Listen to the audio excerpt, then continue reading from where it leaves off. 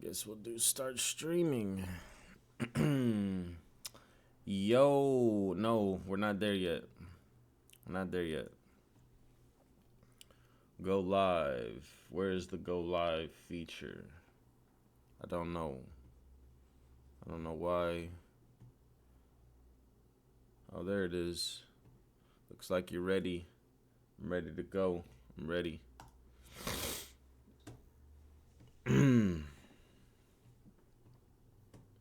Yo, what is up, world? What is going on?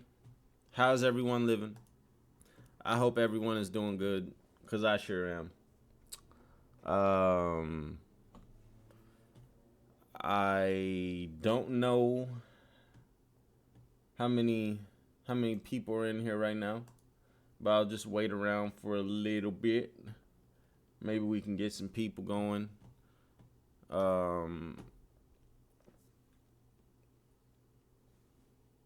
I just had to make me some lunch. What is good, everybody? What is good, folks in the chat? Appreciate y'all niggas being here. I think a couple of people have been here, like just chilling in the chat, waiting. So shouts out to y'all. Shouts out to y'all niggas. I remember when niggas wasn't in here at all.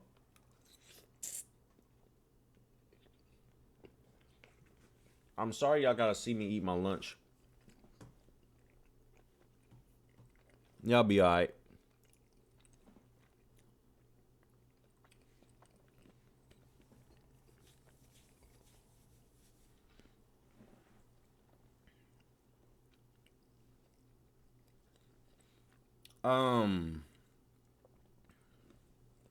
Just some shrimp Alfredo.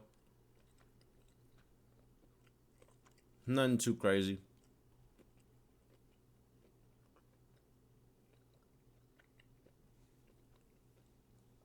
Nothing too crazy.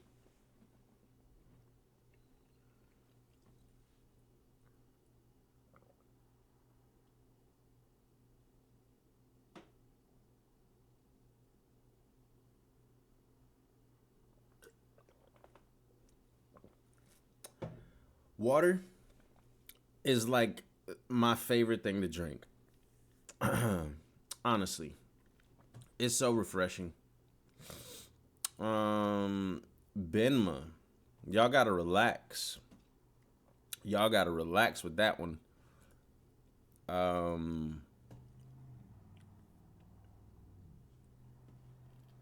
doing good though. I'm doing good. I decided, like, it's been a while since I've streamed. It's been a while since I've done anything. I was out of town. Things were going on. I had a death in the family, someone dear to my heart. And I had a while to think there. And, I just wanted to jump into this and I just wanted to talk, just spitball a couple of things, talk about some One Piece, and then, probably end it there. I just felt like a stream was, I felt like a stream was needed or was necessary, especially like around this time, Tay Iverson, I appreciate you, bro. My guy, about to make my day at work. Hey, man, thank you. I'm glad that I can make someone's day. Honestly. So, shouts out to Tay Iverson. I don't have anything that I want to talk about in particular.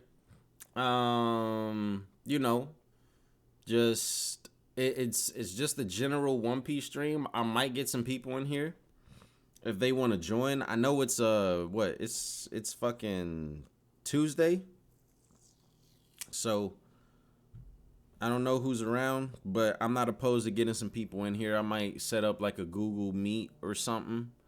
Might send out a secret Discord Yeah, I did, because they wasn't talking about shit. J Invasion. I did. My job, Bushido Brown or Wing. What's good? What's good? What's good? My job was to get everybody together. So y'all niggas thank me for that. Okay? I had every right to go to sleep. Them niggas wasn't talking about a fucking thing.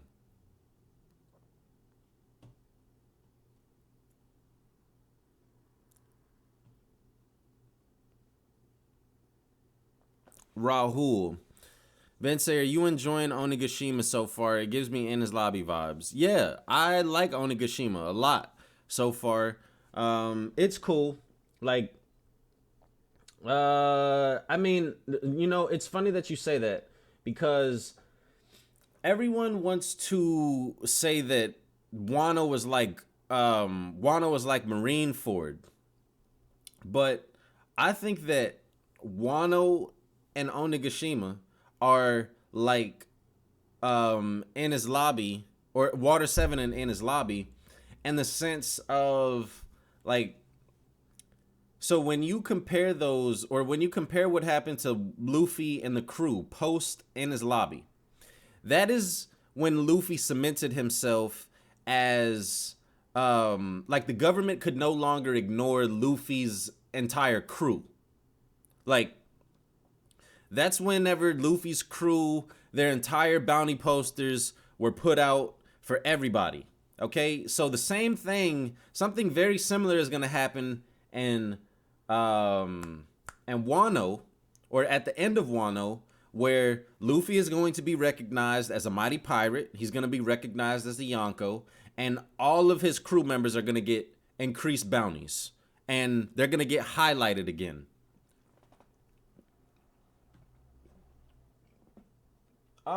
Yo, Island Brasi, I appreciate you. The Weeb Studio, I appreciate you as well. Thank y'all.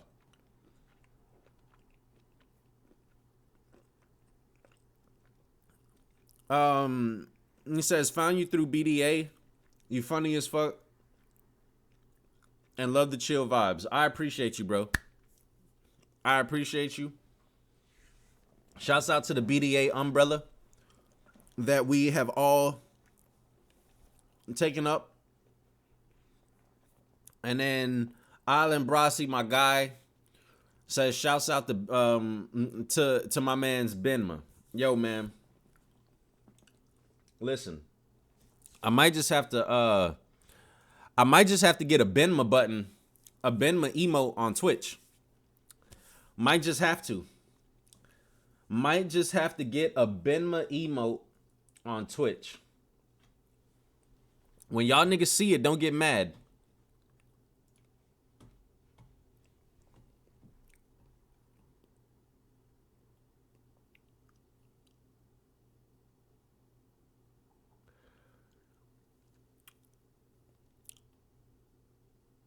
Carterson, I dip and dab in the spoilers. I dib and I dab. I dib and I dab. I can't decide what I want to eat. Do I want to eat this apple or do I want to eat this? Do I want to eat this fettuccine? Like, it's hidden, but I want to finish this apple. I don't know if I want to eat apple after eating fettuccine. I don't know how that aftertaste is gonna. I don't know how those are gonna collide.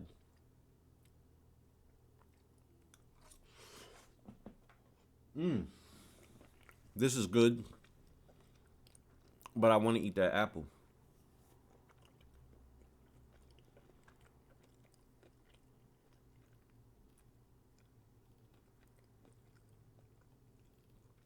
The apple, right?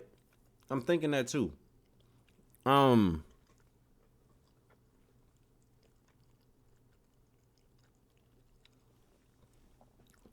Okay, see, this is the thing with Zoro, right? And him being the new sword god. I don't want Zoro to be a new sword god. I'd much rather Zoro to be like demon god or some crazy shit like that.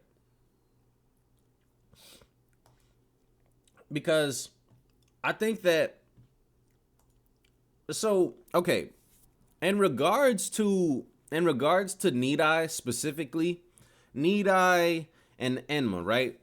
Two swords that I think that Zoro will have by the time that he leaves Wano. Okay. Um,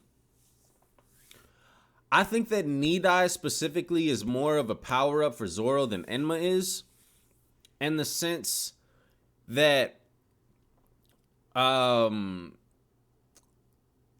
Enma was compared to the Cursed Blade, saying that it has a mind of its own, or a will of its own. I think that Zoro's demon-themed attacks, so the Ashuras, the Gyukis, what all of Zoro's demon-themed attacks, the Onigiris, blase, blase, blah. I think that those specifically are boosted by Sandai, the cursed, the cursed aspect of it. So when Zoro gets Need Eye, I think that is gonna be. I think that would be fair, and people saying like, "Yo, this is just a bullshit power up," or "This is just a crazy ass power up out of nowhere." And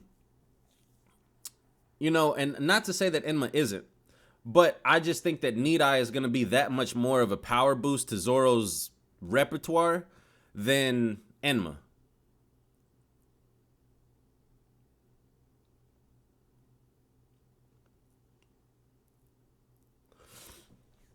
Yeah, I don't want Zoro to follow in like the Sword God, like right after Ryuma. I mean, it's cool, whatever, but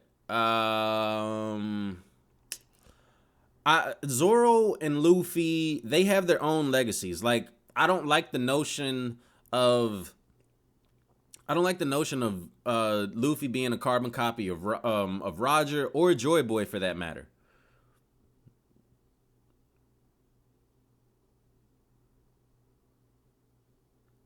All cursed attacks from Need Eye, all animal attacks from Wado, and all flaming attacks with Enma. I mean, I guess you could say that. I don't think that it'll be distributed. It'll be distributed like that, but yeah, I think that I guess what I say all that to say is like I feel that the cursed attacks are heavily influenced by the cursed blades. Daniel Downer, because what is there to talk about Sanji? Like, what am I gonna say? What am I gonna say about that guy? And I'm not trying to be a dick, but what am I gonna say about Sanji that hasn't been said already?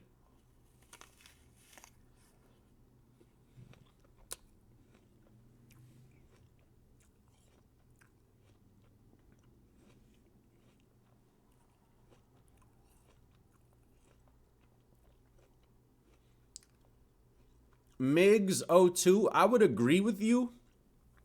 I would agree with you if he didn't swap it out for Shusui.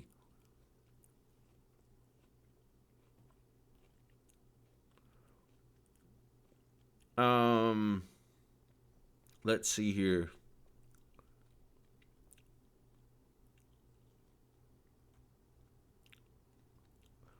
Sanji would be recognized as the greatest cook of all time. I don't see what's wrong with that. Sanji would be recognized as the most troublesome person to the world government. I mean, whatever that means. I'm not like listen. Um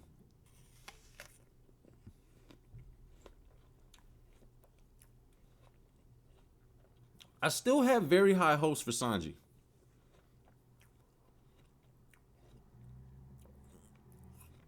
I still have very high hopes for him. Um like if Sanji interacts with CP0, he fights a commander, he mid diffs Jack, because like I know that people want Sanji to fight Jack right now, and that's cool. Sanji can fight Jack, but with Jack having sustained damage and him already being defeated, and Jack is healed, whatever. Like, I just feel like with Sanji, with the raid suit, using Haki and Diablo Jumbo all in conjunction, I feel like that should be a mid-diff to Jack. Even as Jack is presently constructed. He's been defeated. He's been pretty much fucked over by the Dukes. I don't think that Jack is fully recovered. He's made a significant recovery, but not fully recovered. Sanji should mid-diff Jack. At best, he should mid-diff Jack. With everything considered. And then he should go on to fight against King. Not Queen. Queen should fight against Drake. I feel like that was set up early on. Queen should go against Drake. Boom. Sanji should go against King. I know that we, like, Marco, you know, obviously Marco is, like, thrown in the mix because Marco was last seen dealing with King and Queen. Like, in the last chapters. And then, what is it? The last I believe the last chapter we saw a little one-off of Sanji, or I mean of Marco and King. So what I would personally think is that yes, Marco will probably be engaged with the two commanders right now because once again he doesn't know his role. But as the war persists, and as these one-on-ones are gonna be fleshed out, as like we know that Sanji is gonna get a one-on-one, and I would say that Drake, Jinbei, they would get one-on-ones as well. I'm not really worried about Marco getting a one-on-one because Marco is already established. Marco is already an established pirate. Marco has been on the seas for a very long time. He was a part of Whitebeard's crew, so on and so forth. Like, Marco doesn't need to fight a commander. He doesn't need to get an article written about him about how menacing he is and, you know, blah, or one of the allies that's under the Straw Hats, why, like, how menacing they are. Like, Marco doesn't need that. So if you have Sanji, Sanji's going to cross paths with Jack. If Sanji momentarily overwhelms Jack or gets Jack all the way out of the way, I'm fine with that. That's cool. Then he goes on to fight King. Great. Then he goes on to do some espionage. He figures out, oh, CP0 is here. He figures out, oh, the Marines are on their way here. Yo, this is what Drake is actually doing. This is Drake is actually with the Marines. If Sanji is the one to figure all of that out, I would love that. Okay? So I still have higher hopes for Sanji. I do not think that Sanji is going to go to the roof in any capacity. I do not think that Sanji is going to cross path with any of the Yonko other than what he already has. And that's just that. I'll leave it there.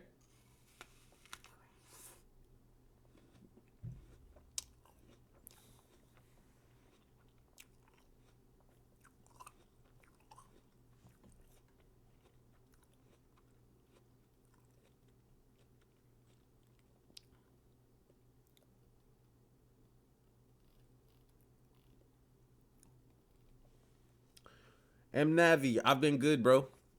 I've been good, man. I'm just chilling, you know, doing my thug gizzle.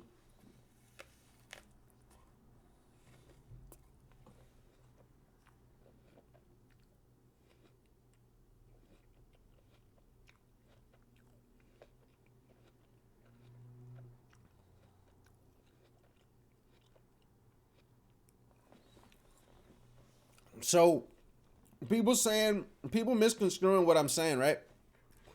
No one said that Sanji's going to go defeat Jack. He's going to go defeat King. He's going to go defeat CP0.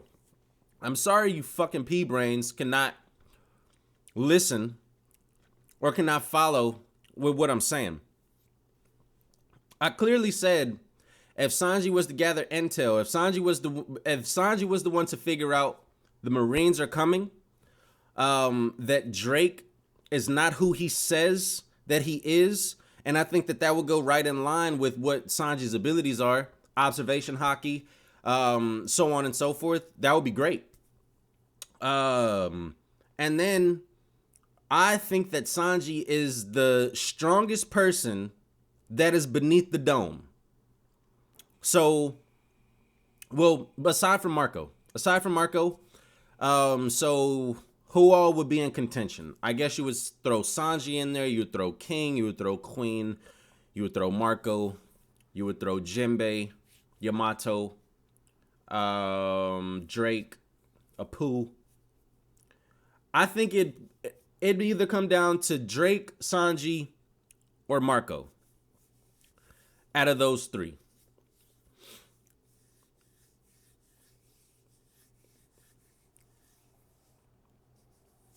Sanji will never be as cool as Zoro or Luffy.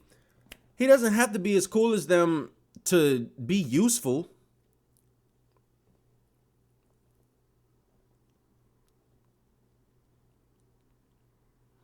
Wing, I got you. If I'm playing Apex again, I got you, bro. I'll send you an invite.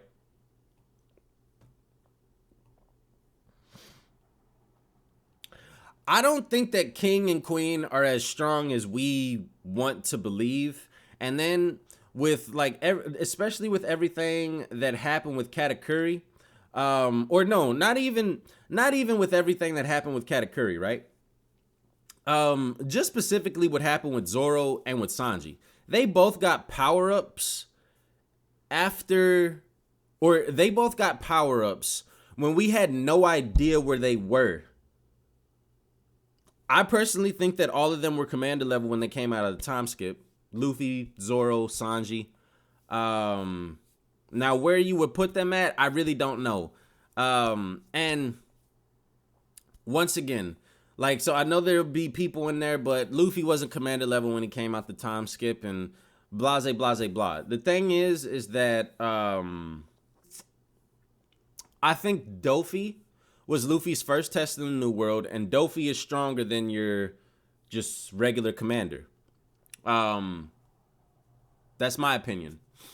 So Luffy fought Dofi with Law, with the help of Law, and he goes on to fight Cracker with Nami. But what I want to focus on is the end result of the fights, right? So Oda wrote it so that Luffy wins. So if Zoro, right, were to fight a commander in Whole Cake Island, if Sanji were to fight a commander in Whole Cake Island, let's just say that Zoro went with Luffy. I think that Zoro would be capable of beating a commander. Oda would write it so that Zoro beats one. Same with Sanji. So, my thoughts on Sanji's interaction with Robin, I really don't have any. I think people are overblowing it, saying that Sanji, like, this is great for Sanji's character, like that this was just some type of that this was something that we needed for Sanji's character. I don't think that that's the case at all.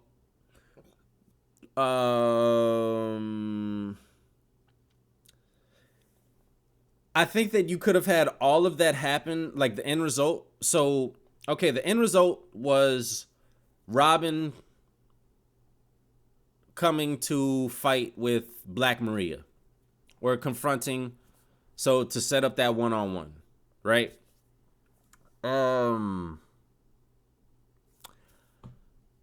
I do not think that Sanji getting captured, going through all of that was necessary. That was Khalifa 2.0, and that was unnecessary. I'm sorry. It was unnecessary. People are starting to get tired of this, where I think that I really think that this may come up between Oda and his editor, if it really like is this bad going forward, because this is literally just Khalifa all over again. And I guess Sanji didn't technically call out for help against Khalifa, and like people were trying to say that Sanji learned a lesson in Whole Cake Island, that he should ask his crew for help, and that was the whole thing. But there's no narrative behind that. There's no narrative behind Sanji not wanting to ask his crew for help.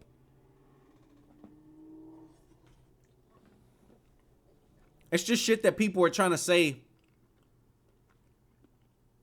It's damage control. At best. That's what the fuck it is. If you ask me.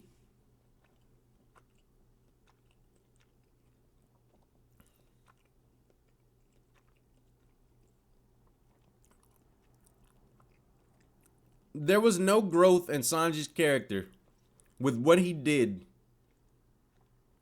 in the past couple of chapters. There's no growth. For the person that's saying we're not in tune with the story, bro, if you're on some different some different ascension than we are, because you see the beauty in like whatever the fuck this was with Sanji, okay, bro, I guess so. Have at it. I guess you understand literature and character writing on a different playing field than I do. That's fine. I don't give a fuck though. Cause that's bullshit. Like that elitism attitude that people have to whenever they say, "Oh, you're not reading the same or you can't comprehend the same way that I comprehend." Because no, bruh. No. This is literally Sanji Khalifa all over again. There is no narrative behind Sanji not asking his crew for help. There's nothing behind that at all.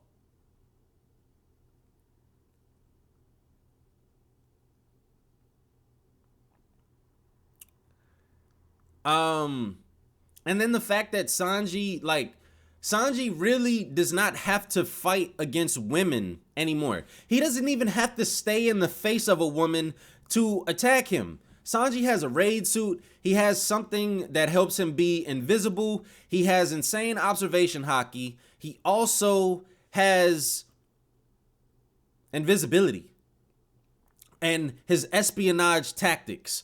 Like, where was that with all of this Black Maria stuff? Like, this was so bad. This was so bad, so unnecessary. And it's literally time and time and time and time again. If I recall, and once again, this isn't a problem that I have with Sanji as a character. This is a problem that I have with Oda constantly putting Sanji in these situations. So you have Sanji, whenever he arrives onto Onigashima, he disappears and he goes to the brothel or whatever, because he wants to see women. Why, whenever Sanji is on stream, do we have to see him succumb to his gag? I don't understand it. It's like, to me, the gag has become Sanji's character, and Sanji's not a character anymore.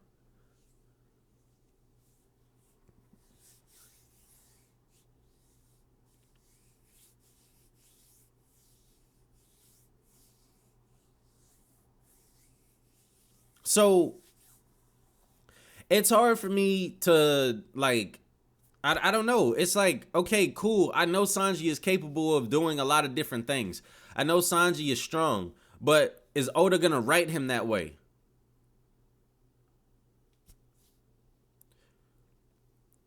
He speed blitzed Oven without being seen, but couldn't escape Black Maria. Exactly. Like, what is going on? If anything, I would say that those ministers, the people in Big Mom's crew that are right underneath the commanders, are on the same playing field as the headliners.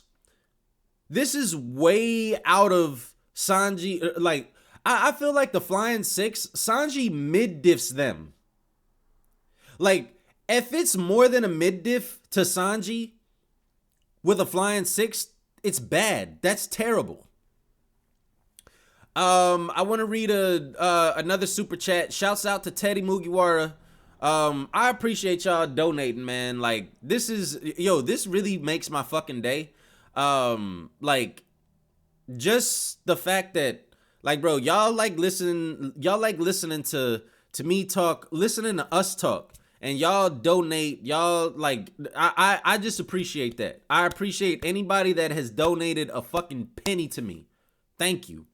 Cause y'all niggas don't know what I'm going through. Not that I'm going through anything like I'm down and out or nothing like that, but like, bro, that shit just means a lot. And just seeing comments of y'all telling me that I've helped y'all through a day or like through a hard time, I fucking appreciate it.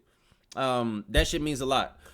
I'm gonna need y'all to like the stream though. It's 58 likes and we only got 163 people in here. I need y'all to like the stream. Give me to 100 likes, please. Teddy/Dark Mugiwara says Mugiwara Boshi. That's on Twitch.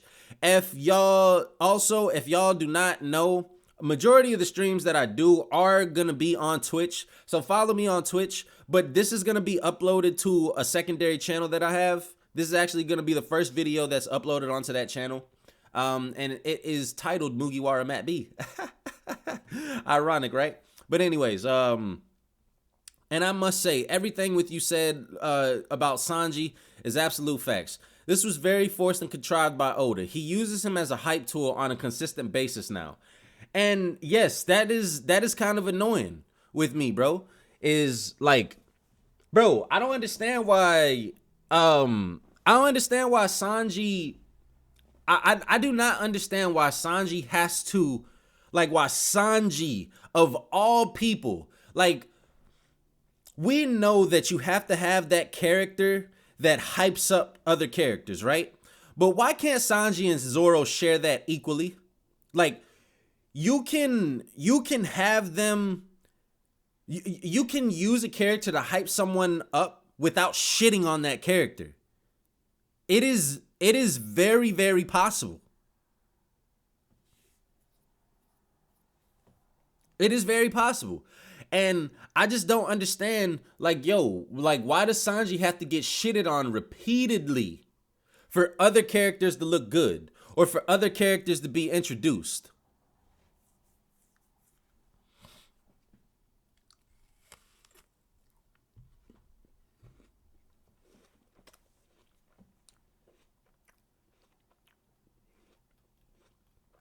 And this is why I don't like talking about Sanji, because whenever you talk about Sanji, it's always from a hypothetical sense. Because I think that everybody in the community can agree that Sanji is being mistreated, that Sanji is mistreated constantly. Sanji should have had plenty of fights leading up to now. Sanji should have gotten a fight in Whole Cake Island. I don't want to hear this bullshit about Sanji's not a combatant. Sanji's dream doesn't. Shut the fuck up. When we first got introduced to Sanji, it was shown that he was a fighter. Sanji always fights notable people throughout the series. So I don't understand, like, and once again, damage control. It's always, oh, well, you expect too much from Sanji. No, the fuck I don't. No, I don't. So whenever you talk about Sanji, it's always like from a hypothetical sense of what could have been or what should be, or damn, I wish Oda would stop doing this so Sanji could look like this. And I just hate that, because when we talk about Zoro, it's always like, yo, I bet you Zoro can do this, or Zoro is going to do this. Not, I wish Zoro could do this. When you're talking about Luffy, when you're talking about Sabo, hell, even Kobe, like, as much hate as Kobe gets, we still talk, like, there's still people in the community that say, yo, what if Kobe defeats Hancock? Not, yo, Kobe is gonna get his ass whooped by Hancock. I think that there are enough people in the community that know that Kobe is not just going to get destroyed in Amazon Lily or whatever happens with Hancock. I know that a lot of people are confident in that.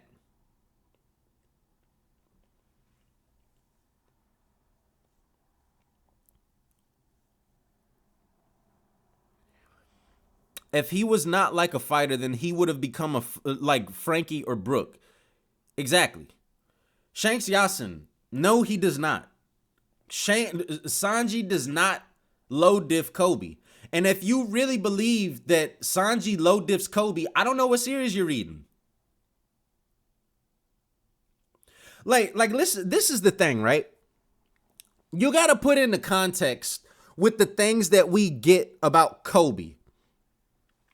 Just like Luffy, Kobe prematurely activated his haki. He unconsciously was using his haki. Okay? Kobe, thank you, MT Mert. Kobe has the largest or has the fastest growth rate that we have seen in the series. Bar none. It's not even close. It is not close. For the people that doubt this, you realize from the time that Luffy set sail from the Goa Kingdom to when Rayleigh told Luffy about haki, when they went to Rukasina, that was 6 months. That was 6 months' time. Luffy started pre-time skip. Whenever he started his journey, he was 17 years old. Before the time skip started, Luffy was 17. He had not had a birthday yet. If you look at Kobe and you look at the showings of what Kobe, let me look at this comment. Pretty MF said, glad to see you back, Matt. Appreciate you for real, for real. You better stream them JJK reactions though, or it's on site. I'm probably gonna stream some Jujutsu Kaisen later on today. I actually want to watch some of the episodes, so I'm gonna just upload this stream, Pretty MF, and anybody else that wants to watch some Jujutsu Kaisen live reactions, I'm gonna put this stream up on Mugiwara Matt B. A secondary channel that I have for like long drawn out videos, long discussions. That's gonna be where I'm gonna be putting the captain's cabins at on Mugiwara Matt B. And whenever I start those up, and that's where I'm gonna be putting live reactions at. But anyways, back to the point at hand. And Pretty MF, I appreciate you donating. Appreciate everybody. Appreciate y'all niggas. So back to what I was saying about Kobe, right? If you compare what Kobe has done, and if you consider portrayal into anything, right? I believe that Kobe has Rio. I also believe that Kobe has an advanced form of observation. If you want to say that is future sight, if you want to say that is something along the lines of what Fujitora has. The arc that, so just picture this, right? We first find out about Future Sight and Whole Cake Island. Luffy learns Future Sight, and then the first person that we see after this arc is done is we see Kobe. And we see an observation haki feat of Kobe, and you can undermine this all you want to. But the fact of the matter was that Helmeppo, yo, what is up with your observation haki? I don't even know. I believe he says, I didn't even sense a torpedo. I didn't even feel that.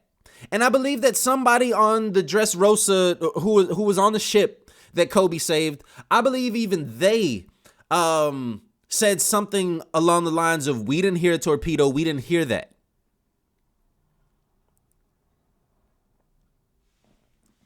Shanks Yasin, I think you need to check yourself. How is it impossible for Kobe to have Rio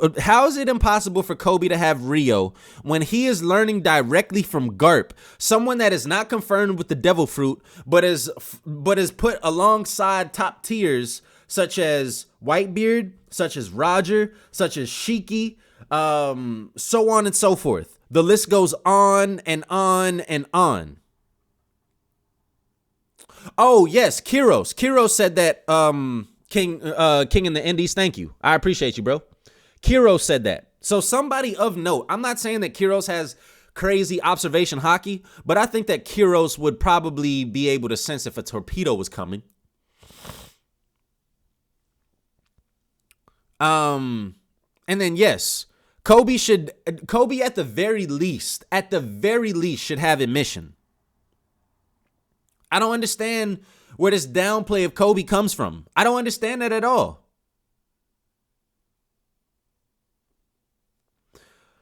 Kobe is nice, but you're gassing. I guess so. Whatever.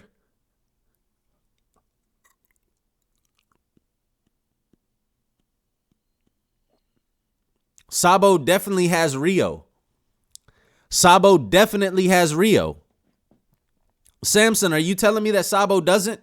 If you say that he doesn't, I'm not gonna fight with you. I'm not gonna say, I'm not gonna say that you're. I'm not gonna call you any names. But I think that if this is the thing, right? Outside of Wano, I believe that people, or no, it's already been confirmed that people use Rio. So the Sandersonia sisters, you have Sentomaru, you have the Admirals. There are so many people that use Rio outside of Wano. And guess what? Whenever we leave Wano, people are not going to see Luffy's new ability or see Luffy's new haki that he learned in Wano. And they're not going to say, oh, yeah, you learned Rio. They're going to just identify that as armament haki. It's in the same vein as mantra is called, or as mantra. Mantra is called that only on Skypiea. Only on Skypiea.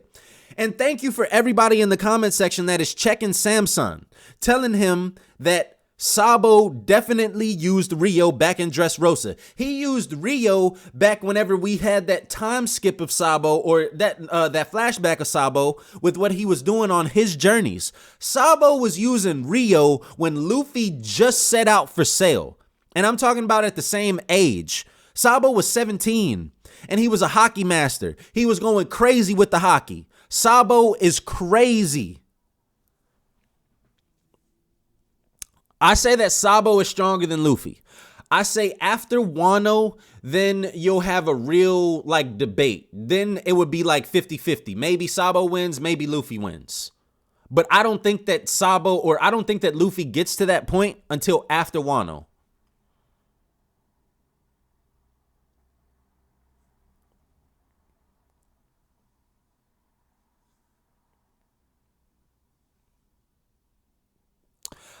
I think that's so okay, listen, as when in regards to Kobe and where Kobe is concerned at, I think that Kobe is going to be a hockey master.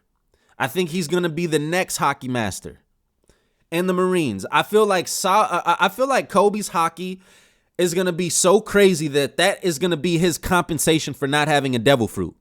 In the same vein as Garp, in the same vein as Sabo was before he got his devil fruit.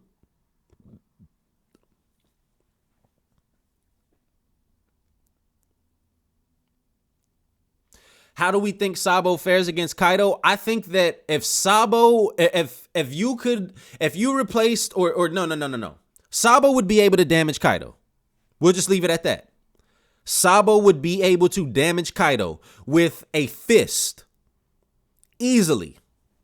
Like the way that Luffy is punching Kaido right now, if Kid and people like that saw Sabo doing that, they'd be like, yo, you could damage Kaido with a physical blow. So this dude's able to do that as well. Sabo would be in that vein as Luffy, and where he is able to channel his Rio into his fist.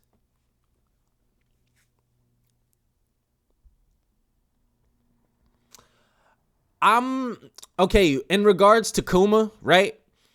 I don't think that, or I think that Kuma had the ability to use Rio, yes. But does he now with the absence of his mind? Absolutely not. No. No way. No how.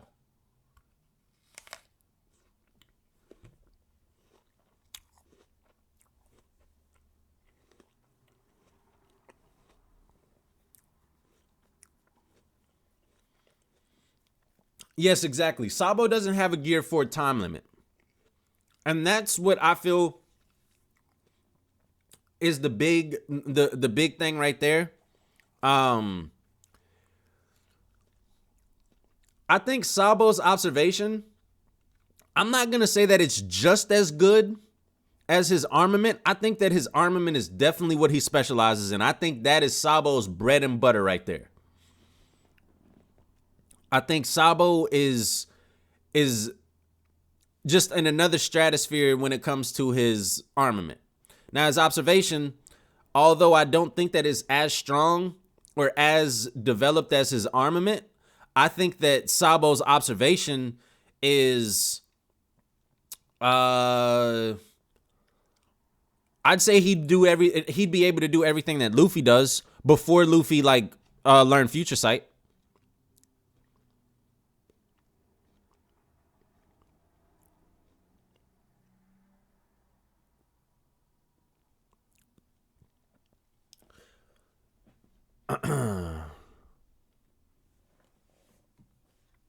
Let's see here.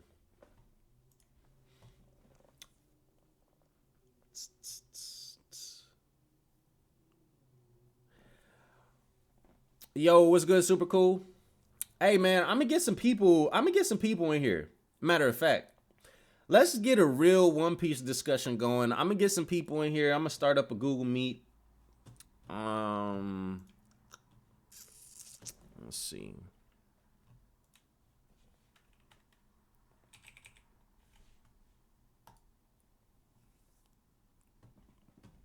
Oops. I should probably do this in another window. Yeah, let me do this in another window.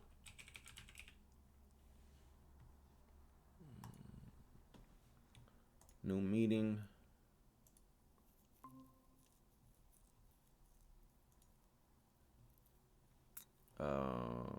Let's see here. Copy that.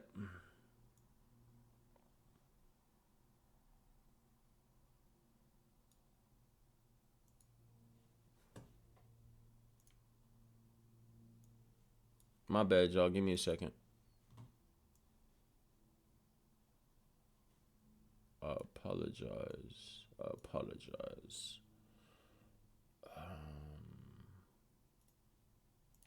Copy this.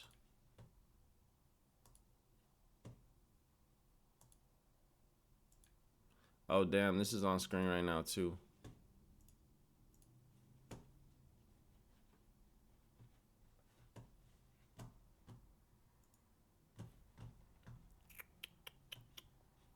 That's off screen right now.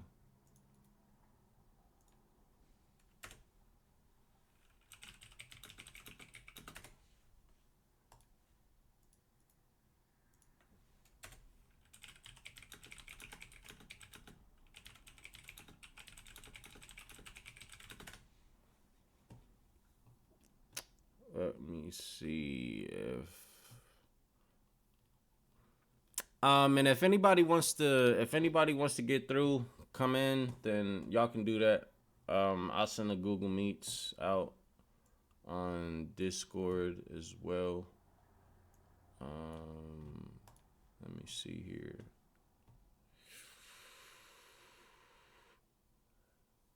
Yo, what's good, everybody? What's good, everybody?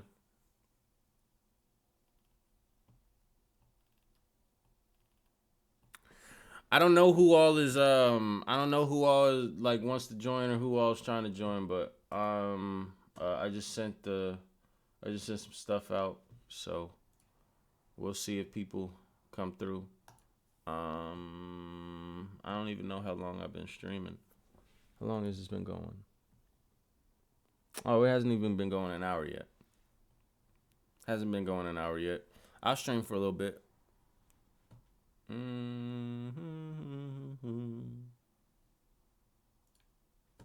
But people may not come through. I'm not a man of the people anymore. Read Anchor. Read Anchor if you have not. I promise you won't regret it. The next chapter is dropping March 9th. The next chapter of Anchor will be dropping on March 9th, buddy. Yes, sir.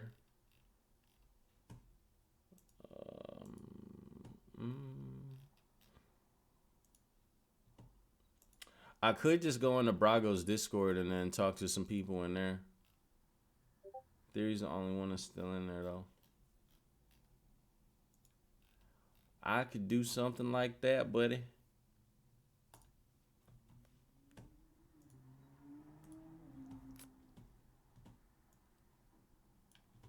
Yeah, I guess we'll wait around a little bit, see if somebody wants to get in here, see if people want to join. If not, sad day.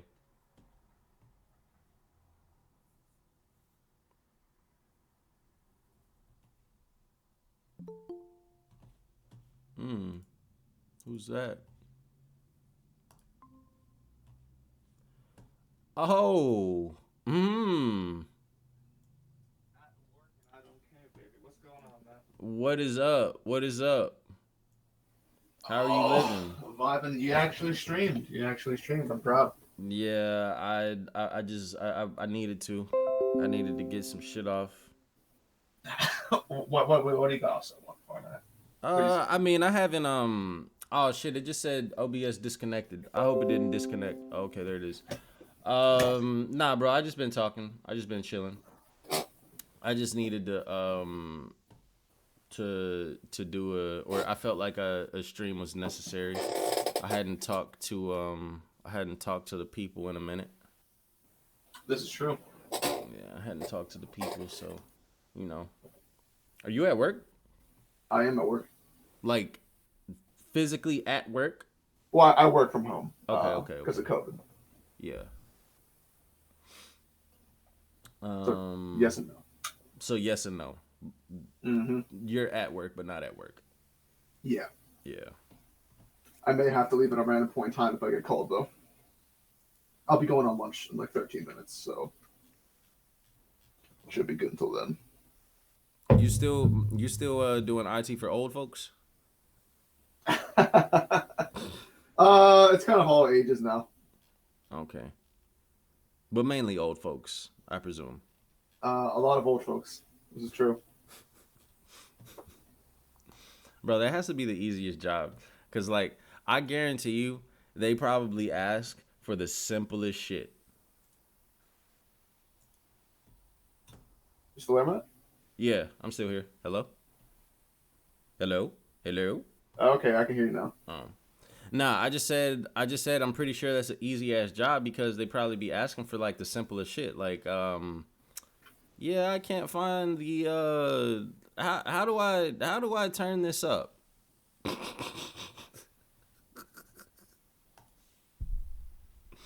Driss, I don't know if you can hear me. Okay, yeah, you broke up again, but now I can hear you again. I guess my hockey just absolutely destroyed this mix. Nah, yeah, I don't know if it's the I don't know what's going on. Have you been struggling with lag since you started streaming? No, not until I opened up the meets.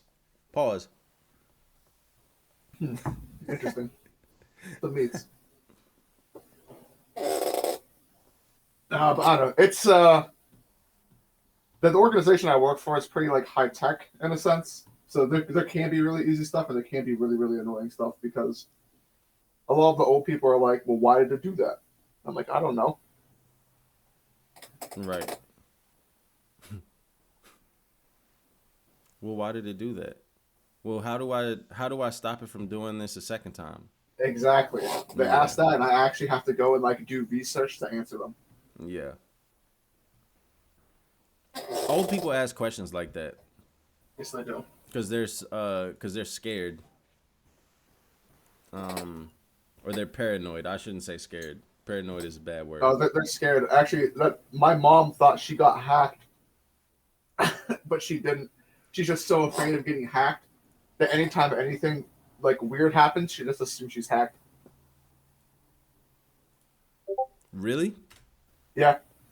I remember when I was working at what is that? When I was working at Sprint, Yeah. there was this dude that came in. Literally, I'm talking like at least twice a week. Okay? At least twice a week. Dude, hold on a second. Let's super cool through. What's up What's with good, you, cool? big dog? What's good, bro? Can't call it. Can't call it. Just chilling, man. Got a little off day. You know what I'm saying? Yes, sir. Everything right in brain. You know what I'm saying? Everything chill. Already. But Dritz, a fucking dude came in twice a week, right? Yeah. Thinking that he's getting hacked on his phone because scam likely calls were calling him. Oh man. So Must like, have been an old head ass nigga. bro, he was old. He was like in gotta the be. 60s. He was like in the 60s. Gotta be. He was coming Gotta in. be. He was coming in like I'm hearing voices. I'm hearing voices coming out of my phone when I'm not using it. I'm like, bro, no, you're not. Like, you're not hearing voices coming out of your phone, bro. Like, you might He think got it. that, He probably blamed Trump and everything for that. Like, I can bro. hear all that going on. Bro, this was a what was he? He was a I don't want to say he was white. He was German. He was German. Okay. And he was tripping balls. You would have thought somebody was whispering to this nigga or some shit, bro. Like, I don't know. Like he had schizophrenia. That's that shit is. You would Yeah. think he had that shit or something. Cause this nigga was bugging the fuck out. Like, he would come in and he would change his number. Literally, like, bro, there was the point. It was to the point, right, that we had to start charging him to change his number. Because, like, he came in and changed his number so many times. And then, like, our district manager, like, flagged that shit. They was like, why haven't y'all been charging him to change his number? And we were like, well, we just been trying to get this nigga out the fucking store because he comes in here and he's be, like, you know, be causing problems for everybody, so on and so forth. And then, yeah, bro, we had to charge that nigga $20 every time he changed his phone number. And then eventually that got him to stop. I was finna say, I bet he ain't hearing nothing. Still pocket got hit after all that. Yeah, well, old people are also a lot more likely to be victims or targets of stuff like that. People specifically go after old people because they're more gullible. That's true. That is true. I was seeing that on Better Call Saul. They had went into detail on that a little bit. Yeah. Because old people don't know how to use technology. Mm-hmm. They just really be getting scammed, bro. Like old people ain't gonna go read no, like, you know, it's like contract or something to sign their stuff off. They just gonna go get somebody up to do, and they gonna listen to whatever that person tell them.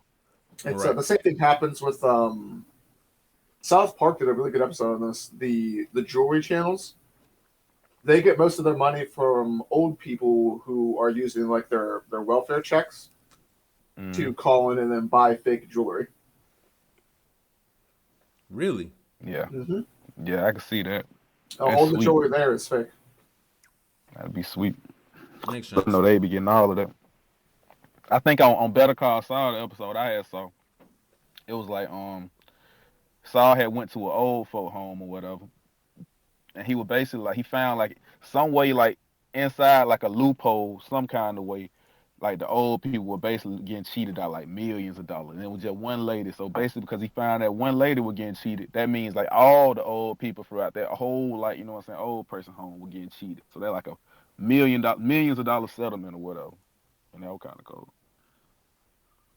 Man, I want to start watching Better Call Saul, but like,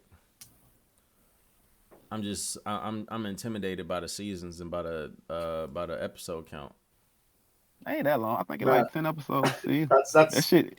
that's It's up. peak Yeah, irony. and we One Piece fan. Yeah, that kind of crazy. That is I'm kind of crazy. intimidated by the episode. Nah, That's it's because them episodes is an hour, Yeah. and then I'm gonna tell you like that though. 'Cause I was the same way as you were before I started watching it. When I started watching it, I put it on equal footing with Breaking Bad. I think they got one more season left that's finna come out. They're gonna have 6 seasons and all.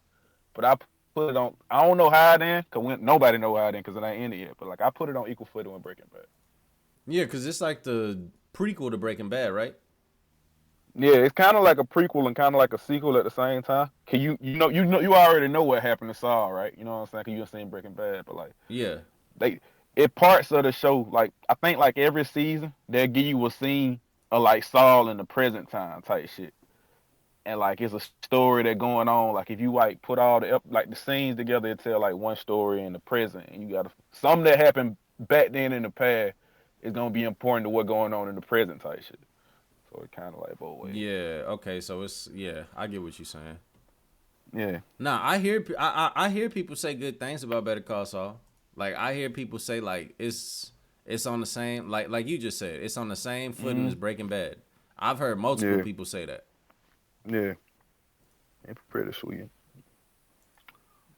But what's it called? Let me see. I'm trying to see if anybody said anything else about some One Piece. We kind of got a little sidetracked, but we're gonna reel it back in. Talking to the chat. Yeah, Yeah, they're gonna get real aggressive. they're gonna get super aggressive. The chat. Whatever y'all want to hear us talk about, that's what we're gonna talk about. Bensei does have a Discord. Yeah, I do got a Discord, but it's dead. Just like my Discord. Like it ain't nothing going on in my Discord. It ain't nothing for y'all to see up in there. What's good, Loner? It ain't nothing going on in my Discord that y'all want to see. There ain't nothing there that's not in Brago's Discord. So just go there. Who is this? Brago shit just like a super Discord down there. Yeah, bro, that shit is like, bro, Brago's Discord is a different beast now. Yeah, it's peak ability. Yeah. That is. It's pretty rough out there. It is not for the weak-hearted. Yeah, bro. Yeah, bro. That's just a different beast. That's a different animal right there. That's a different animal. If anybody in the chat want to get in, I'll send a link out to a couple people. I will say this though. If you can make it in Brago Discord arguing One Piece, you can make it anywhere, but cause it's like 20 niggas arguing with you at the same time, all screaming over each other. Facts. And there ain't no real dubs and losses. It's just whoever can they get the last word. And then it's like you gotta put your hockey out there. You gotta really like just take the floor, like, cause it's gonna be niggas talking over you. Like that's gonna happen. Yeah, that's a fact. That's a fact. J Invasion said, Matt, you predicted the world government coming to Wano, so is Sword still coming to support Drake? Yeah. I think that multiple factions are going to be coming to Wano right now. So candidates for that, right? For who I think could be on their way to Wano. More Marines that are a part of Swords. So specifically like Kobe, maybe even Smoker. I think Vegapunk could possibly make his way to Wano. I'm not saying that Vegapunk just comes straight up by himself, but he could be taken to Wano as like a Trojan horse, so on and so forth, just to fake meet Orochi's demands. Let's see. Some of the Blackbeard pirates, I think, could be on their way to Wano if they're not already. And specifically specifically the Blackbeard pirates I'm talking about are the ones that can camouflage. So Katarina Devon, Lafayette, Shiryu. or Shiryu. One of those. Specifically, I would rather it be Shiryu because the swordsman theme going along with Wano. That'd be dope. Precisely. And then let's see who else. The Grand Fleet could possibly go to Wano. So there are I still feel multiple like it's too factions. early with them. Still feel like it's too early with them. I understand that they should be able to come up, but it's just like how they wrote that shit at the end of Dressrosa. When he wrote that like long ass paragraph, well, like that little older box, and he was explaining, like the narrator was talking. He was like, they all individually got stronger than they own, and then they came back for an incident that would like change the world. It just don't. I just don't feel like that. This is the time. Like to me, like at the end of the story, you know what I'm saying? Like when they go fight the world government, I think that's what they were talking about. Well, But you know what I'm saying? I don't know. exactly. It just depends on. I think it depends on what you think the narrator was foreshadowing at that moment. Some people think the narrator was foreshadowing the final war. Some people think that the narrator was foreshadowing the incident and whatever Wano is called. Whatever the events that happen on Wano, whatever that is called. Some people think that the narrator was foreshadowing that. What I'd like to see, I'm gonna tell you who I'd like to see. Cat, like when all this over with, you know what I'm saying, and like, cause I think it end the day type shit, but like he gonna stay there on the island for like two weeks after. That way it like matches up to like you'll be alive in like a month, like statement type or whatever type beat. I feel like it'd be cool. Is it cause like at the end of the arc, you know what I'm saying, like Wano's supposed to be an open country, you know what I'm saying, people can come in and out type shit. Is it like Kizaru came and tried to run the rematch, you know what I'm saying, against the Supernovas, and then they And beat then him they up fuck and him just up. leave. Yeah. Yeah, they fuck him up and just Yeah. leave. I think that'd be sweet. I like that. That's what my ideal scenario is. Cool. Like I hope that, and I've been saying this shit for a couple of months. I'm saying that the Marines are gonna come. Kizaru is gonna kick down the Big Mom pirates down the waterfall again.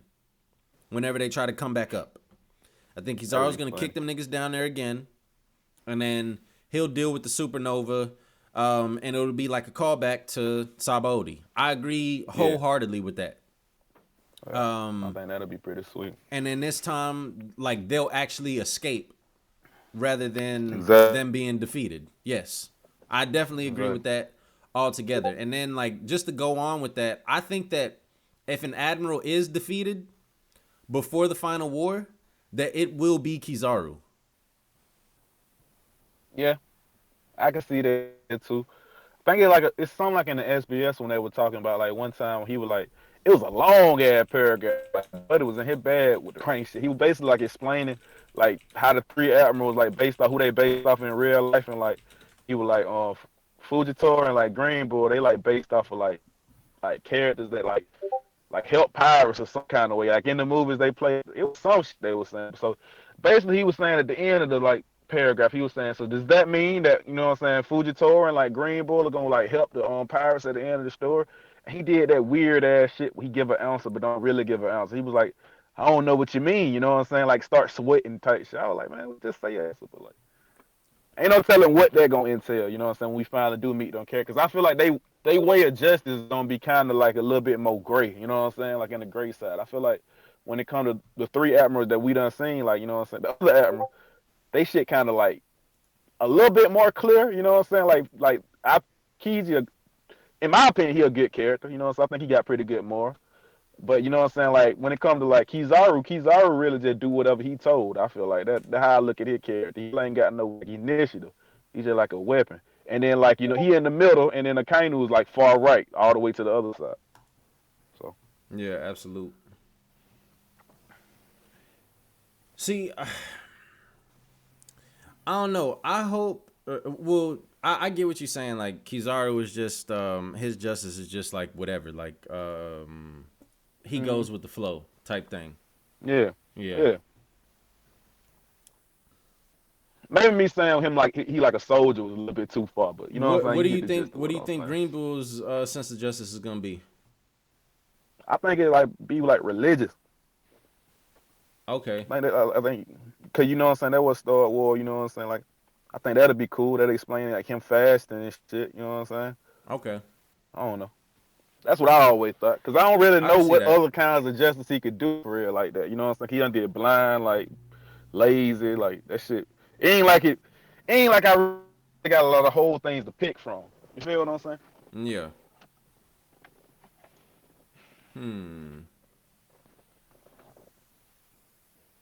Green Bull. Well, see, because I think that Fujitora is going to leave the Marines, or that he's a secret member of the Revolutionary Army. I initially thought that Aokiji was a part of the Marines. I mean, was a part of the Revolutionary Army. I thought that he went and joined them. But now I think, like, Aokiji, I think he's like the captain of Sword. I think he's the head, like, the head leader of Sword. They all directly report back to him. I think the way I look at it, my opinion of it, like, Sengoku had started. Because Sengoku picked Aokiji to go be the new admiral or whatever. So, like, they should go do something after that. They see, like, how Akainu, like, running things and shit. That's how I look at it. Because we don't really get no spotlight on that, but I really feel like he, like, later on in the story, he should, like, tell us more, like, of the Marine side of things, like how the Marine, like, side has been, like, affected, you know what I'm saying, like the change in, like, leadership behind the Marine now, you know what I'm saying. We don't really get that. Like, we'll get a couple of, like, panels with, like, you know what I'm saying, people that are in the Marine, but I don't really talk about, like, how it's different. Bro, that's being why a Marine I say the now best, than it was 2 years ago. That's why I say the best, like, I think the best of One Piece was, like, taken away from us, because, like, can you imagine seeing, like, the different politics, seeing the different, like, Marine siding with, like, Akainu, with Aokiji, and who they wanted to be, like, their leader? Yeah. Leading up to the fight. So, like, you could see, you know, I think being able to see that from, like, every level, being able to see how the Gorosei were affected by Aokiji versus Akainu, seeing how the Marines were affected by that, seeing how you know, some of the admirals were affected by that. Like, where was Kizaru in all of that? Did Kizaru try to stop it? Did Kizaru tell Aokiji, you probably shouldn't, you know, you probably don't want to fight, you know, against Akainu? Did Kizaru go tell Akainu, hey, bro, you tripping? Like, y'all don't got no reason to fight. Like, y'all, you know, we joined the Marines together, so on and so forth. Like, I wanted to see, like, all the different interactions. Where was Kobe at and all of this? Did Akainu have some how did Kobe get treated now? Exactly. How did Kobe get treated now? Exactly. In the Marine? How like, did Kobe Akainu get treated? tried to murder that nigga. Like, he literally tried to murder that nigga, like, in front of, like, everybody in the Marines, and he the fleet admiral now. He a nigga, like, how did that work out? It's like, I think some you of the think best. Akainu would hold him back type shit? You know what I'm saying? I be asking them kind of questions. If I was in control of the name, my bad, you can go ahead. I was just gonna say, bro, some of the best, like, chapters of One Piece were robbed from us because we didn't get to see any of that. Yeah. Like, none of it. I agree. Like, what did Garp and Sengoku feel about that? Did Kong have a say? Because we know that Kong was the former fleet admiral. I think what is Kong character, period? Like that nigga, like, don't do anything. He's just a face and a character design. Right. So it's just, you know, and then the thing is, right, is that we know that Akainu has some type of gray area, like, to him, because, like, that nigga went up to the Gorosei and was like, hey, y'all niggas need to check in with me before y'all do some shit like this with Dofi again. Yeah. He like, yo, like Akainu was so baffled by that. He's like, yo, like, you telling me that Doflamingo is worth all of this? Dofi? Yeah. So what if something, I think from, like, the question that Akainu came at them at was, like, in the sense of piracy, right? Like, he was looking at it in the sense of piracy, not in the sense of Doflamingo being a former celestial dragon. Exactly. So he's that's like, why I want to know, like, I was gonna say, that's why I want to know, like, how is he gonna react when he find out, like, the world government basically, like, pirates. Cause, like, you know what I'm saying, it's literally kind of the same thing. They kind of are, bro. Like, they literally they do what the fuck they want to when they want to. Exactly. They don't ask no questions. Celestial dragons will got down, like, kill you, like, marry your wife right in front of your face. Ain't nothing you can do about it because they got the power. You can do. Like that's literally raping and pillaging, right? Like, that's pillaging. Exactly. Exactly. So, like, that should, like, throw his whole, like, world in, you know what I'm saying, in the blicker type shit. He don't know, like, like everything I stand in and everything I fight for, really, you know what I'm saying, ain't shit. Like I'm fighting for the wrong side type shit. So he should have that should be like his whole arc at the end of the story. Like if he write it out the right way. Yeah, like A lot of seeing. stuff got to happen though. So a lot of stuff got to happen all at one time. But that's the thing, and that's why I can't wait to see, like, Akainu's character written. Is like, what side is Akainu gonna choose? Because I think we both share the same like opinion, cool, in the sense that there's gonna be a coup d'etat between the Marines. Yeah. Mm-hmm. Okay, Yeah. so like obviously those Marines are gonna have reason for what they're doing. And I think that Akainu he might even be able to empathize with that reason. But I don't think he's going to be able to go for it because of the theme of absolute justice. That's what I was just going to ask too. Cause like, say for instance, Aokiji do some fucked up shit. And we find out about that while he being like, to prove his like innocence. To prove that he on like Blackbeard's side. Cause I assume he would have to do that. Like, there's no reason Blackbeard should trust that nigga. So he would have to do something deal fucked up. And if Akainu like found that out, how would he react to that? He can't let that shit slide. Like it absolute. Like, you know what I'm saying? Like, and I think that'll be another fight between them. That's why I don't think he has anything to do with Sword. Cause you know what I'm saying? I don't think he would let that slide. Like if he knew like, you know what I'm saying, X Drake was a Marine, but he killed like fucked up old time a whole village at the beginning, like 2 years ago type shit. He wouldn't be cool with that. He probably wouldn't. Yeah, he wouldn't fuck with that because that's still not like that's still not just at the end of the day. Even though like you may feel justified in what you're doing, like your overall cause may be just, but like your actions aren't just. Exactly. That's why I still feel like that gotta be hit. Like it get real murky when you talking about like final matchups in One Piece because like I feel like Luffy should fight Akainu, but I don't think he should be the nigga that beat Akainu. I think he should like, you know what I'm saying, have a clash with him and still go fight Imu. And I think Sabo need a shot at Akainu too. I think Sabo and Aokiji both need smoke with that man at the end. You know who I think my top 3 candidates for fighting Akainu at the end of the series are Luffy, Sabo, Kobe. Yeah, I'll be fine with it. I just feel like Akainu, it's just crazy cause like the duality of their characters, you know what I'm saying? Like Akainu and Aokiji, like they complete opposites or whatever. So like, even like at the beginning of his character, before we even knew what Akainu looked like, none of that. You know what I'm saying? You can see the differences in their character, like in Robin backstory and shit. So I feel like whenever he do meet his time, you know what I'm saying? If he do die, if he do lose, I feel like Aokiji gotta be there and be involved whenever that happens. That's the same way I think like that whenever Shanks die, because I think Shanks died too. I think Buggy gotta be there, Mihawk got to be there, and Luffy got to be there. Because those are like 3 characters that he like involved with, you know what I'm saying? They have to go see that. I don't think that those 3 characters can like see that in the news. And it would make sense that 2 of them are like warlords and they abolished the warlord system, and then, you know what I'm saying, like now they have a reason to, you know what I'm saying, be like around them. Go ahead.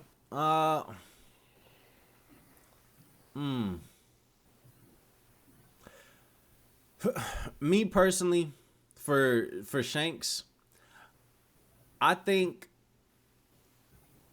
to add to the weight that it's gonna hit Luffy on is like Shanks should be defeated.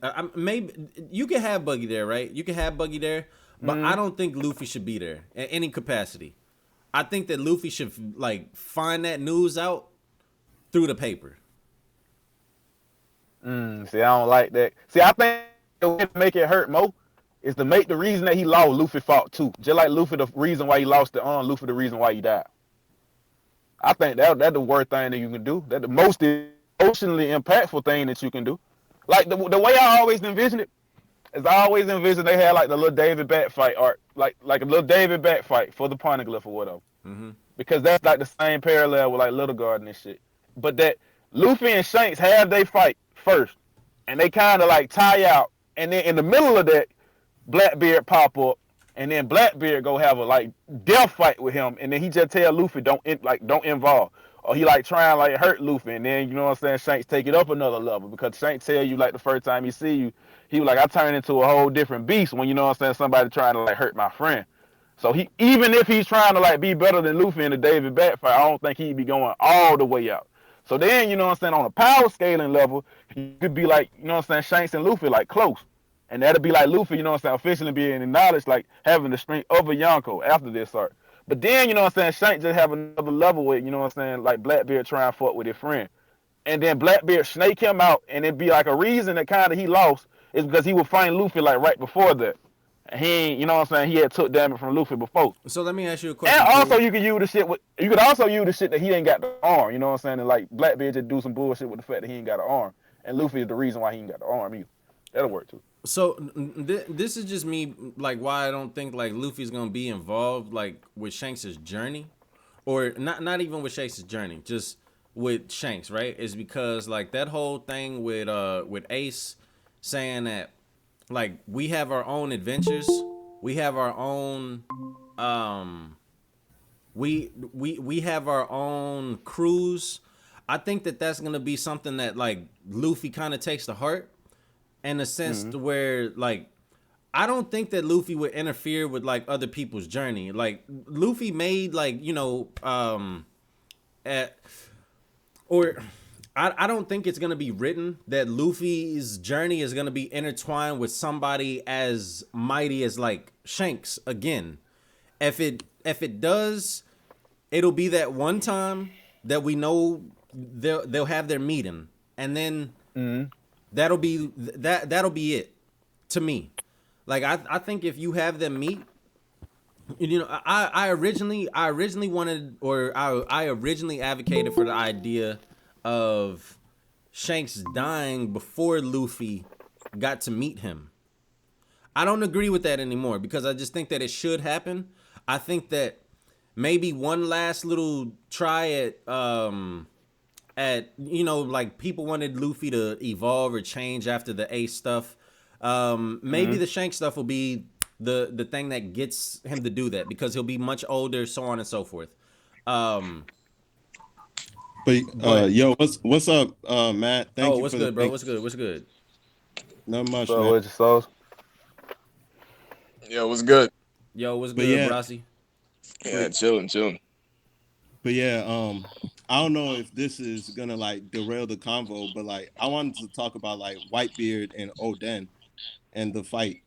Oh yeah, go ahead, bro. Go ahead. It's all good. Yeah, so I actually think like Whitebeard at this point, I think he might have been, if he went toe to toe, like going off of his showing against Oden, I think he was basically top one at that moment, even above Roger, personally, because Roger was like sick at that point, and it's like I think Whitebeard, the way he handled Oden at that moment, I think he's just like his standard as a Yonko is just really high. That's just my personal opinion. Something I I mean, want to know. My opinion on that, I always felt like the fact that Whitebeard is the world's strongest man, and that he was fighting with Roger, and Roger was like equal to him is more like clout to Roger. You know what I'm saying? To me, I just look at it that they equal, and like Gold Roger's is a better pirate, like a way better pirate. All right. But yeah, I mean, y'all can continue with y'all discussions about Shanks too. Nah, I mean, okay, this is all I'm gonna say, right? As far as like the anime goes, right? You know, how much stake do y'all put into what we see in the anime? It depends. It depends. Because and that's what I'm saying. Like, right, like so for this, right? Obviously, this makes Odin and Whitebeard look 10 times better than we ever thought that they would look, right? But you think this makes Odin look better? Yes. Yeah. He Yes. took an earthquake punch like it was a regular punch. Bro, like, he took that earthquake punch. Like, bro, he took that earthquake punch like it was nothing. I mean, but like the thing about it, I think like the intent from like Whitebeard, I don't think he was like trying to kill him or anything like that. It was like no malice behind it. He just wanted like, you know, to show him what's good. Bro, that was I think that was the most impressive quake punch that we've seen Whitebeard do. Period. You sure about that? I don't know if it's the most impressive he done did, but like, listen. it's the most. Go ahead. The one that he did to Akainu, obviously that was more that was higher DC, right? Mm-hmm. Way higher DC. But I'm saying, in the manner that this nigga was fighting, bro, the way that they incorporated his Basento into his fighting style, like, dog, I just feel like this showing of Whitebeard is his best because of how agile he was and because of the like how complete of a package he was. Yeah. I also feel like in 2 weeks we gonna overreact when we see like Roger and Whitebeard fight, and then whenever they go do like the Kaido and like, you know what I'm saying, Odin fight, we gonna like overreact then. Yeah, most likely, yeah.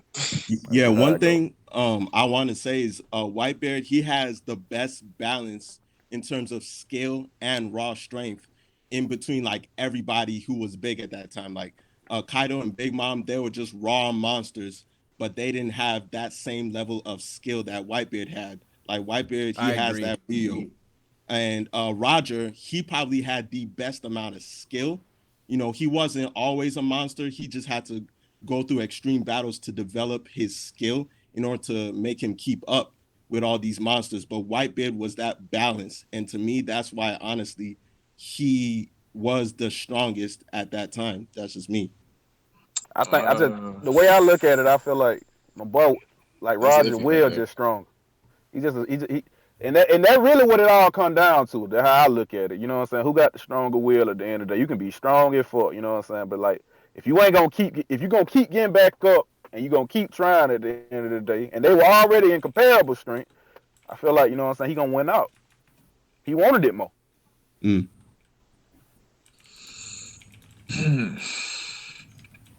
This Roger Whitebeard shit, like, this is always hard to decide. You know what I mean? Because it's like you got the king of the pirates, and then you got the strongest man. But like, when did he even get that title? You feel me? It's like, did he get that title before Roger like started, you know what I'm saying, stepping up and like, you know, gain notoriety like for being a strong pirate? Like, when did he get that title? We don't even know.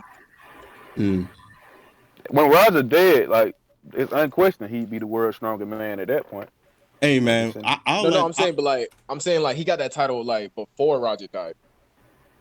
See, there's a reason why Garp was only going after Roger. He wasn't going after Whitebeard because he knew what would happen if he went after Whitebeard, bro. Nah, you can't even use that because like you got to see the difference in ambition. Roger was actually trying, like actively trying to be the pirate king. Like he was trying to dabble into the, you know, like the secrets of the world. He had been a pirate before that though. He had been a pirate for, I was gonna say he had been a pirate like for like on his own, like a pirate captain, like for like 50 years. Damn, I forget like the timeline or whatever, but he had been a pirate for like years before. They had went to every island in the world except for like the last island. They had I'm talking about Roger, right? I'm talking about Roger. I was saying he had been a pirate just longer than Whitebeard was. Like he was a pirate captain. I mean, but the thing about it is, right? Okay, like yeah, he was a pirate captain, but like look at Whitebeard. Like look where he started off from. He started off from Rock's crew. You know what I mean? Like starting off, like who's the bigger threat? You would look at Whitebeard and be like, yo, he's a bigger threat because he came from that dangerous crew, and then he started off like, you know what I'm saying? Yeah, I'm saying. I don't think he a bigger. I don't think he was a bigger threat than the dude that beat his captain. No. I'm saying starting off, like when you're looking at them, like you know what I'm saying, like from, like you know, like how like you know Luffy I don't agree with that either. Cause I ain't gonna say like Zoro is a bigger threat than something. Cause like Zoro starting off, I don't think he a bigger threat than like Kid. But he like on. You could say he was a bigger threat than Luffy though, starting off because nobody knew Luffy. Nobody knew like, you know what I'm saying, his reputation. Zoro already had a reputation before Luffy at that time. I think they knew who Roger was around that time. Cause they said they had went to all the islands at that point in time, right? They had already went all around not at the time of Rocks. Not at the time of Rocks. That's what I'm talking about. Like at the time of Rocks. Yo, Virgo. When, Virgo. What's happening? Oh, what's good, dog? Virgo? This nigga ain't sleeping. What's good? Ashy laugh ass. That nigga Virgo woke up. Ashy laugh ass nigga. What's poppin', young nigga? Yo, why y'all gotta do that nigga like that? He just stepped in.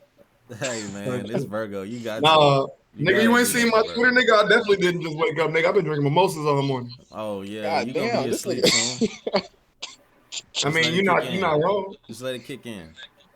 You're not wrong, playboy. How you living, man? Shit, man, I'm living good, man. Life is straight. That's what's up, bro. Good to hear your voice.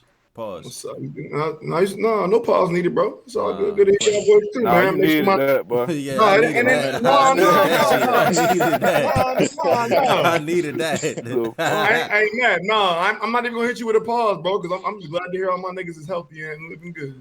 Oh yeah, man. You know look at this nigga want to be sentimental and everything. shit. Hey, Shut your Ain't dumb nobody, ass. Anthony, ain't nobody Anthony saying Zavaleta. Hold up, hold up, hold up, Alabama hold up. ass nigga, bro. Anthony Zavaleta, you gotta chill, bro. Hey, You gotta super cool. relax, Hey, nigga. super cool. You my nigga, bro. We gonna dap up when I see you, bro. You gotta run my fade though. Hey, bro, I'ma send out Gotta give fucking you a cease law. and desist letters to all you motherfuckers, bro. Y'all linking anchor spoilers. Y'all niggas That better nigga chill. said anchor spoilers out. Y'all niggas better chill. Man, that's fucking wild. Hey, That's when's that next crazy. chapter coming out? March 9th. Oh, that's right around the March 9th. That'll be the next anchor chapter. Y'all go subscribe and all that, please. Tell a friend to How read it. long? Uh, Gold Roger say like when they met with Odin, he said that we took this 13 years ago when we were able to do what no one else had done. We reached the end of the log post to the final island. We had went all around the world 13 years ago when he's sitting Yeah. there talking to Odin and White I'm Dude. glad you're having That's this a fact. conversation. Right. Roger had already been sailing the seas. Like that's why I say that Roger's journey is harder than Luffy's, or it was harder than Luffy's, Yeah, much harder. because Roger didn't have all the handouts that Luffy had. Yep. Can I add something real quick? So I'm actually rewatching One Piece right now. So we were watching Zoe, Mm-hmm. and it's actually really interesting you talked about that because basically when they were talking to Inarashi brought up how they basically had to go to that last area that their log post led them to, go back and do it again, and then find Raft Tail. Exactly. So that was very Mhm. interesting. Yeah. So like Roger had to go through that. He had to travel the whole Grand Line one time, and And then run it he back. had to then he had to run it back. But he had to run it Yeah, that back shit and is go like crazy. look for specific things. He had to go back Yeah, and yeah. like Imagine how find close you gotta We be. saw that. We watched that crazy. We watched we really just watched the second like void too in the flashback. yeah, And niggas say exact that Yeah, flashback that bad. shit exact crazy, and bro. that's the Niggas say thing, that right? flashback bad though. That crazy. That's the thing, Hey, cool. it's really not as bad That's as the people thing, like make right? out to be. With Roger too, is that Roger, like, I think he went on like 3 voyages, right? Like that's what his third voyage was his last. Man, that nigga Yeah, was powered. We seen that nigga when he asked Brayley to join the crew. That nigga looked like Luffy. And he been doing it. We seen him when he died. Like we done seen Slick almost their whole life. Yeah, Almost. he was Wait. out there. He was out in the field like that. Hold on. This kind of like this is like kind of off topic, kind of on topic. Like, okay, okay. y'all niggas need to stop hyping up Big Mom because like Roger didn't want to fight her. Like, come on, like stop that That shit, is bro. facts. That is also Like, facts. what the What you fuck are we mean? talking That about, is dog? also facts. Niggas really be like, oh yeah, you know what I'm saying? Big Mom like had Roger shook, like you know what I'm saying. This nigga was running, he just went in there, like got what he wanted, dipped out. He didn't want no fade, bro. Listen, bro. He fought Odin. He fought Whitebeard, who's basically stronger than Big Mom. You think he's scared to fight Big Mom, bro? Like, cut Well, that out, dog. there's a couple of things. It's not all that. There's a couple of things, right? There's a couple of things. For There's one, context for that. the first thing that I'm gonna say is you gotta filter out the bullshit. You gotta damn, I sent a lot of niggas the fucking link.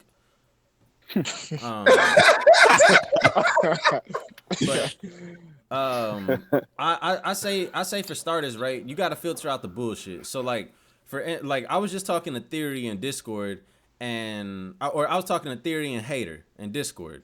Shouts out to Hater, shouts out to Theory. Shout out to Hater, man. I thought he still hated One Piece, but I'm glad he's back. So Fuck, we were Hater talking 2021. we were talking in there, Hype and shit. Hater was trying to say like, yo, I think it's kind of crazy that or I don't think it's too crazy to see Marco fighting 2 commanders, and he's talking about King and Queen. Okay, Right. so I told him that, bro, based off portrayal, like it should have been obvious that Marco could do something like this.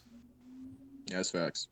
And Facts. he wanted to say like, oh well, like You know them people that say that Marco was weak because he got pinned down by a vice admiral and blah blah blah blah blah, or like they say that he's That's trash dumb because he got semantic. pinned. And what I say is, bro, people like that, they don't deserve fucking opinions.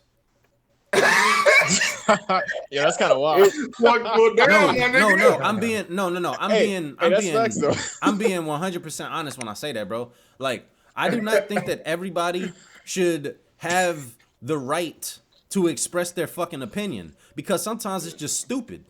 Like, let me dress it up for you and make it sound PC. Let me dress it up for you. I think everybody should have an opinion, but I have the opinion to like know when to ignore what the fuck you saying for saying dumbass shit. Yes. Because you can say whatever you want to say. Yes. But, you know, so I had the opportunity to go listen.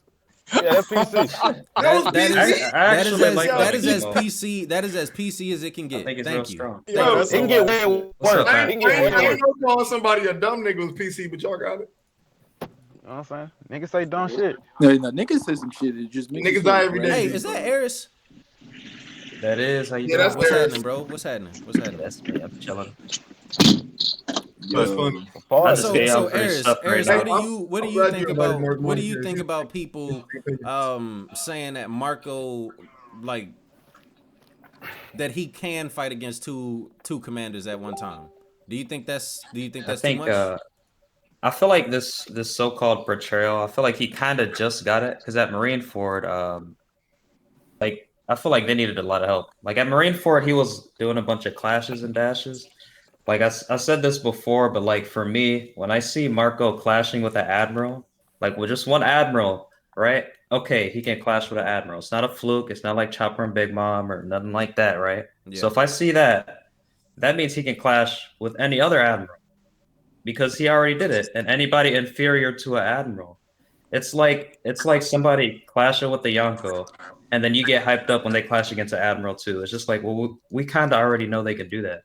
Facts. But when it comes to this 2v1, I don't think he should be able to beat both of them. But for him to do something like that for a bit, you know, with Queen and King, that's fine. That's a 100%. Yeah, that's the point. If anything, it makes King look bad because of all the weight he's been getting and all this wank and just people just want to put him on the character or whatever, which is okay. I actually don't.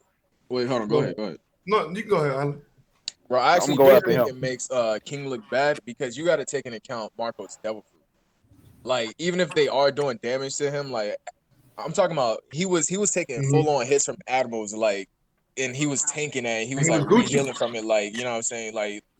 So if you got somebody below an admiral, let me say, I was gonna add on to that too. Like, when you look at it, to me, the way I look at it, like, if he beat both of them, that's when I have the problem. Like him being able to like hold them off, he should be able to do that because he got the superior fruit. They all got like Zoan fruit, and he got the superior fruit. He got one of the best Zoan fruits it is that we know of. So like he should be able to hold them off. But if he beat both of them, that's what the issue should be at. I don't got no problem with that. Yeah, I agree, and I think the whole issue with the whole comparison of the King, the Katakuri, the Marco is the community thing, bringing in the commander level conversations when no one technically really isn't that established. The first commander should be anywhere near each other. There's no real evidence to say any of that. Only reason people say it because they say they in a deadlock. You know what I'm saying? So they say that's what they believe. Be compared. That's what they believe. Yeah, I don't think every first commander is equal to each other.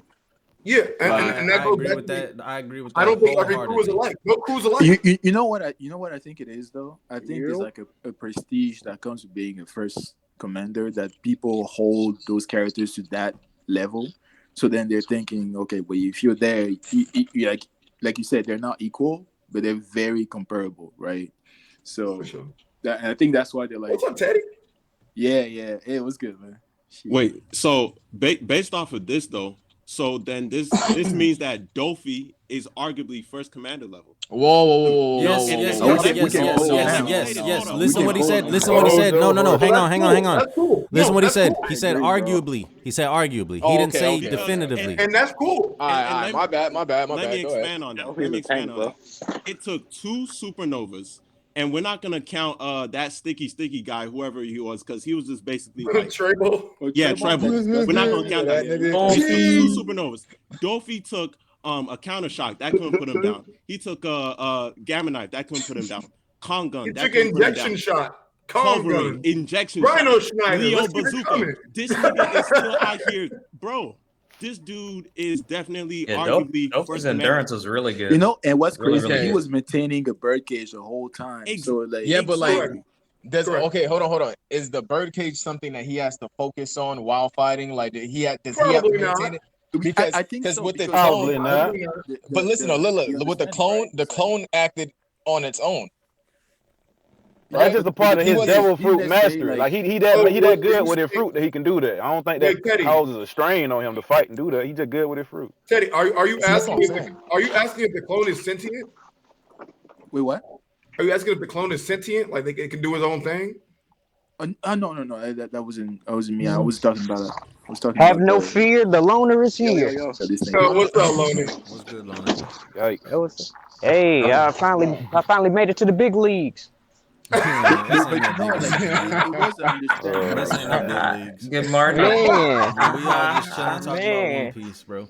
it's about damn time y'all put me in streams. Loner. First and foremost, you've been with us. And Hey, second listen, of all, it's a Well, 10-day contract. second of all, we are all just niggas talking One Piece, bro. Yeah, Y'all ain't gonna let. I ain't gonna let y'all like get away from the fact that, you know what I'm saying, the loner be on like Virgo streams all the time. So he said this is when I'm Yes, I just don't know now what making I'm to talking about, bro. the That nigga say you ain't shit. That nigga say you the minor league, my nigga. You out there playing in Cuba. Hey, that's crazy, bro. That's crazy. No, but quick side note. I just wanted to hop on here because I don't know if y'all noticed, but online right now, there's just been so much pandering to what happened in the recent chapter with Sanji. Like, Sanji's my boy. Oh, right? Like, he's fucking my God, favorite bro. character. But the thing is, like, you said something earlier, man. I was like, yo, it's so fucking true. Like, I need to like show my appreciation for you recognizing this shit, because it's all a bunch of damage control. Like, there's not, like, nobody can look at what happened there objectively and say, oh, there's absolutely nothing wrong with this. Like, Right. that shit looks so lame. It hurt me. Like, I was really just like, it's so fucking lame. Like, what? Like, how? And then the thing with Robin, right? Because all of this happened for the sake of Robin. But here's my issue. Everything that That shit Robin was said, trash, bro. it made it like, it was low-key cringe to me, because Robin doesn't talk like this. She's all about action. Like, she'll just do the shit. Hey, And let then me be done let with me it. let me Like, she won't echo be like, let me echo you those know, sentiments when you're done, bro. Oh my god. Like, you see what I'm saying? Where she's like, she won't be like, oh yeah, that shit brings out the devil in me. Like, yeah, it was like those were fire lines, but that's not something that I personally associate. You don't think Robin she with say that? saying, you know? Bro, let me look cool. I get exactly what he's saying, right? Now, I'm not saying that Robin could never say that, or that Robin should never say that, right? But No, absolutely, yeah. Because the demon child, the demon moniker has been hinted at in regards to Robin ever since we knew about her, the demon from O'Hara. Like, And that look, has she didn't been like that. that has been a part of her moniker. But the thing For a very long is, time. and where I have a problem with it, is that it came out of nowhere. Like, and Wano in this chapter, like, when was the last time Robin was referred to as a demon? Pre-time skip. Exactly, it pre-time wasn't skip. something, you know, it's something that the government labeled her as. And she even said one time, like, how is me trying to find out about the history make me a devil, like make me evil? Like, how, like, Loki, she doesn't like that title, but then now she just embraced it. Okay. Actually, not even pre-time skip. I would say probably hasn't been talked about since Ennis Lobby. Yeah. I'm asking y'all It's another kind of question. funny. It's kind I'm of asking y'all funny a because when I question was to reading respond this to it. chapter, I was like, Oda's just like, yeah, I just remember she got hands. Let me just bring her back. Right. And it's like, bro, we've been asking for a 1v1 Robin fight since since after the last time that Robin had a real 1v1 was what? Skypiea? Skypiea. Can I respond? That was a long and say something real quick? Okay, go ahead. Understand. Like, I understand exactly what you're saying. You saying you ain't heard her say like, you know what I'm saying? Since like pre-time skip, it feel weird, you know what I'm saying? This is my counter argument. When the fuck has she had like a situation of like, you know what I'm saying, be imposing against somebody in the first place to do what you're saying that on that one. You want her to do. Well, that's the thing. That's the thing, right? So I think that maybe maybe with Hakuba, right? Yeah, with Hakuba, she could have made some type of reference to her being a real demon, or her, you know, like, oh, you got this, you like something could have been said then. Plenty so you want of times, it to be like a running Nah, thing. I'm saying so like it just. See, man, I just kind of. What I'm saying, it just for it to come out right here, like, and Wano, it makes sense. It makes just sense take you out the story. It just take you out the story because it make you realize you're reading the story. I understand it's jarring because you feel like the only reason she doing it is because she came out with like this epic ass, like, you know what I'm saying, entrance. So she would say something about, like, you know what I'm saying, like it feel like that type of situation. Now I understand what's going on. What I'm saying in response is like, it don't give me no, like, don't say because she ain't never did it. Just say because, like, you know what I'm saying, it's weird because, like, he wrote it that way. You know what I'm saying? She's just popping out, like, she gave an epic ass speech and she just said some shit. But it feel like they write in a story. You know what I'm saying? That's what it really is. I totally. It'd be like the same thing. Here's my thing, right? This just the one thing is that I feel like, to me, it would translate a little bit better if that's something that she personally associated with. But up until this point, outside of the government calling her that, and she always had a negative connotation about it, it has never been shown that she would take on that persona and just make it her own. You see what I'm saying? Like, I don't think that like her making the persona her own though. She just said, "I'm gonna show you the devil." Virgo, yeah, I gotta See, man, I just finally. Oh, go ahead. Oh, bet. Yeah, that's dope. Nobody want to see your ugly ass face, nigga. I mean, like, she kind of showed like here and there, like, you got what? Damn, what's all that? I don't know. All right, bet. Bro, she's goddamn. Look like it's back. Hold up, let me meet somebody. Is that Shadow Moral? That would have looked like to me. Somebody ain't clocked out yet. That's crazy. All right, I think we're good. Y'all go ahead. Nigga made me forget what I was gonna say. Yeah. I just feel like sometimes these like complaints, like, it just be like I get it. It really just don't make that much of a. It ain't that much of a deal to me, I guess. You know what I'm saying? Like, no, I might not like it's not that big of a deal. It's just like, I ain't finna come in. You know? I ain't finna come in and be like, damn, Sanji real deal cried for help and be like, fuck this nigga, I hate, like, blah blah, like how y'all be doing, like. No, because that's not a Oda, or no, that's not a Sanji problem. That's not a Sanji problem. That's not a Sanji problem, bro. That's an Oda problem. That's an Oda problem. If people want to complain about Sanji, I think where you would direct those complaints to is Oda, because I'm gonna be real. I think that, like, Sanji's treatment, or how much of a fool Sanji looks like, I think that's gonna be a problem with the editors, especially considering that Oda's got new editors. I don't think they're gonna let that shit fly. Like, not him being put in situations like bro, in situations like this is fucking stupid. This is dumb. This makes no sense. And here's the thing, like, right? Why would you embarrass him like that? Not only that, right? So he used that as a hype tool for Robin. You just said that shit earlier, Matt. We did not need it. We were already hyped for Robin to do some crazy shit. So, absolutely. Like, for me, like, it more hype tool for Black Maria for me, because Black Maria didn't do anything before, like, the whole Sanji scenario did. Hold on, let me say this. Before Black Maria had, like, the whole situation with Sanji did, name me one thing that she did that made you think she was a strong fighter, besides her being in this group. Okay, but wait. But listen. Do you need Black Maria to show you something? Yes, I do. Yes, I do. But super cool. Was this that? Has Black Maria really shown you that she's strong? Matt, let me get it. Sanji begged for help. I was gonna die if I don't get no help. But Sanji would beg for help. Hold on, I'm talking to two people, Virgo. Come on, you know what's going on.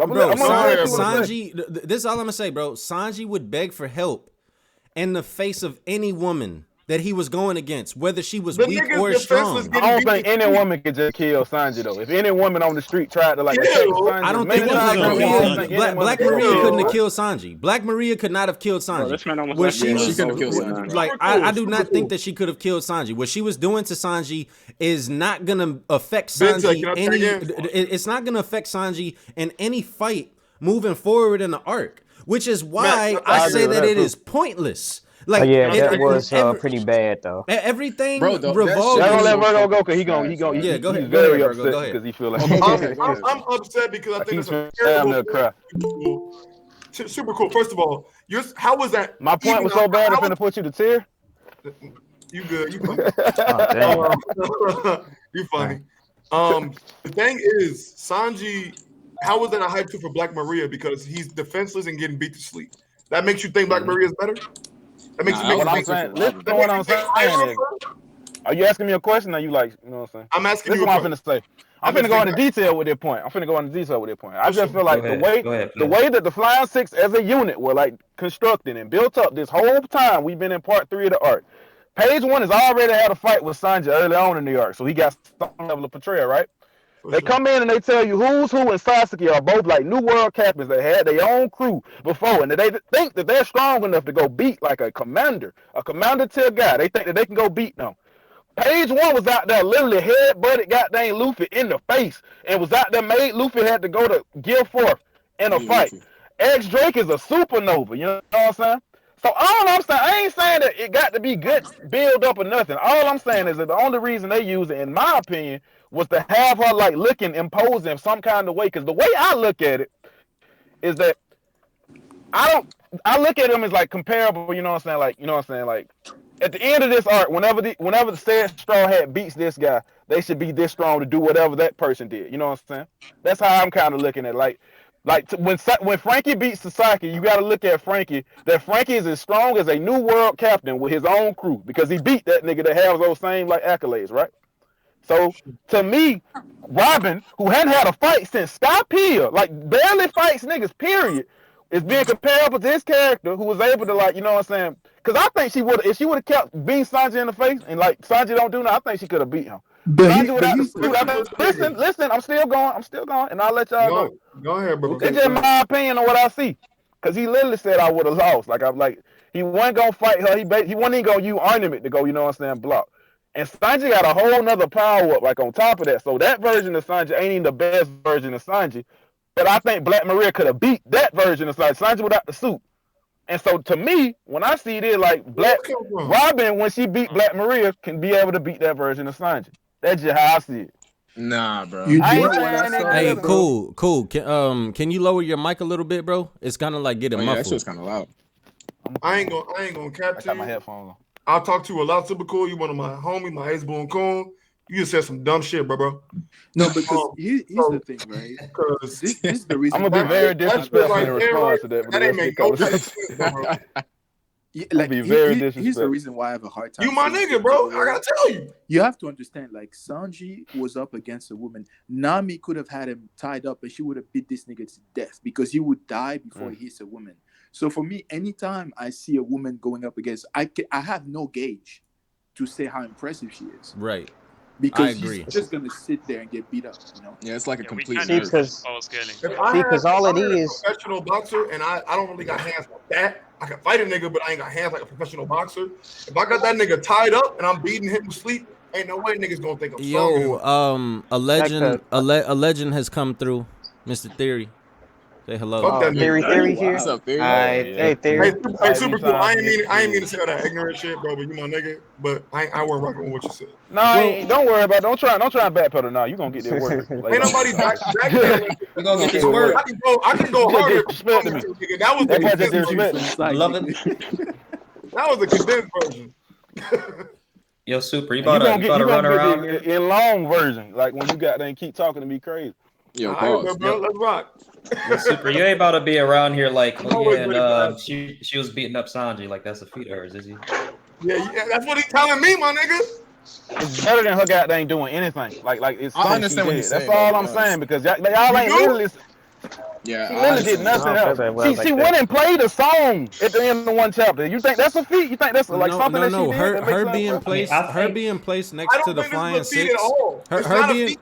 her being placed next to the Flying Six is a feat in and of itself That to is. me, because once again, right? Like, yes, what you do on screen is important. That holds the most weight. But portrayal is something that should be held in a similar weight as that. So, did I need to see Black Maria fight, or did I need to see her do anything to know that she was some semblance of strong? status. Nah, I didn't. So, I'm gonna like, ask you that question and respond. her being next to the Like, I Flying mean, Six is good enough. Like yeah, look but I at And look look at mean, at you Betrayal. Suki. kind of have And to, when you rank like, Betrayal, Matt, see when something. you rank Betrayal, what does she rank in Betrayal? In your opinion, compared to the other Flying Six members, if you had to rank their strength, is she the weak? I mean, because of the sexist thing, I'd say she's probably on the weaker end of the Flying Six. I'd say that. Is she Down the there with weakest though? Ulti. Because Ulti got way more Betrayal than she got. Well, I mean, you say that Well, she Ulti got more has screen wait. You time, say that Ulti has ultimately. way more portrayal, but like Ulti wasn't tasked with Ulti wasn't given a direct task by Kaido. Kaido directed all of the Flying Six members to go like chase after Yamato, and she was like, but I don't want to do that. he specifically asked Black Maria to get Robin. I think King asked her to do that because she was the closest one. No, she said Kaido. No, she said Kaido, bro. Kaido asked her to get. Kaido asked her specifically to get Robin, and we know that Kaido values Robin in a very high regard. Now, I don't know if he did that. I don't know if he told. That's a task of trust. I also don't think he values like Robin in high regard either. Man, that's just I don't kind think that means anything. I don't think, like, listen, what I'm saying, I don't think he like has to call somebody disgustingly strong to take Robin in his mind when he literally had dusted their captain like 2 weeks ago. I don't think he thinks none of these guys are strong. Bro, listen, I'm not saying that he thinks that Robin is like crazy strong, so he went and got like his strongest person. No, I'm not saying that. All I'm saying is that I didn't need to see a feat from Black Maria for me to gauge or for me to think how strong she is, right? So before we saw Black Maria fight, before we even saw her fight, I would put her underneath the Monster Trio, high, and I'm talking about in reference to the Straw Hats because that's who they're gonna be fighting against. So I would put her far below the Monster Trio, far below Sanji, Zoro, Luffy, Jinbei, far below them, and then I would put her above the Weakling Trio, so above Usopp, above Nami, above Chopper. But I would put her right there in that realm with Robin, Brooke, and Frankie. And I feel like, and look at what happened. Or look at what's being set up right now. The main people that are getting 1v1s against the Flying Six are going to be Robin, Brooke, and Frankie. And the two people that are, so you got Nami and Usopp and Chopper, who were fighting two of them at one time together with Tama. I do not think that Chopper, Usopp, Nami would be able to go 1v1 with any Flying Six member, no matter what. Whoa. I'm going to say this. I think Chopper, he might be able to extreme diff someone like Page One. Might. Bro, no, bro. No. Bro, Actually, you know what? I kind of he got low defensive trees, my You nigga. have to understand, right? Chopper has immense potential. It's just like Yeah. much like Sanji. Lord, He's bro. only like 15 Oh, years here we old, go. bro. Come on. Hey, Virgo, how you feeling about this? I ain't gonna lie, y'all have a good night, bro. I'll catch y'all. Don't run away. Yeah. Don't run away.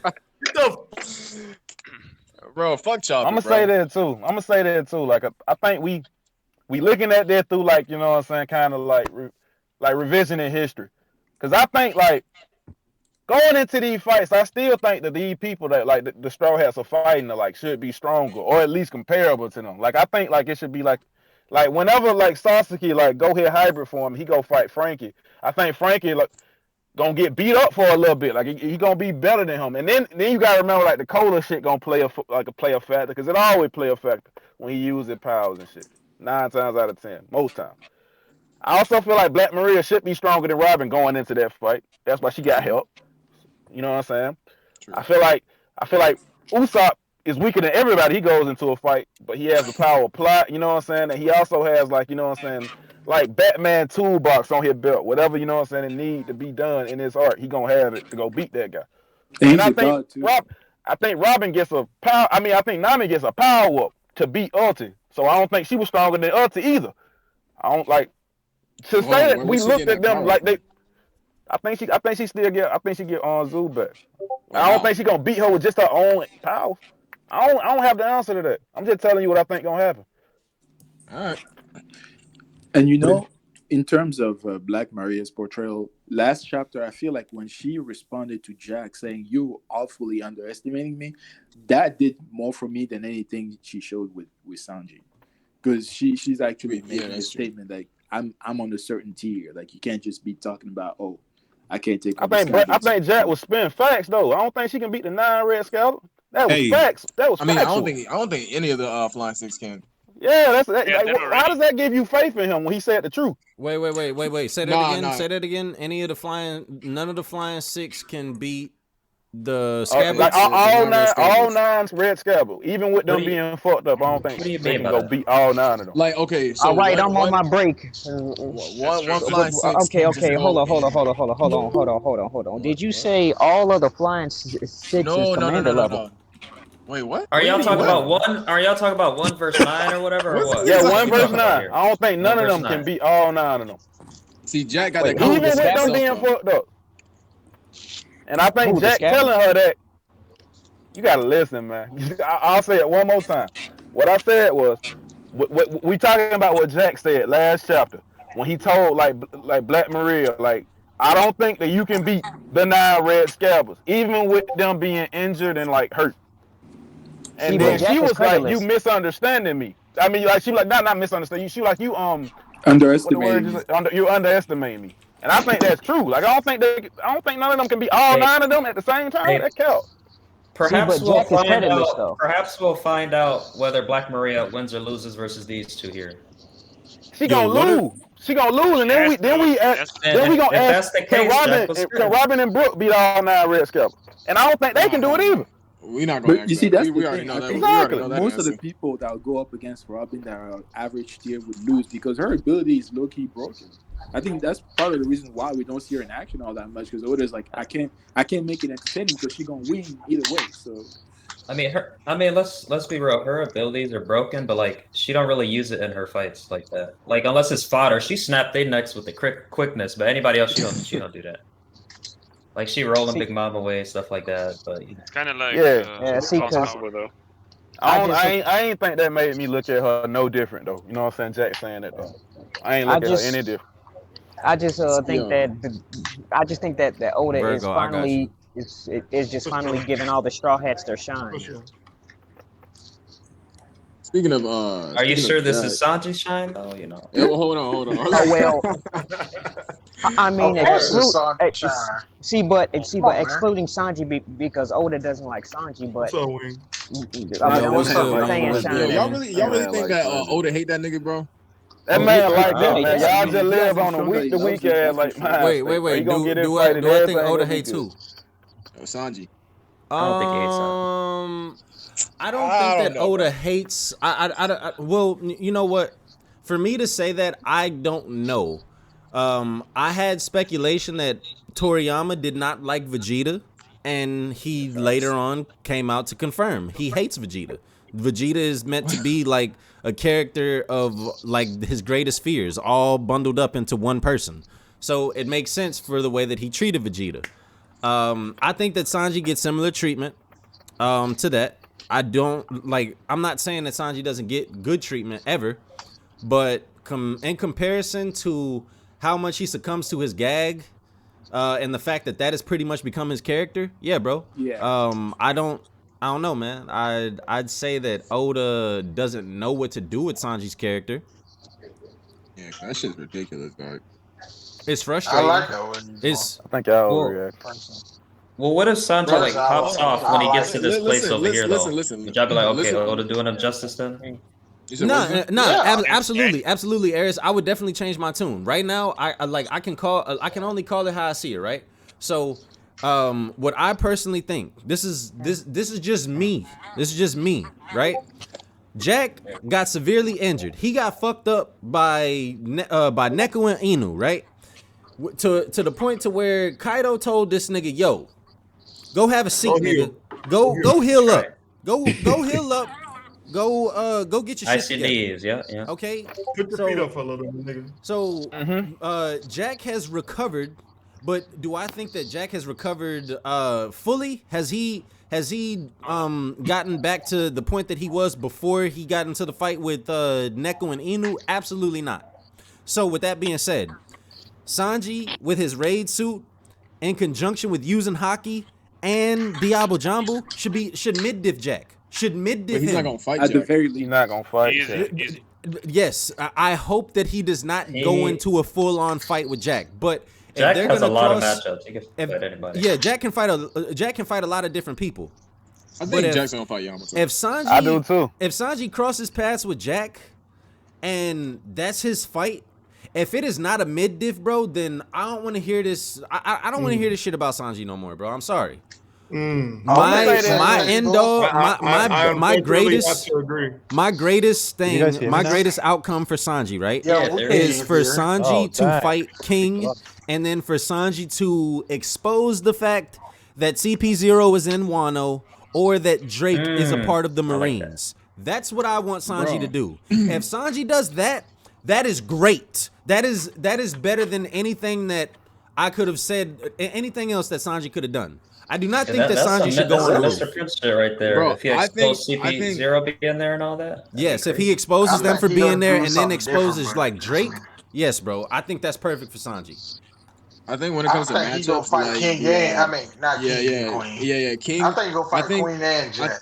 I think That's well, I don't know about all that, but like I think like when it comes to matchups, like out of the calamities, I think the one he should fight is King because it makes the most sense. And Absolutely. I know a lot of people like going on with the Queen said something about Ben Smoke Judge, mechanical body, whatever. I don't care about that. But the King situation, right? They have similar fighting styles, and I think King's race, like I feel like everybody forgot about that shit. Like we don't even know what the fuck he is. King's race, I honestly think that King is ashamed of what he is. Remember, King didn't pull out his sword just like Sasaki though. No. See, I don't understand none of that though. Hold on. Listen. Wait, Eris, what? So weird. Listen. No, he said Sanji and King's gonna fight because they fight the most similar, but King hasn't used his sword yet. Same with Sasaki, he appears to be struggling. That's what the King's garbage with his sword. You gotta listen. I'm gonna say you tripping on that though, cause like you basically said you want them to fight because you think he like ashamed of like what he is and you just said fuck all that stuff about Queen and like you know him knowing his dad. I didn't finish. Him like even. Go ahead. Listen. All right, this is how I see it, right? There's a reason why King wears all this gay ass leather to like cover up his body and shit. Like why you have to come for this man? Alright, my bad. But like he wearing all this extra shit, right? Like to like cover up his body. Let's be real. Yeah, he's wearing that BDSM shit. So he's wearing that shit, right? To cover up his body. He's not exposing anything. Mm-hmm. We know he naturally got wings and shit like that, right? But we don't even know what his race is, right? I feel like the matchup between King and Sanji is basically like, Sanji's ashamed to put on his raid suit because like he doesn't want to embrace his lineage and who he is, and King is embarrassed to like actually show his face, so he's covering up his body with basically like a suit. You know what I'm saying? And it's like different, like it's like a different in dynamics, they're both right? Perverts. They both use fire. It's a match made in heaven. It's both like different in dynamics. It seems more plausible now that you explained it, but I still disagree. I think it's a reach to go say that. I'm just saying like it's kind of like why is Oda like both of them all fucking black fire style. You know what I'm saying? Every time you see King attack, if he's not in his bird form, it's all these kicks and shit. When he tried to attack Sanji after Sanji saved Momonosuke, the first thing he did was he went to go kick him. You know what I'm saying? I'm gonna ask you a question in response. If Sanji is like gonna be in that spot, right, and King got to like stop him, you know what I'm saying? How is he gonna like make Sanji attack? If they gonna do a clash, how are they gonna do a clash? You said what? With Sanji, I'm saying in that spot. If you right in that spot, right, and you know Sanji finna pop up here to go save Momonosuke, and he gonna make like his grand opening like moment, cause he gonna pop back from being like invisible. And you trying to make King and Sanji have a clash. How do you do that? Dude, like you get like, bro, you don't have to like do kick on Equal kick. clash. Equal clash. No, How you gonna do that? Wait. Can I just let me just interject here real quick. I don't think it's anything as far as like their personalities or anything like that, right? I just think the writings are on the wall. I think it's similar fighting styles in the sense of like, okay, they're gonna be flying in the air, probably Sanji's rocking a skywalk, the Diablo Jumbo, the heated kick that King did, and then I just think that Queen's matchup is already made up. That's gonna be Drake. I think Drake still go up though. The rest of the people from his generation to go fight Kaido. I think Queen all the niggas from the word generation go fight Kaido. Because people kind of got their hands full right now. Look at King and Marco. They got their hands full. You got Drake and Apu fighting right now. I think Queen does run into Sanji. You know, they both got that pervert thing going on, and the Vince Smoke thing. The reason why you see, I think Marco is not going to like 1v1 King. Like, you know what I'm saying? I don't see why he like, you know what I'm saying, should be 1v1 anybody. I think he's just there until somebody else gets there to take his place. Because so we got this. Hold on. Yeah, we got this. He's gonna There's no one. Hold on. Hold on. We got the Scabbards, right? They're gravely injured, right? We got, I don't know who it is, like, you know what I'm saying? People say NL is fucking Hiyori. But anyways, Hiyori's over there trying to tend to their wounds and shit like that. They're going to need to be healed if, like, you know what I'm saying? This is my case scenario, right?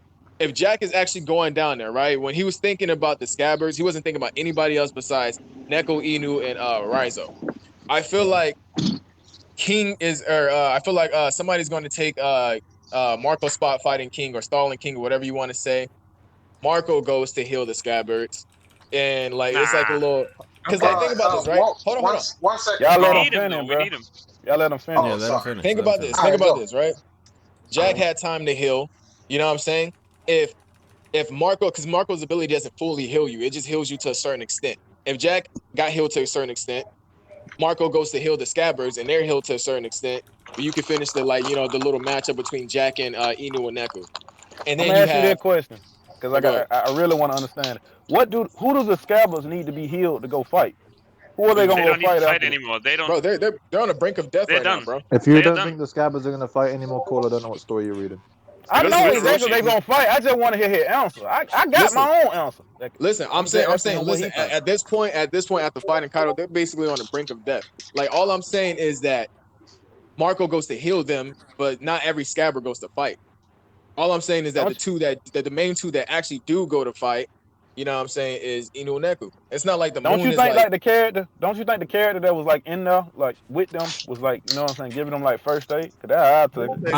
I think the ones that are gonna fight. I don't think they're gonna get healed. I think the ones that are gonna. Well, I think every Scabbard is gonna get healed. Me personally. Let me explain it. I'm gonna explain exactly what I'm saying. Cause to me, I think it's just a way to like kind of nerf them. Cause I still think they're gonna go like help Momo fight Orochi later on in the arc, and Orochi ain't strong. But if they all on the verge of death and they like, you know what I'm saying, severely weakened, that makes that a fight. Well, they wouldn't even be the focus of that fight. There would be a thing between Momonosuke and Orochi at that point in time. They slick almost be useless, but they would be there. That's what I was saying. But you see the thing about that. You see the thing about that, right? Okay, let's say this, right? There are 9 Scabbards down there, right? Yeah. Orochi has 8 heads. Kaido cut off 1. Let's say he is alive, and now he has 7. 2 of the Scabbards, Inu and Neku, go and I think Kinemon go fight what's the name? I think Kinemon and Kanjuro get a 1-on-1 fight, and I think the other two, dead. the other Kanjuro, I don't think he died. What? Come on, bro. I don't think he died. So you remember One Piece, bro?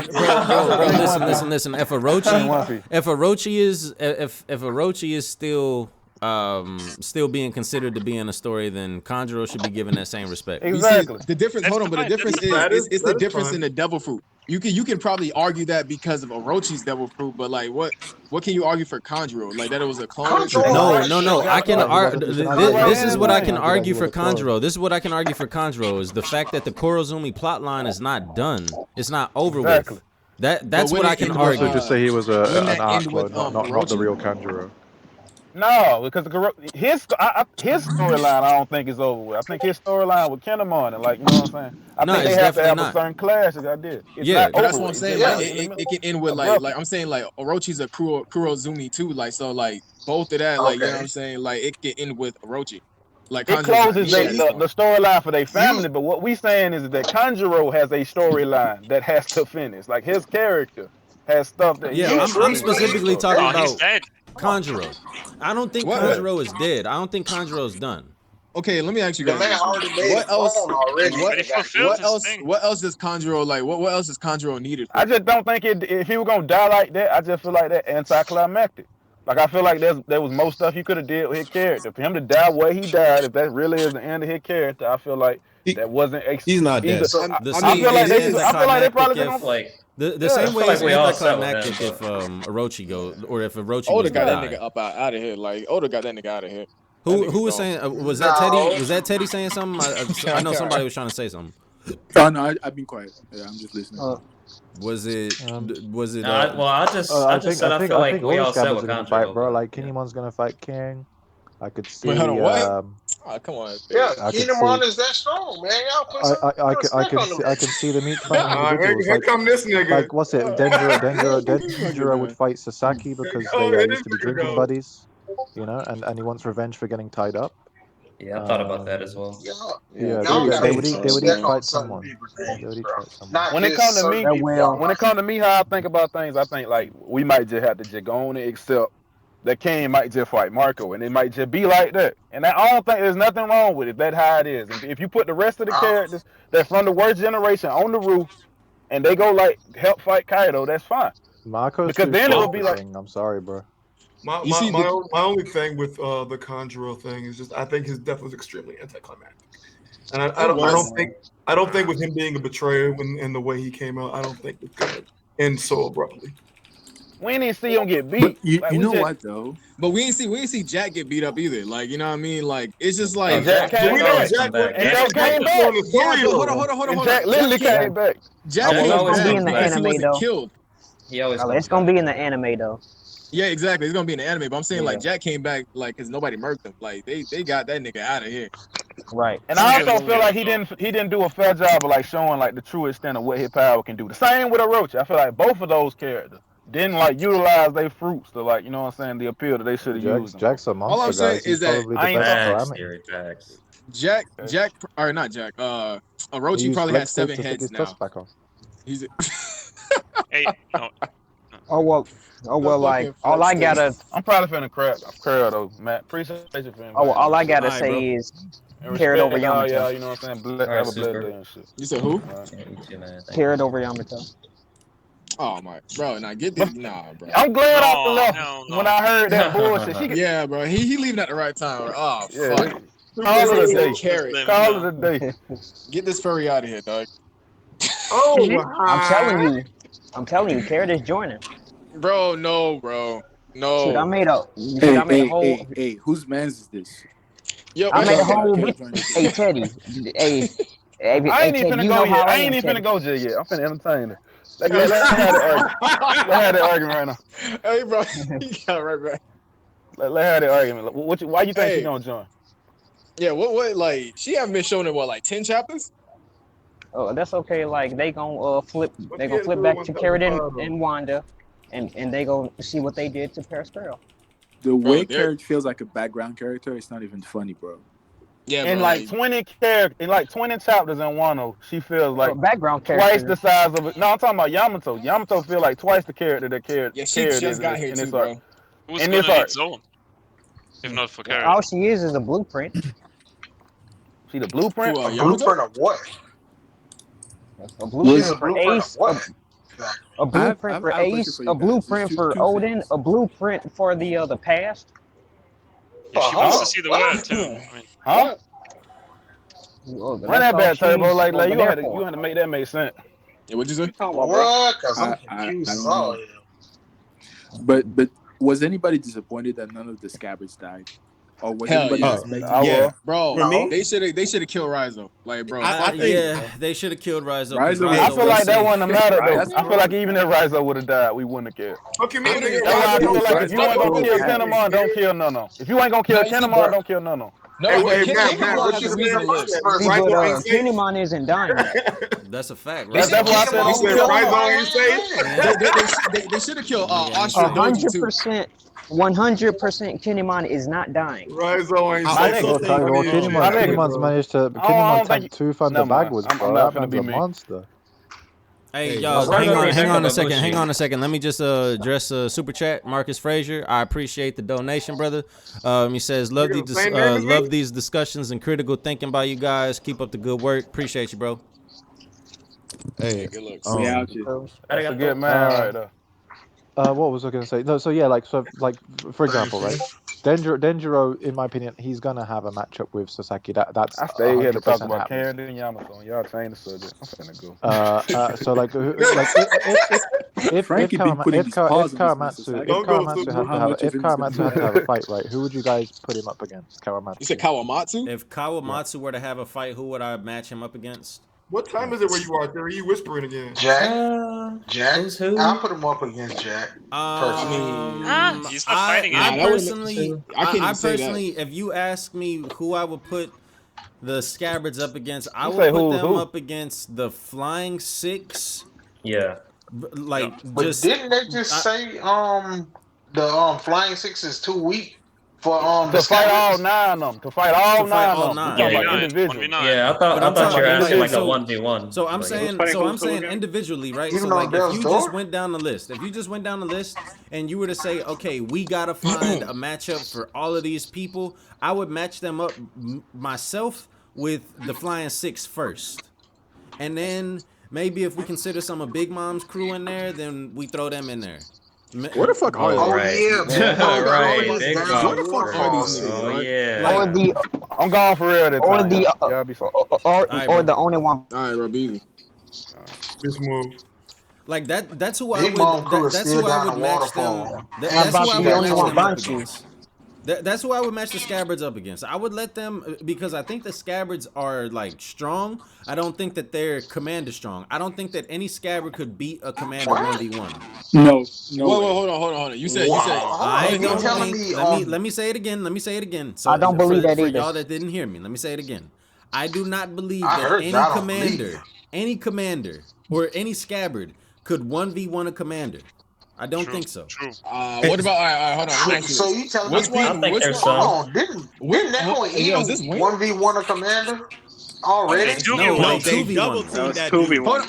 Wait, hold on. Listen. No. They had a 1v1. They was No, doing they 1v1s. 2v1 them. No, he's talking about Zoe. He's talking about Zoe. and they couldn't. Okay, and when you go back to Zoe, right? What did they say? They said 12-hour we shifts. could push back. We could push back Jack's forces. We could push back their forces.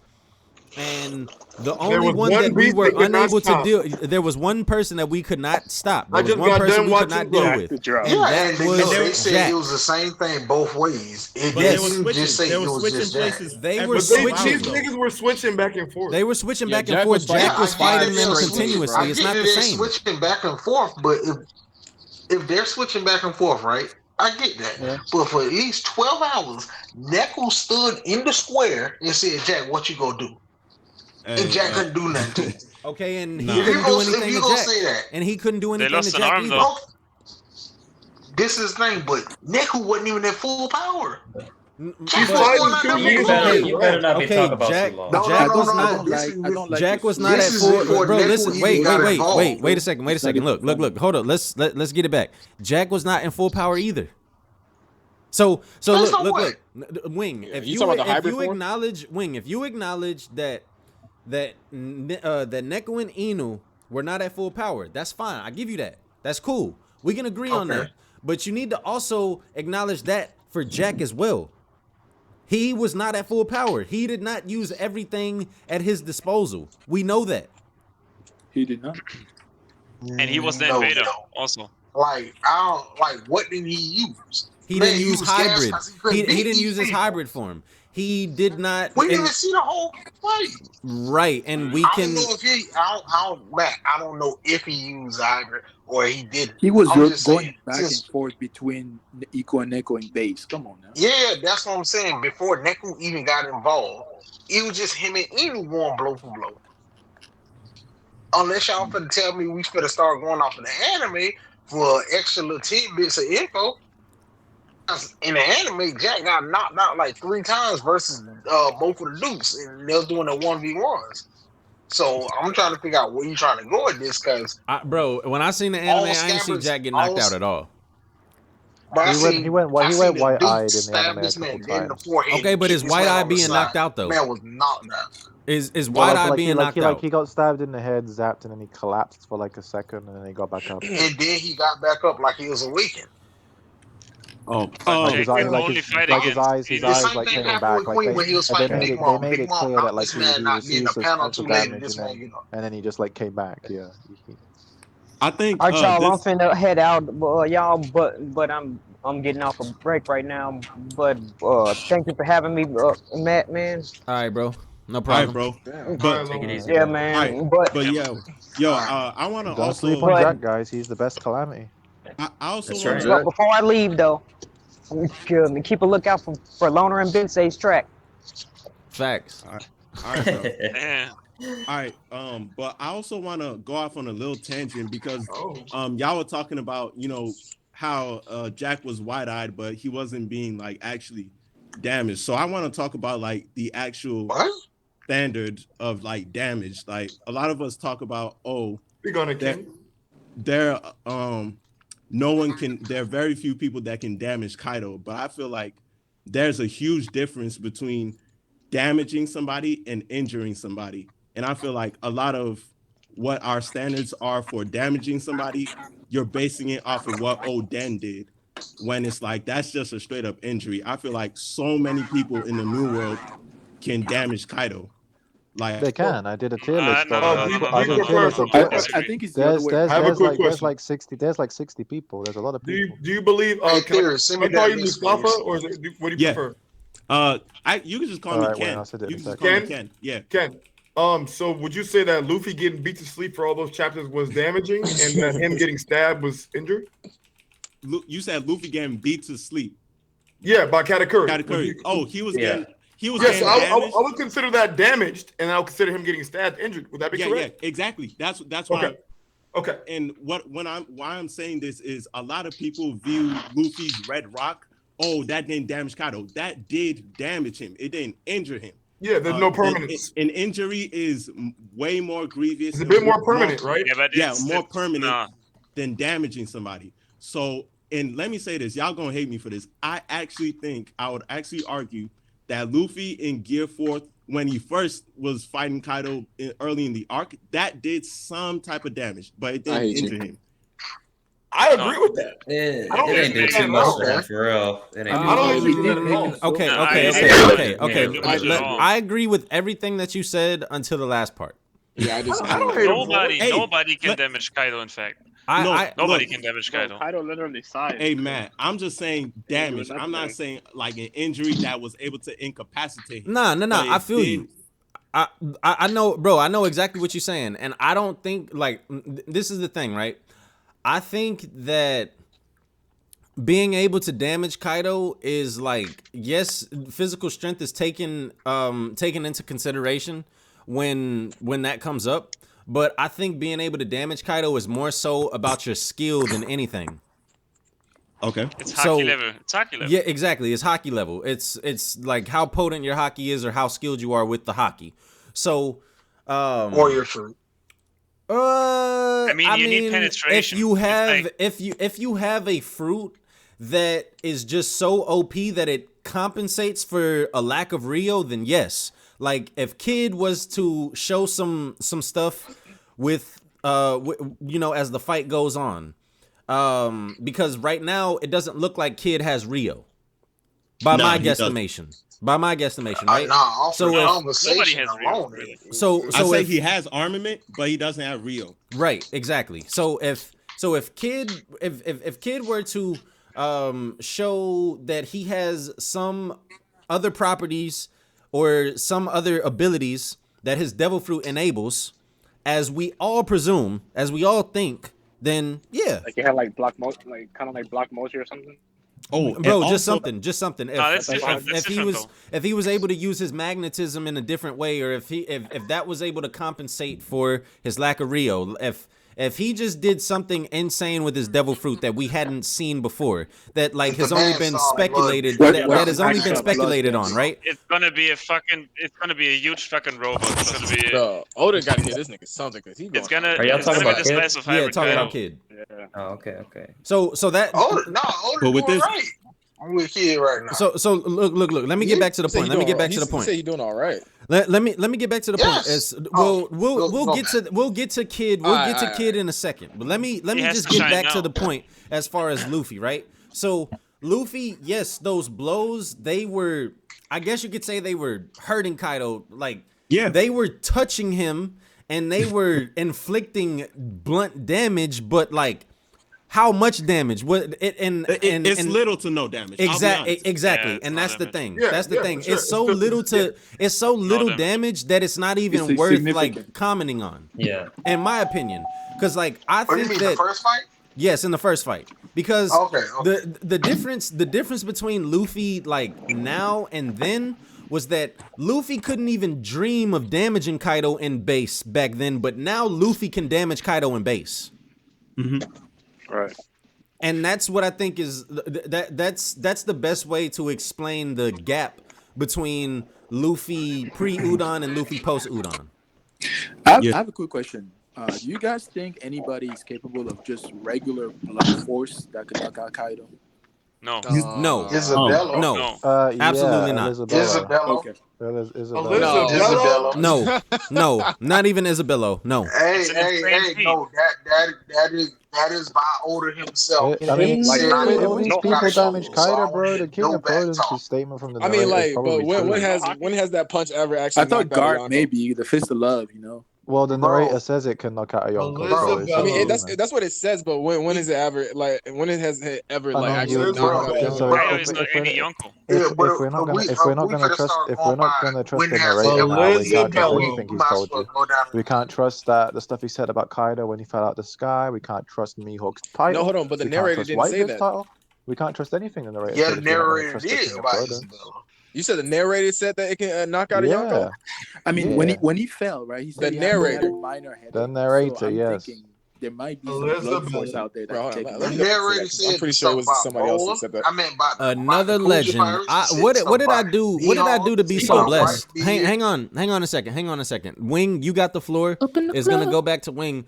What the fuck did I do to be so blessed today? To be joined by two legends, Theory and fucking Stebo. Oh my goodness. Hey, Stebo, what's good? The legend. Yo, it's good, Steve-O. Well, I'm not a legend, no, man. What's up? He You can stop know I'm that. in here. I don't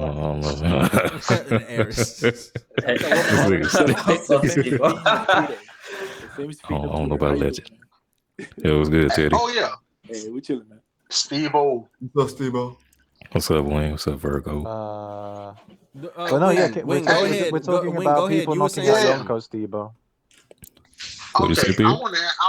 We're I want talking to ask about you if someone something. asks, can anyone knock out a Yonko with blunt force damage?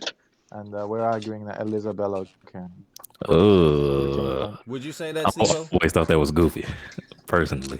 But I'm willing to hear it out. I mean, Okay, thank you. Hey, If Oda says it, would you go along with it, Steve-O? What'd you say? hey, but what y'all think about? If Oda, you know how Oda got the dialogue box and he said this person, Kaido, bet on him in a one-on-one and all that other stuff. If Right. he says that about Kaido, Mihawk, Whitebeard, Boa, the Admirals, whoever it may be, then he says something similar to Isabella said this punch can knock out a Yonko. Would you believe that? I don't remember if that was in the text box or if that was just somebody's thought. Bro, it wasn't in the text I'm box, just saying if Oda said that like that.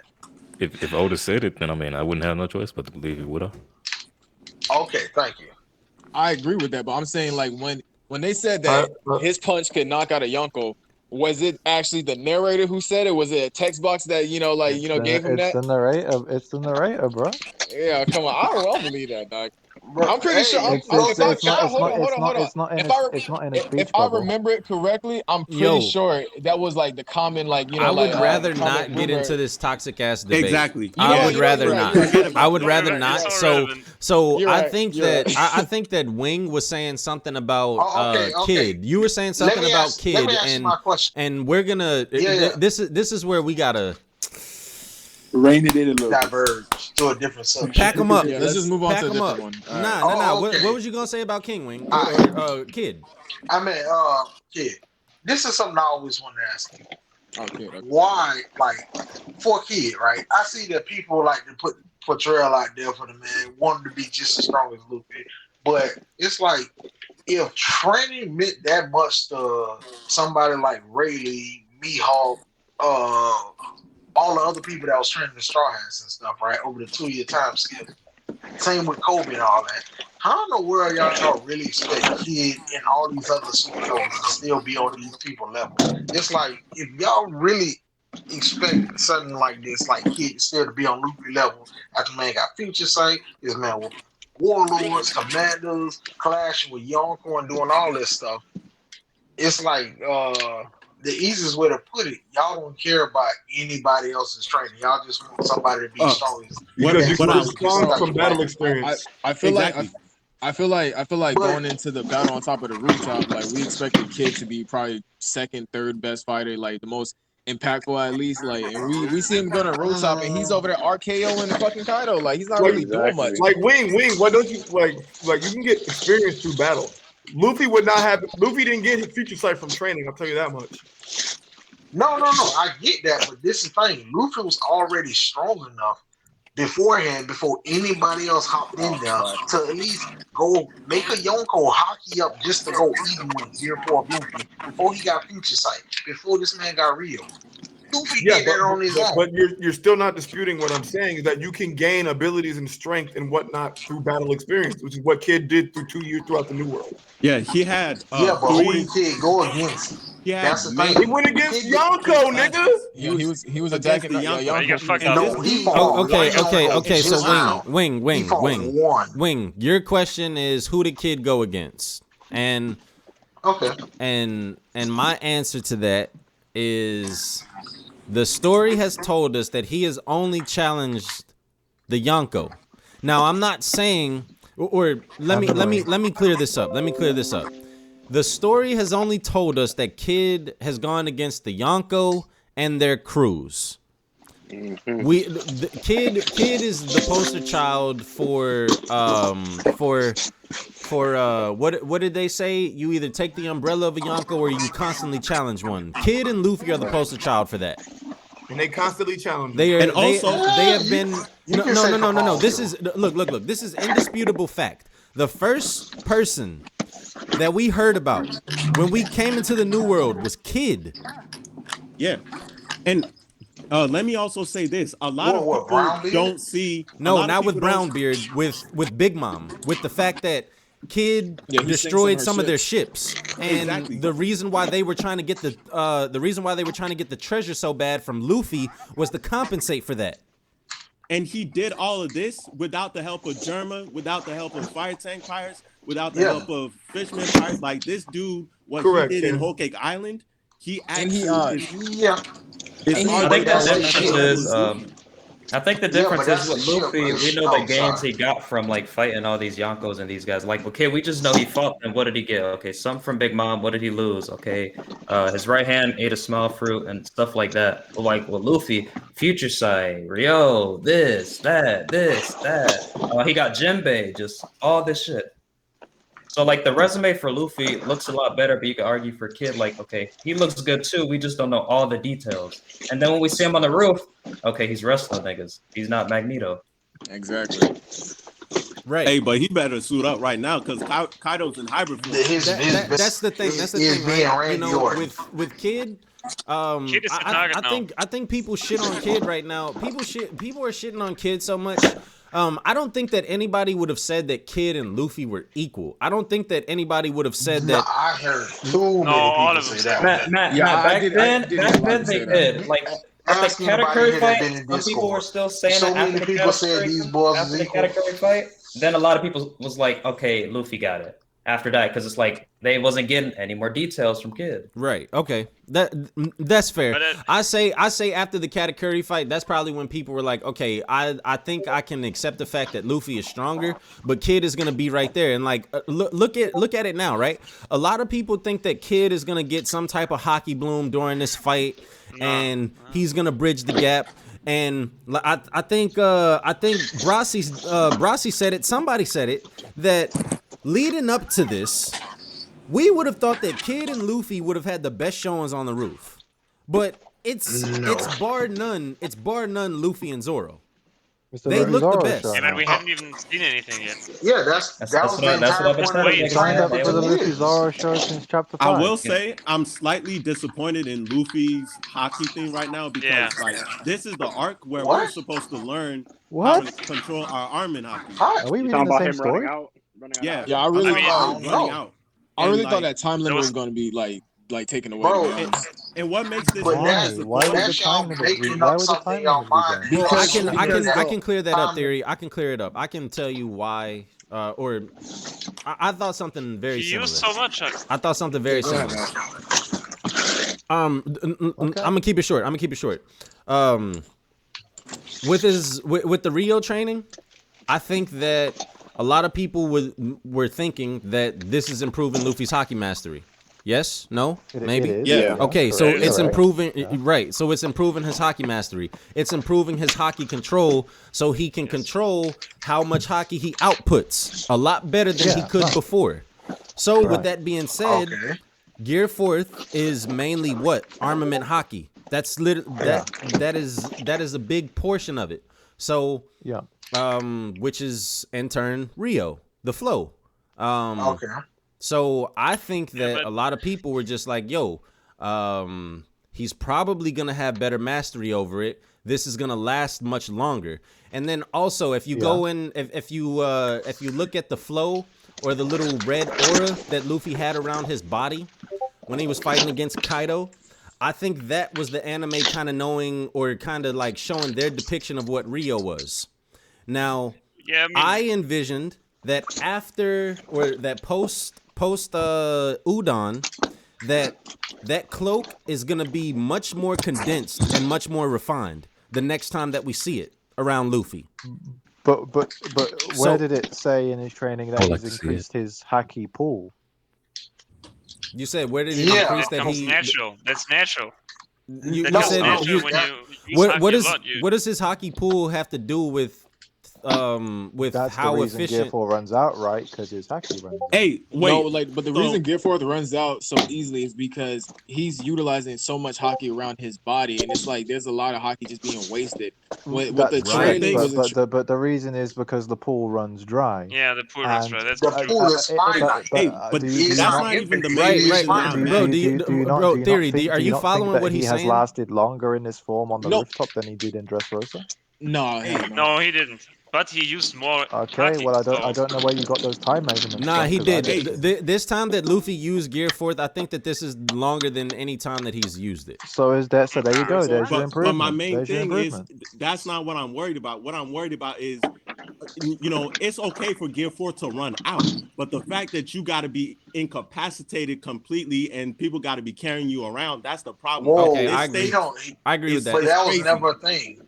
That was never a thing. That's something people just that has been the thing. That has been the thing since Gear, bro. That has been the thing since Gear set. Yeah, that has been the thing since Gear 4th was introduced. And that's what I'm worried about. That's what I'm worried about because we are 2 arcs away from fighting Blackbeard, and I don't want this dude to be running around while having this fight with Blackbeard because his hockey ran out. That's gonna be bullshit, bro. For one, that's how you see it. Look at it like this. In the story, in Dressrosa, Luffy straight up told Gats, I don't need you to carry me around and stuff. I can do it on my own. I did it before. But he had law. Wait. Let me just retort. Let me retort to what Wing just said. Wing, please do not ignore the. Let me finish first. Okay. Let me finish. For one, he said that. Then we actually found out later when he was talking about the King Kong gun stuff with Rayleigh. We actually found out that Luffy was telling us, God on his crew, that this man literally got up after fighting one of the animals, presumably the monkey. And after Gear 4 ran out, he got up and ran away back to where the hell Rayleigh at in that little circle. And Rayleigh said, "You come here, none of the animals will even come in and try you.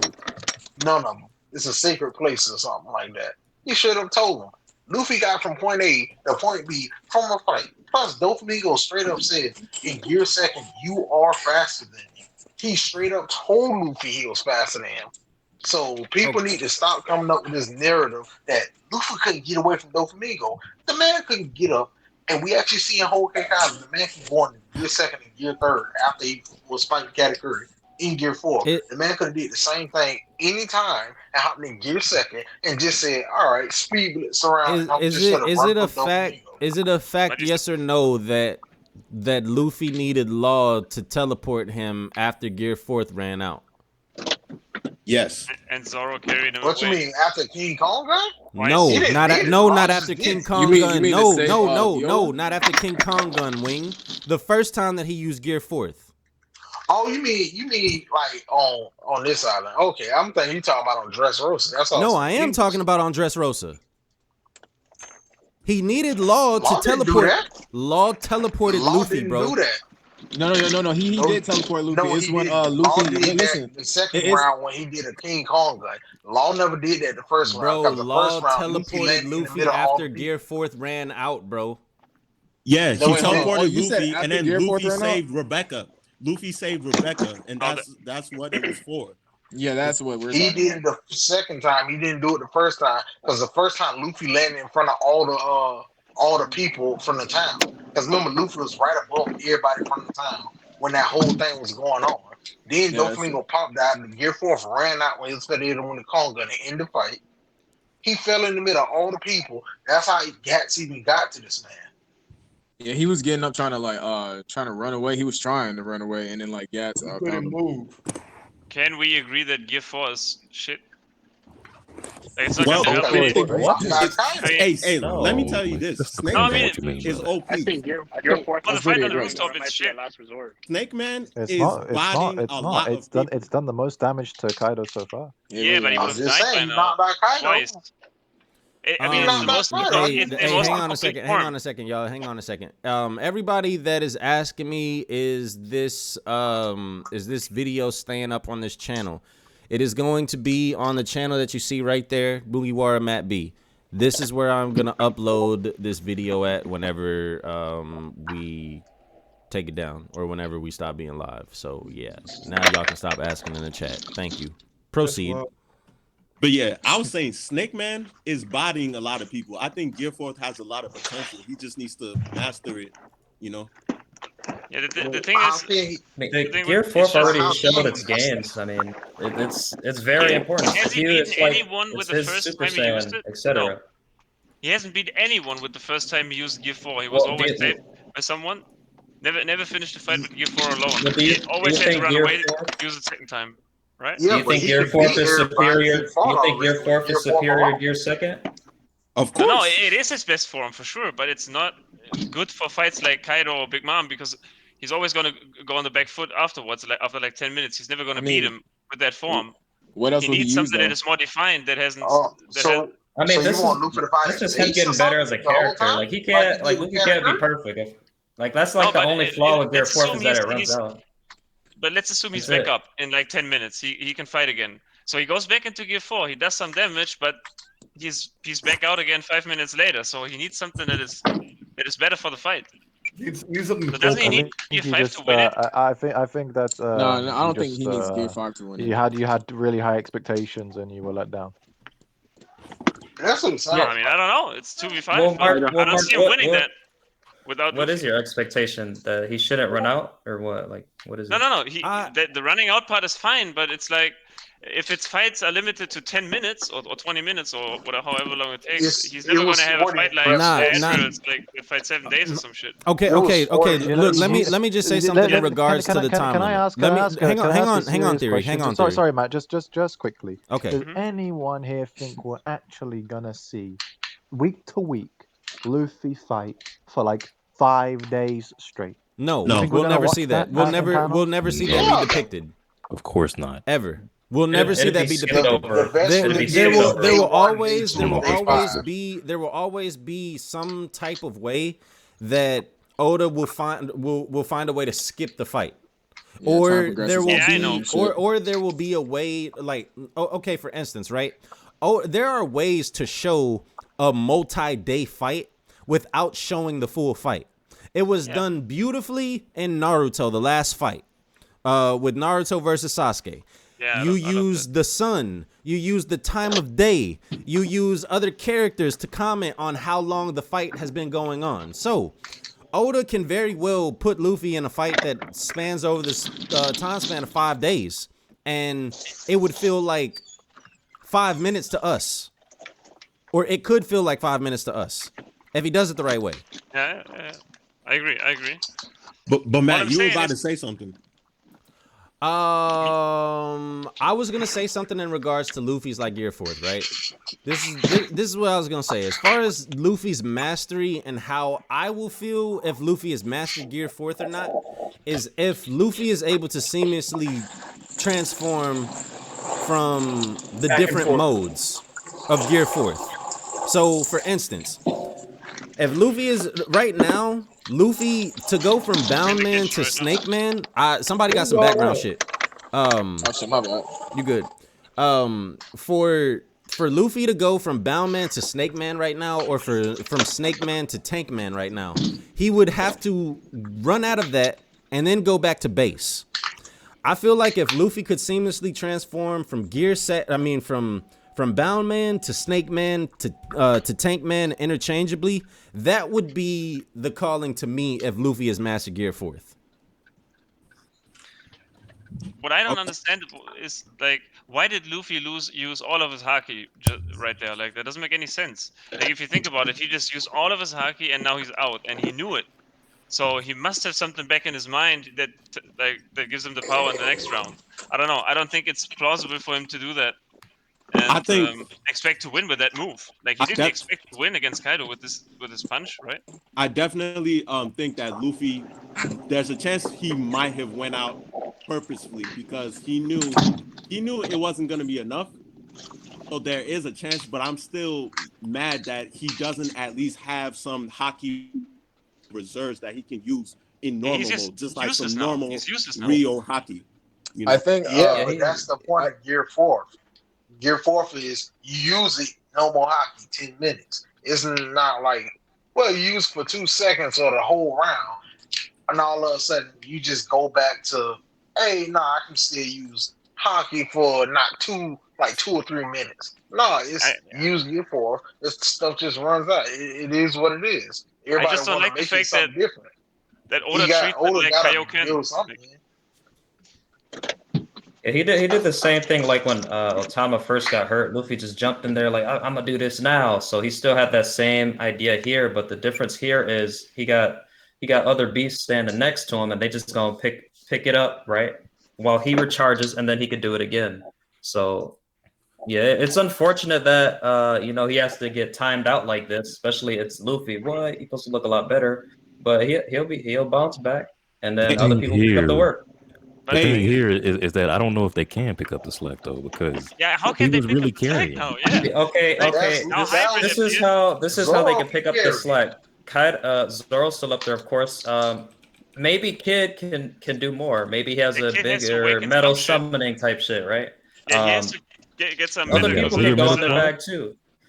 I mean, unless like Kid can wrap the other fighters in some like metal, like kind of like some metal armor to like mitigate the damage from the Yonko or something like that. What I think would be Law might have something up his sleeve too. Law always has. Yeah, Law may do something like I don't think. Well, this is what I'll say. This is what I'll say. Right?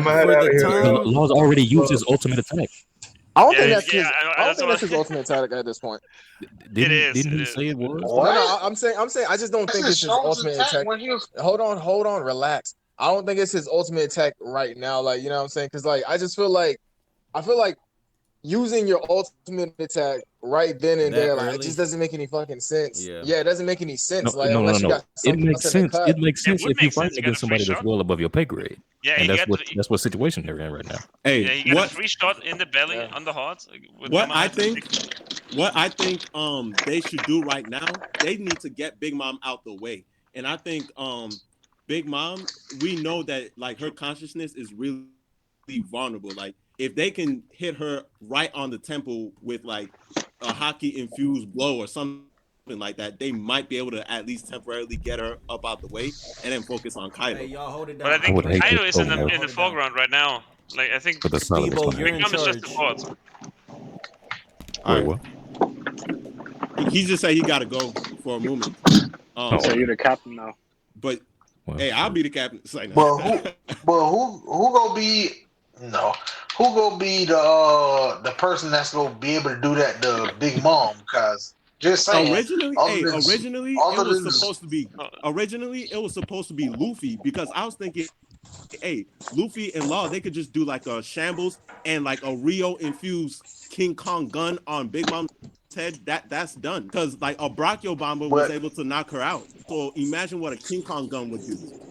Nah, she's not good. No. Bro, guys, remember, Kid can just maybe. Remember, Kid can just take people's swords, man. Kid can potentially just take people's sword, right? Hey, man. You know what? But You know what? What Kid, if Napoleon is not actually metal though? Because it's a homie. You got to remember, it might not be actual metal. True. Plus, it may not, but Big Mom I think it is though. Abilities don't work on her homies like that because they're part of her soul. Yeah, it's probably. Yeah, like I mean maybe the sword isn't there when she has it on her head, right? Like the sword just appears when she uses her head as a sword. So if it just turns to a regular hat, it's not really metal, I guess. But Kaido is in the foreground right now. Like he got his hybrid form. The next chapters are going to be about his hybrid form, I assume. Like it's not going to be about Big Mom. She's just going to watch him beat them up, I think, because someone has to go step in. Like Killer's not going to step in against that giant ass dragon. Zoro's not going to do it. He has to. She hasn't really just been watching this whole time. She's actually been doing a lot of things. I mean, she does something. Okay, but what Law could do with his power? I was watching the JJK episode where, you know what I'm saying, Toto was like clapping shit. He was like clapping shit, like, you know what I'm saying, like changing people's like position and shit. I don't know why Law, like, you know what I'm saying, doesn't wait for Big Mom to attack, switch the position, and then she ends up attacking Kaido. Because that's too OP. Is it? I mean, that's a part of his power. Why doesn't he just cut it in half? Bro, his power is hacks. He can't teleport. He can't teleport anything that's stronger than him. I think that's just how I understand it. I mean, Doflamingo is stronger than him. Also, I mean, that logic doesn't necessarily work. Those swords, I think a lot of those techniques, I think they use too much stamina. So I think that's why he don't just spam those like that. Like, I think he got to be real selective with that, which is why he only did it one time against Doflamingo. I'm wondering why Law doesn't just straight up use room and just cut Big Mom and Kaido and just I don't think he can just cut somebody like that. He can't. They straight up they said it already. No. It's it's not going to damage them. We know it's not. No, they said if your hockey is stronger than the Law's, Law cannot cut you. If you are within range of the room, that doesn't matter. Dofi was able to avoid that because he was fast enough. No, they stated it more than once. That's what I'm telling you. Well, wait. So who said it about Law's abilities? Smoker that's what I'm trying to tell you. Smoker said that Tashigi's hockey wasn't good enough, so she had to stay out of the room. Smoker did not know the full range of Law's abilities. That's why he got bodied. When Virgo dashed at him. No, he got bodied because Law outsmarted him. He's up on my man. Bro, the man literally just got caught lacking.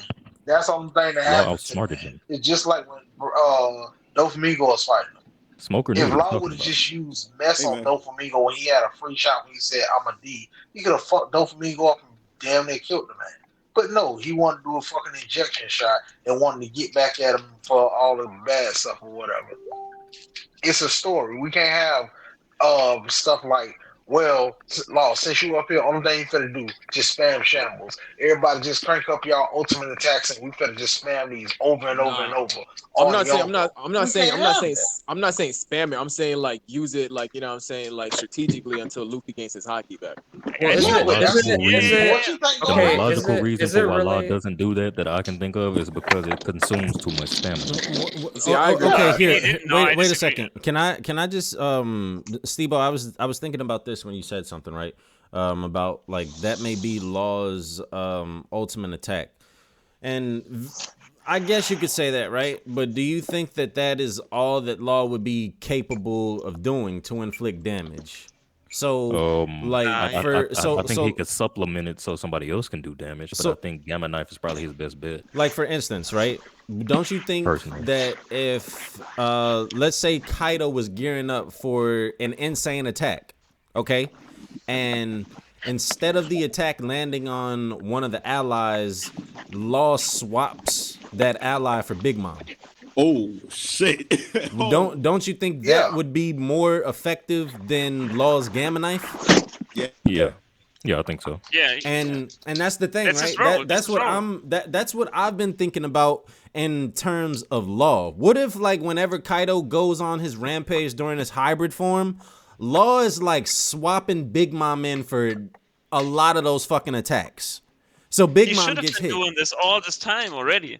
Okay, hold on. Have you watched Jujutsu Kaisen? Like, when you think about Todo and that, like, he does that like 50 times, explains it while he's doing it. It's all like super OP. We gotta be fair as well. Law's complaining about using let me get this off, because like y'all gotta remember, like, Law has been up here. This dude already used Gamma Knife. He already used Counter Shock. Like, those are like one of his best moves. If he didn't use that and he was doing what y'all was saying, y'all would just be like, why didn't he use Gamma Knife yet? Like, these guys just got up here on this roof. They go on ham. More abilities are gonna be explored. Luffy didn't use Snake Man yet either. Luffy went up there and just started blitzing. And then next time Luffy gets conscious or whatever, like, is really going, he's not just gonna do that again. Yeah, he's not. He's not. Like, Luffy is gonna learn from, like, I think that what we'll see throughout this fight is Luffy gain mastery or get close to mastery with his devil fruit. So, like, a lot of, you know, people think that, like, Luffy's awakening is probably gonna be like the Rubber traditional World. like Rubber World. I don't think so. I think what that is gonna do, what Luffy's awakening is gonna do for him, is it's gonna give him more properties, or enable more properties of the rubber fruit. Shock absorption. I think it's gonna go in the Zoan direction, actually, because. But he already got the shock absorption with, like, innate abilities. No. What if like, you know what I'm saying, like, what if instead of like creating, like, you know what I'm saying, Rubber World or whatever niggas was talking about, like the properties of his own body, like, you know what I'm saying, it becomes like a thicker version of a rubber, like kind of like a tire, you know what I mean? So like instead of going into gear fourth, you know what I'm saying, like, you know what I'm saying, blowing into your muscle and shit like that, you can already have that, like, at base form. What I think, if I can be more clear and more precise with what where I'm going at, is, you know how Katakuri was first called a Logia type, and then he got retconned to be called a special paramecia? I think that with awakening, Luffy can become a special paramecia. That's what I think Luffy's awakening would be. Yeah, but okay, I think for his awakening, I think the same way Zoro finessed like Foxfire style, right? I think Luffy's gonna finesse like the spikes that Katakuri had on his fist and stuff like that. Like, this guy just said the tire, for example, right? Think about Katakuri; he turned into a donut. So I think Luffy's gonna be able to use stuff like that and incorporate it into his attacks. Or what if Luffy opens up like Rio portals, and like they come. Rio fists come out the Rio portals, like the block mochi that Katakuri uses. I don't know. But I don't think he'll be able to detach, but yeah. Well, and then the reason, another reason why I'm trying to say that why I'm giving this distinction to Luffy is because, like, so Doffy and Katakuri, would you say that Katakuri was Mochi or that he produced Mochi? And then Dofi, okay, is Dofi strings or did he produce strings? They produced strings. Okay, he produced strings, right? So like, so that's the thing. Luffy, on the other hand, Luffy is rubber. He doesn't produce rubber.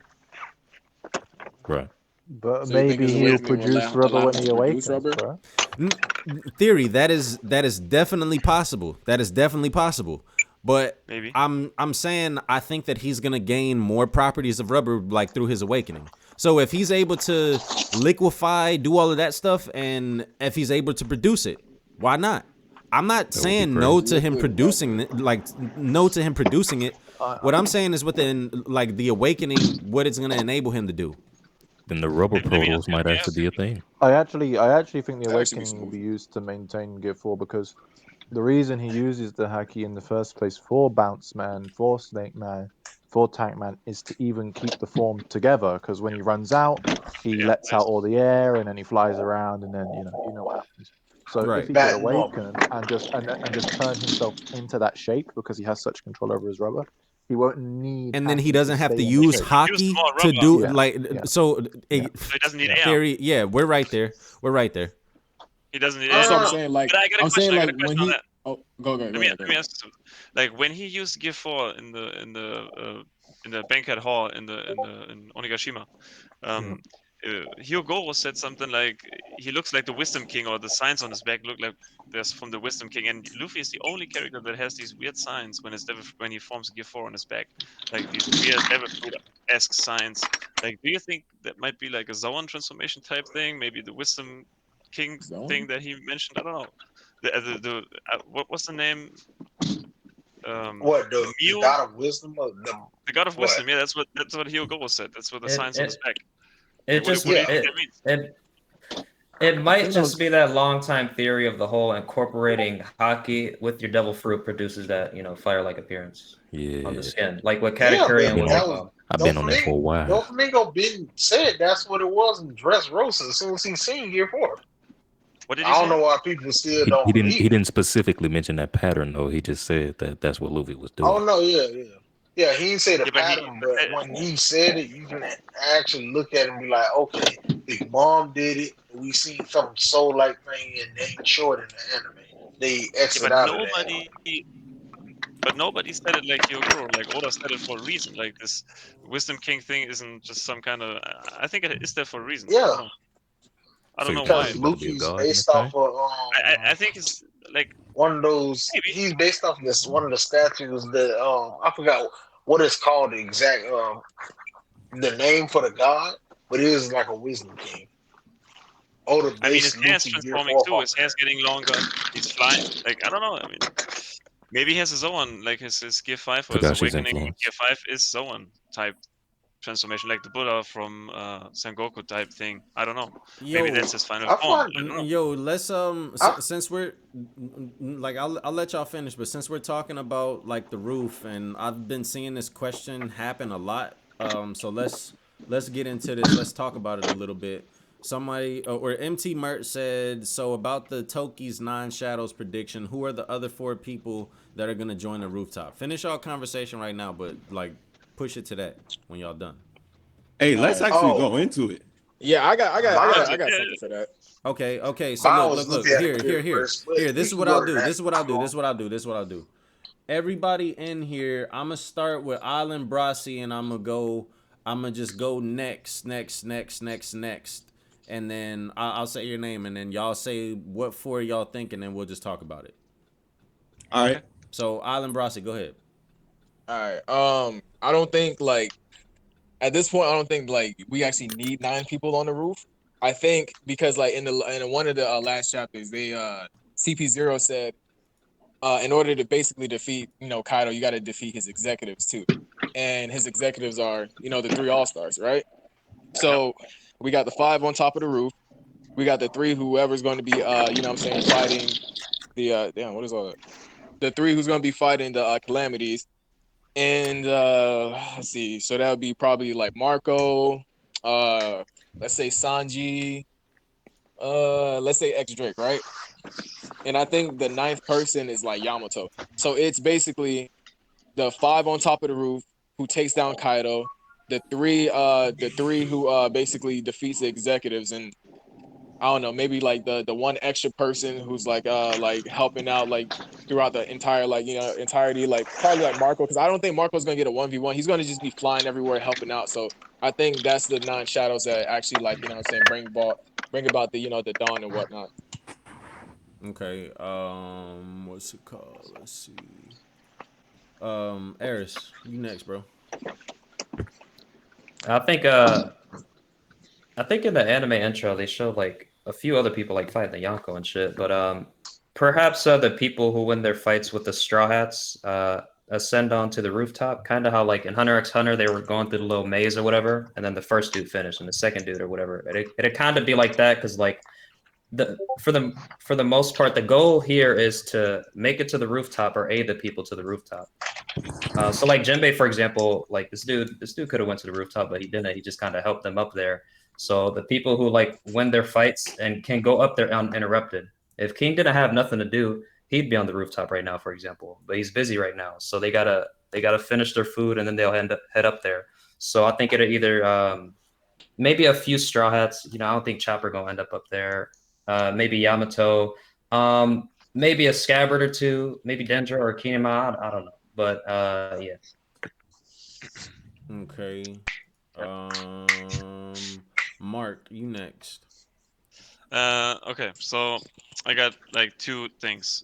The first is the Scabbards are out in my opinion, and the 9 shadows could be the Scabbards. Like they could have already been there, and they were like the sign that the war started and the revolution is coming.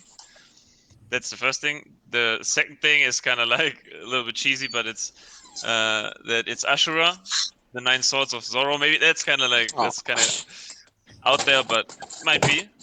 And who could the other 9 be? I mean, might be then the Straw Hats or the Supernova in general. Maybe Apu is in there, Drake is in there.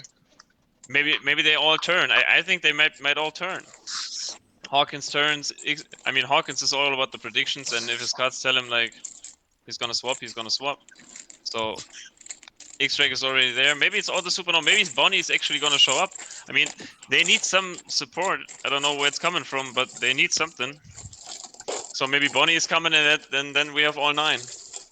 I don't know. That's what I think. Shadow. I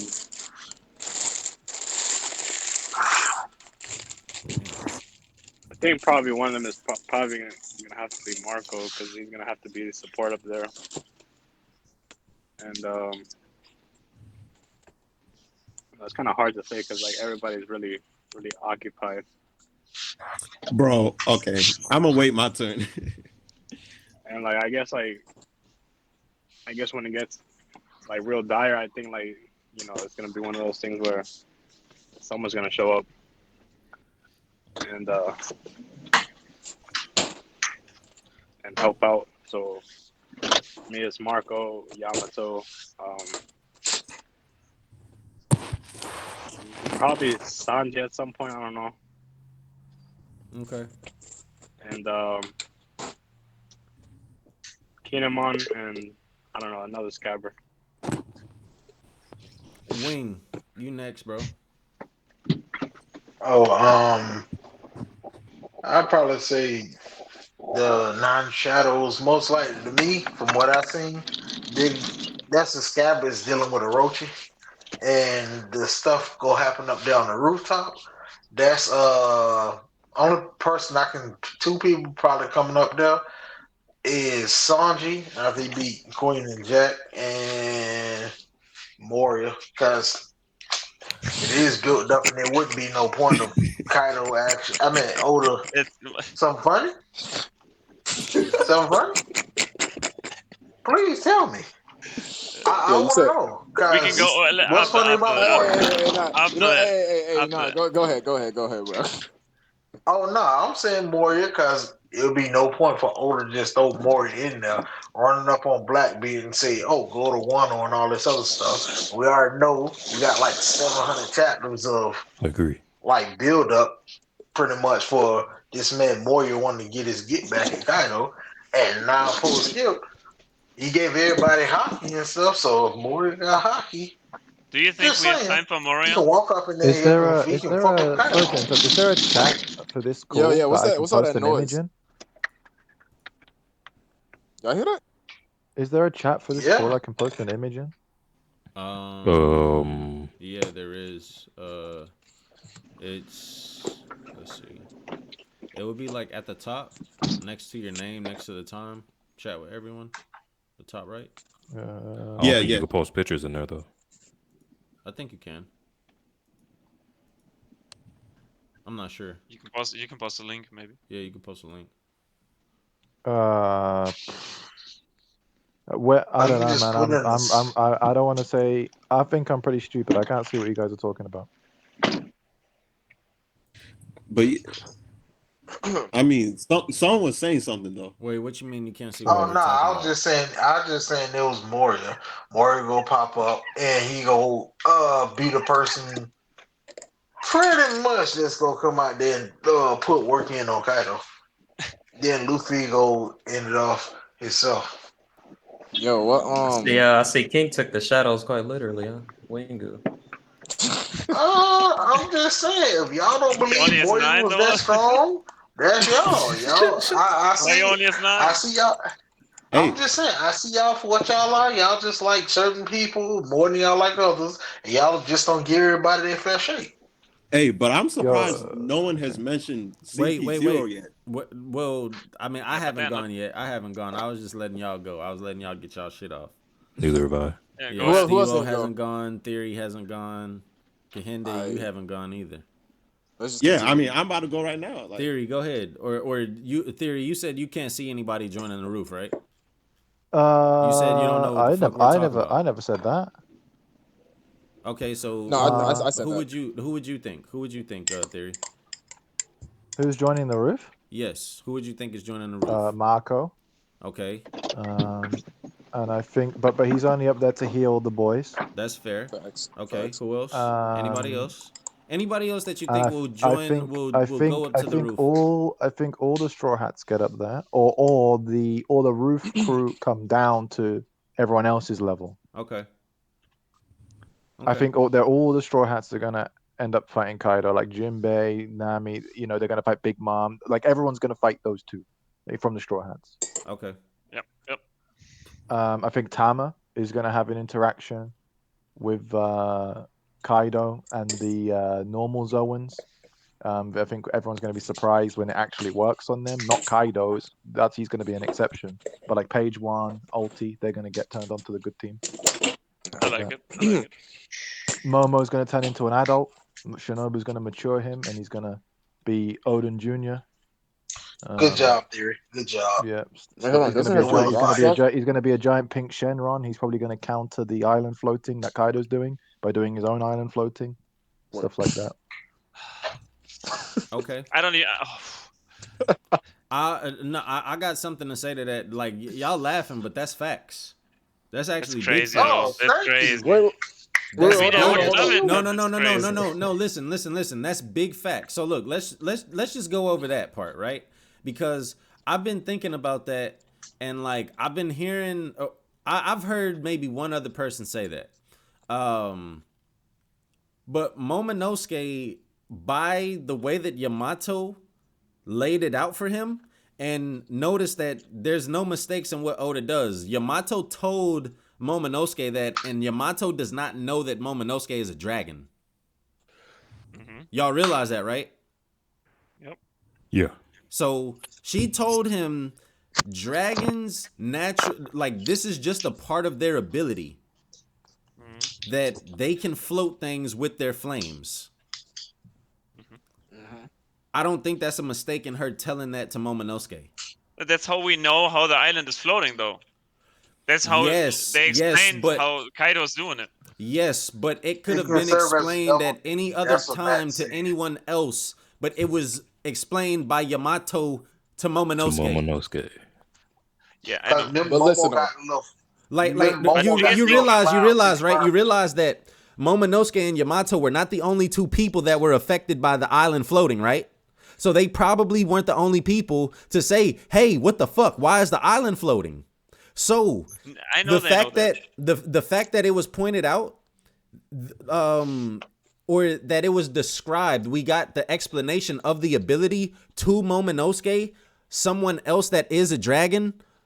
Yamato unknowingly told him that. I think that's gonna come back up like later on in the arc. No, she's gonna help him get to that level in a quicker time for sure. But I don't think he can hold Onigashima up. He might be able to like stop the push, like push it back or something. I don't know. But do you think he can hold it up? Yes, I think he can hold it up because because it's literally said He's a small ass dragon though. So what? He's gonna turn into an adult. Okay. Look. Theory was me and Theory were talking. Well, I heard Theory talking about this earlier. I was just a part of the conversation. That's all right, man. So, just picture this, right? What if Onigashima is God Valley? Yeah. God Valley? Yes. What if Onigashima is God Valley? Nah. You think what Kaido? No. Okay. Well, look. Think about this. Kaido is the one that moved God Valley, and the reason why it disappeared. And that's why Marco is saying that it's called something different. Yes, and that's why, and that's why Marco said, "Oh, so this island is called Onigashima now." Yeah, but maybe he knew the island from back then before Kaido. Come when on, they bro. visited first. I don't know. I'm not gonna lie, that's a good theory. Well, the thing is that the evidence supporting it isn't just the Marco stuff. There's a bunch of things like in the Odin War. When Odin pulled up on Kaido and Kaido was in the field of Wano, he was like, "Why are you here? I was going to go to that desolate island you live on where you drink yourself silly all day and kill you." And Kaido said, "No, I'm here because I can't have you messing up my mansion project that I'm building right now." So there was nothing on that island before. And he was building the current Skull Dome mansion thing that he has. That wasn't there before. But isn't Blackbeard on God Valley? No, That's full of lead island. That's full of lead. That's a different island. That's where Rocks formed the crew, and then the God Valley incident happened when the crew went to that place.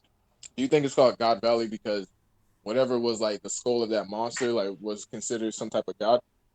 No, I don't think so. That skull wasn't on God Valley.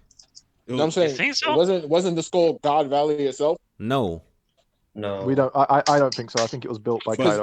I think the skull was built by Kaido, but that's a part of the whole mansion project that he was working on, because the skull is the dome around the mansion.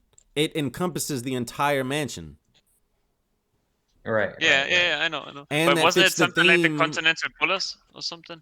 And like it fits the theme of Kaido's like entire crew. The horns, it looks like it's Jolly Roger, so on and so forth. If you think Oda's going to spend his time explaining a creature of that size in this story at any point, I don't know what to tell you. I think that could be. I mean, he's gonna. The red line came somewhere. He has to explain what happened to it. It's too much.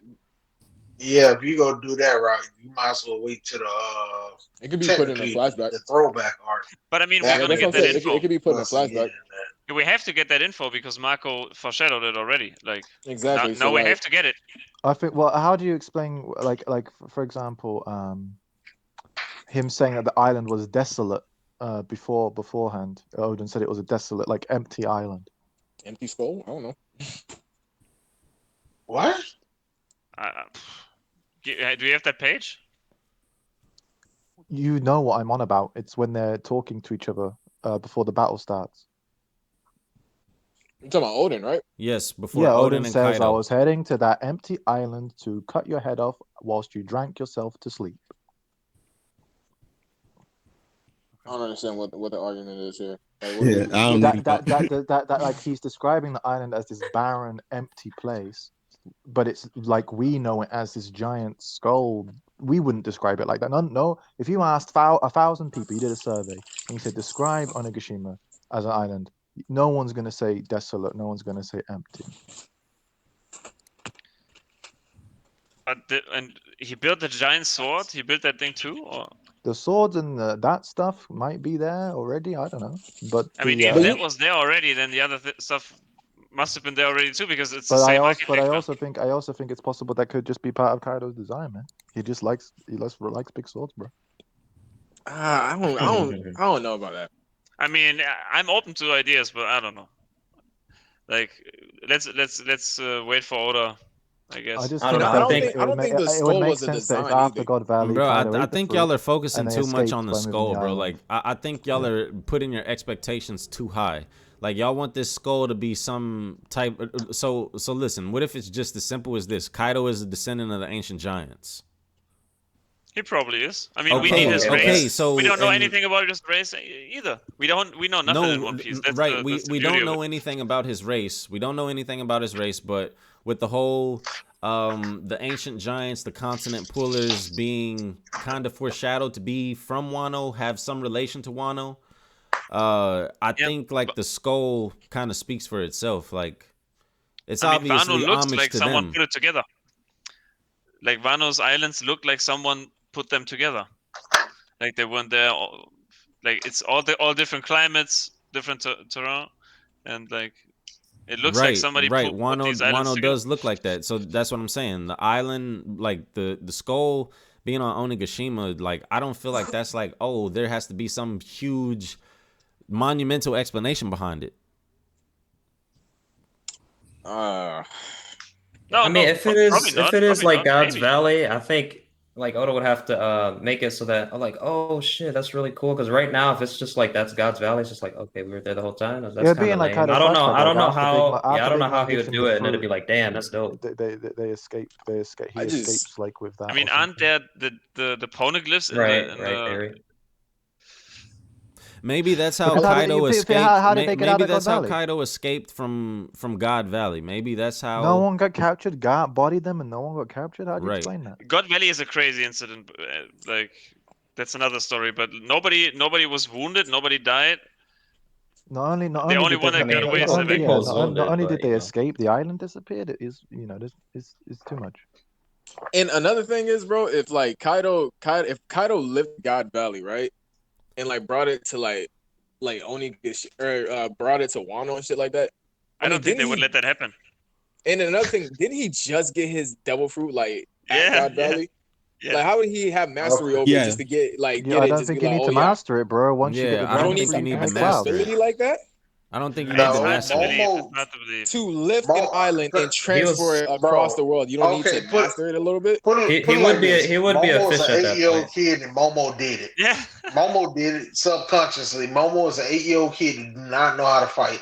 Kaido was a seasoned fighter that was just fighting against the Pirate King and fucking Garp. You telling me wasn't even controlling this shit? You can't compare what Momo's doing to lifting an island and transporting it miles. What the fuck? Sabo Lily and just like you said, Momo did it unconsciously.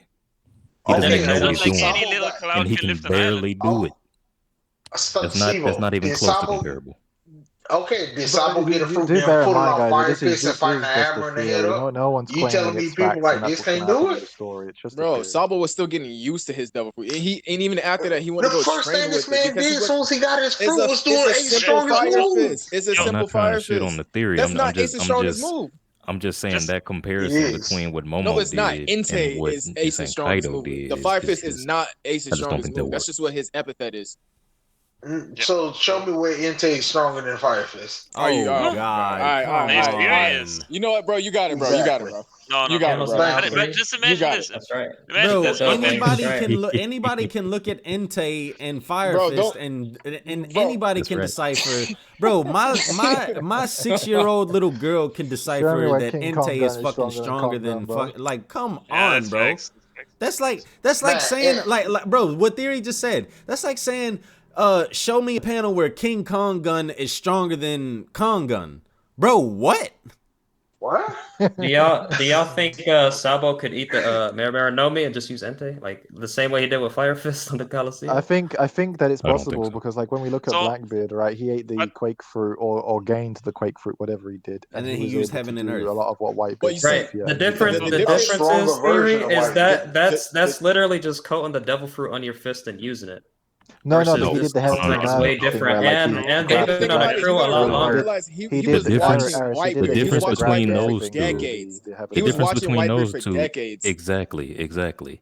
He had insider knowledge on what the fruit could do for decades. He even had a book on what the devil fruit. But yeah, that's what I mean. It all depends on like just how you use I think it. it all depends on the abilities user are as there for far you to as use. You It's just the gotta use user as far and as the fruit. as far as what you can do with the fruit. I definitely think it depends on the user. So if Kaido first gets his devil fruit, right, and this is just an ability that dragons have naturally, I do not think that it is out of the realm of possibility that Kaido was able to pick up Onigashima and transport it to Wano. Now, am I saying that Kaido picks this shit up and then he transports it instantly over to Wano without any mishaps, without dropping it at all? No, nigga, I'm not saying that shit. What I'm saying is that he was able to do it. He was able to pick the island up, transport it somewhere. However fast or slow you wanna go into it. He might, later or something. But that doesn't make sense because like he just lost the fight. He just lost the fight on the island. There's Roger on the island, Garp is on the island, and he just takes the devil fruit that's lying. But there's a and lot then of he flies it ambiguity. away. Bro, there's a lot. But there's Thank a you. lot of ambiguities. How did Big Mom give him the fruit after the fight if they just lost? Right. Big Mom literally just had it in the I napkin. mean, Yeah, big. So you telling me Big she Mom saved his life? Yeah, she saved his life, but bro, the same points that you just brought up, you're ignoring. If Garp, Roger, all of those people are on the island, the Marines. Yes. Where would Big Mom find the time to give Kaido? Just is she gonna chunk it across the island? Yeah, I mean, they obviously they escaped. You know what I'm saying? They had to escape at that point because I mean, he got the fruit and he probably escaped with the dragon. That's how I think he did it. But I don't think he lifted the island and flew it away. Okay, so it's out of the realm. So it's out of the realm of possibility for Kaido to once again come back to that island at some point in the off future. But the thing is that like what you're ignoring is that it was erased off of the map. They literally said it's wiped off, like it's gone. It's I would assume over. that if the strongest guys in the verse fight on that island, it would be kind of destroyed. But the thing is, what I'm saying is, they didn't say it was destroyed. They said it's gone. It was gone. Yeah. They said it was wipe off the map. Yeah. It could have been like it was destroyed. That is not what they said. They said that it vanished and it cannot be found on any map. Well. But do the losers? I mean, that's like saying I agree with it. It might have happened, might have not happened. But what I'm saying is, imagine Kid loses the fight on the rooftop right now against Kaido. He gets beaten. Suddenly, Ruffy gives him the dragon fruit, and he takes Onigashima with him and flies away with everyone on the island. I just don't see that in my like. How does that make sense? Well, obviously, everybody wasn't on the island when he flew off. Yeah, it seems like a lot of people. Let me ask you a logical question right in return, right? Yeah. At what point in the story do you think Oda's going to have time to give us information on the name of what Onigashima used to be and explain what that island was, what it was for, and all that stuff, and then also later in the story go on to explain what happened to God Valley, where it went, and stuff like that. It's too much. Why not just put it into one thing? I'm saying like the one thing. Why not? But why would you? Kaido's flashback or something. Like, I mean, he has to explain everything at some point. There's so many open plot points in the story right now. Isn't it easier? It might be easier. Yeah, sure. And then another, just one it could thing. Be Skypiea, I don't know. It could be anything. Like just one thing. One thing to point as far as the island would be destroyed thing. Roger and Whitebeard fought on the island for 3 days and it wasn't destroyed. With Rayleigh, Stopper, and that's prime Roger, prime Rayleigh. Yeah, and it's. Prime. Wait. I'm saying that's prime. The prime Whitebeard, prime Roger that we're talking about, and that island wasn't destroyed. It wasn't even close to being destroyed from the looks of it. I feel like they I think they would know about it. God Valley, there was like an intent to kill, where they were like actually going like hard to kill each other. Well, even like two Shiki defeat and each other. Sengoku that God was sparring. didn't destroy Island Brasi, you Marineford, need know? to stop this, bro. You gotta come up with a better argument. You gotta come up with something better than No, that, bro. Hey, You man, I'm need to just stop wouldn't you this. agree? No, listen, Hang arguing both hang on, you guys. Let me No, get y'all up to speed with what this man does on a constant basis, a consistent basis. He comes into these streams and he writes in the chat this BS about people not going all out or not going what do you say, with the intent to kill, with I mean, it's bloodlust. That I believe there he are said that differences. before. He's There are differences. definitely used that one before. There are differences. He's definitely used that bloodlust shit before. So listen. In terms of that argument, right? This is the only credence that I will allow. This is the only room that I give in regards to that argument, because I hate it. Is Marineford. That's it. And I feel like that is a pretty lot to give. For Marineford, I feel like a little bit of it should be used for power scaling, and a lot of bit of it should be used as like, okay, this shit was cool. This is this is the direction that One Piece is going into. I mean, there's also a difference between like a clash and fights in a war or a 1v1. Like, it's not all the same. Like, you can, like, the fights with Marco and the Admirals, it's not a 1v1 fight, it's just one clash. They do matching attacks. They don't go all out in the most of the fight. Like, it's not a 1v1 situation where you can power scale two characters directly. Like, a clash between King and Sanji is not like, okay, they are somewhat equal. No, it's just one clash. Shinobu took a kick from King, didn't she? Yeah, she took a kick from King. She It wasn't a didn't kick. It was a. And it she was survived a. also. That's No, different. no. Is she not? He threw her. He King threw did. her. Yeah, No, King he didn't threw. kick her. No. He grabbed her and he threw her. Yeah. He grabbed the girl, then threw her against the scaffold, and then she bounced off. That's not the same as Sanji. I'm just saying. I'm just saying. I don't use one move attacks or clashes as directly for power scaling. Because it's too difficult in One Piece. I don't know, man. You need to reread the story. I'm just saying, we see it all the time. I mean, what do you disagree with? When they usually do that, they're on the same level. What do you disagree with? You see, it's not that I disagree. It's just you seem to flip flop on what you believe in the story. Where did I flip flop? Like whenever things are presented to you, What you are the wanna for example, this stuff with the Onigashima thing. Yes. You're not a fan of it originally, but you've heard it out and you've listened to what we've had to say. But at every turn, you want to give it. Let me say this. I posted a theory about this like 6 months ago or something. Hang on a second. But every time you want to question its validity, which is fine. To test the theory, you have to put it through testing, right? But when people give you a possible explanation as to why those things are in place or why they will eventually be explained, rather than going, "Oh, okay, that makes sense," you're like, "No, that doesn't make sense. That doesn't make sense." Kaido, the giant skull can't be a part of his mansion. It's not possible. It's not possible. Let me answer. The only explanation you gave, like, for that to make sense, is that it makes sense for Oda to skip it because it's easier to explain if he does two at once. That's the only explanation you gave. Oh, and that Kaido can fly islands. Like, we talk about CP0. CP0 is on that island like for days. They have intel on everything. They have a cyborg that they know everything about Wano and Onigashima. And they don't know that it's there was a lot of headcanon there, but okay. What headcanon? What headcanon? Where did they say they know everything about Wano and Onigashima? I mean, they are on Onigashima right now. Have one of those cyborgs that can use these. I mean, they are listening right now 24/7 to the network of cyborgs.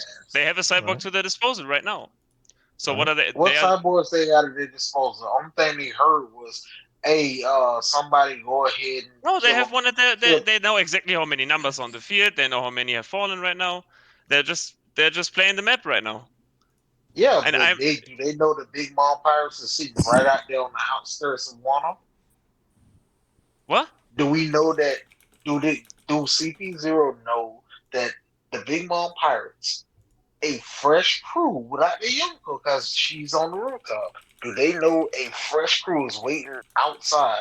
They probably do. Yes, I'm pretty sure. I mean, Big Mom has been there for days, though. They've been fighting there on the island. They know Big Mom is there. I mean, CP0 knows it. The world government knows it. But we don't even know if CP0 been there for days. For we know CP0. They've been there for the past 2 weeks. They've been there for years. I mean, they've been trading with Kaido for Does CP0 know about Tama's ability? No.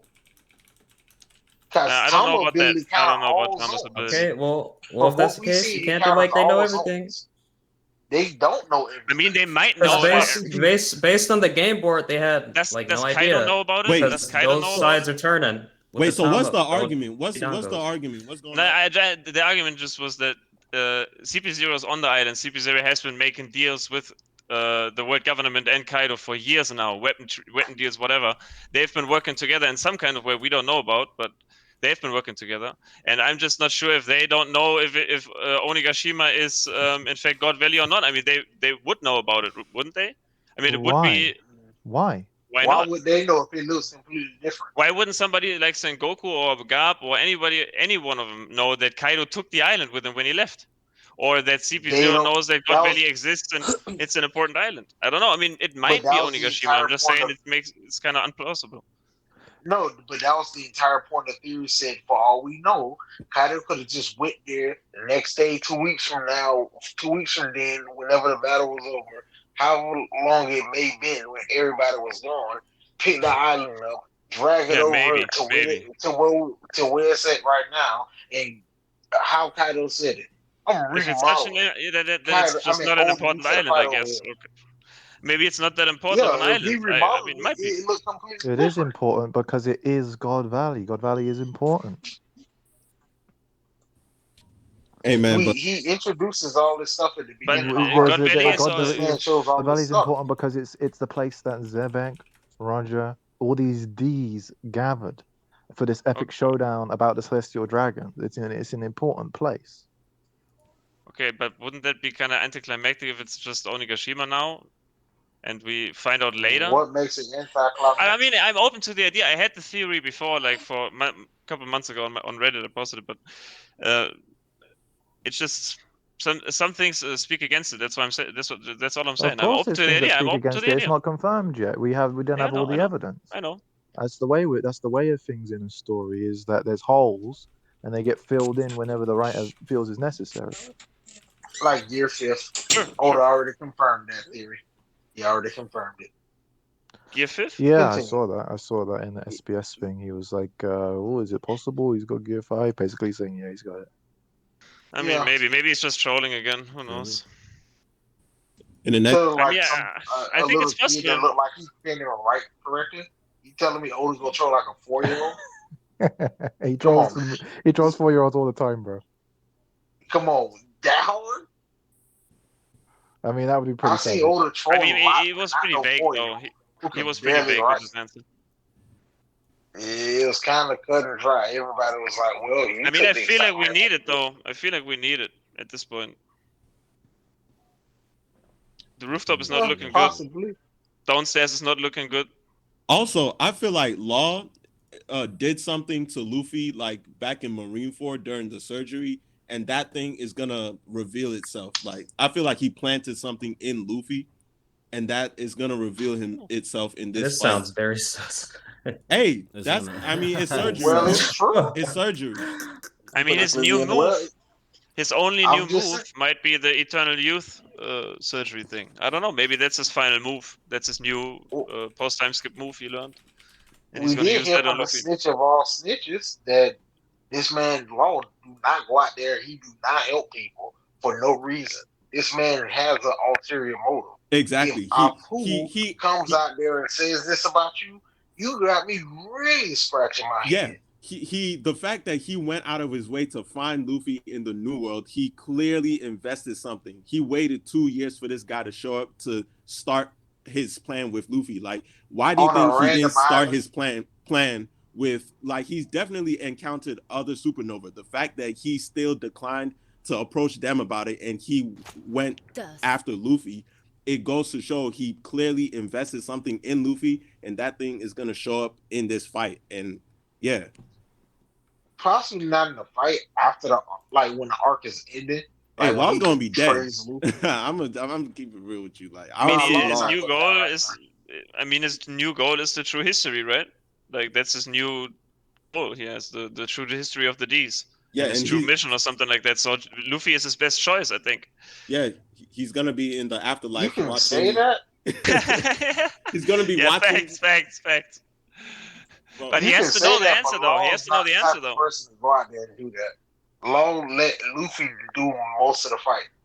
If you actually go back and look at it, every time they go somewhere, Long because Law is lets losing. Luffy and other people do all the heavy lifting. He never goes out there and does the heavy lifting himself because he's like, why would I go out there, put my life on the line that hard versus this monster I know damn well I can't beat when I got somebody like Luffy. I mean, he's the smart guy, right? He's the behind-the-scenes strategic guy. He's not the run into face first type of guy. Yeah, I don't know what's going to happen really with what's going to go on from here. But I feel like Weeble, I mean, he was supposed to be on his way, but he's dealing with the Warlord situation right now with the Marines. Oh, Weeville's bodying them niggas. Weevil wanted to... Where did he want to go? Of course he's bodying them, but it's going to delay him, you know?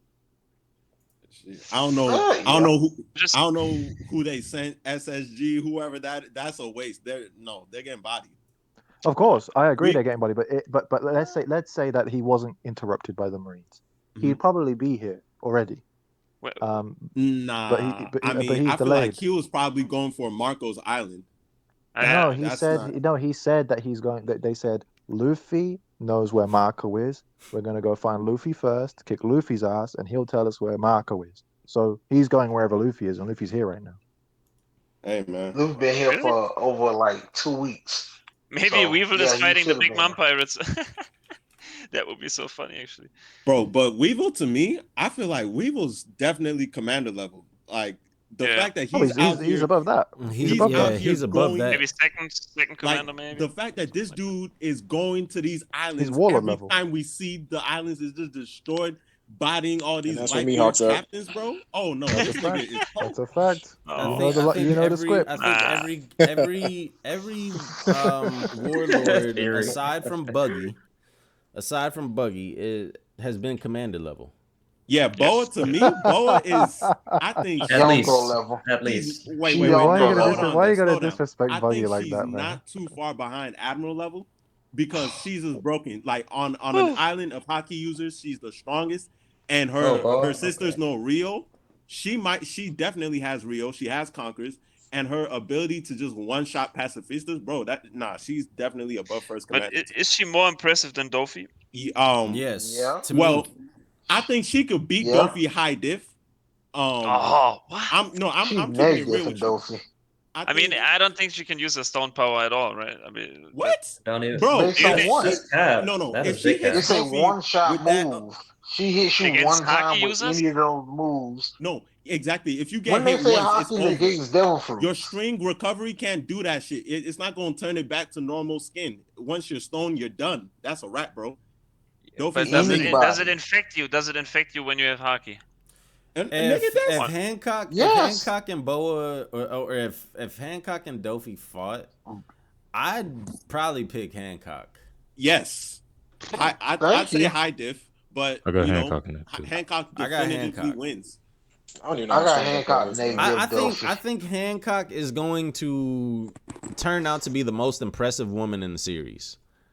You think so? Yeah, she's the strongest one. I mean, I hope so. But over Big Mom. Has she shown anything? Yes, over Big Mom. Over Big Mom. Easily over Big Mom. What? I'm not gonna lie, that's kind of shocking, dog. She's the pirate empress. Also, if her awakening is she's emperor level. What do you want? Hold on. Yeah.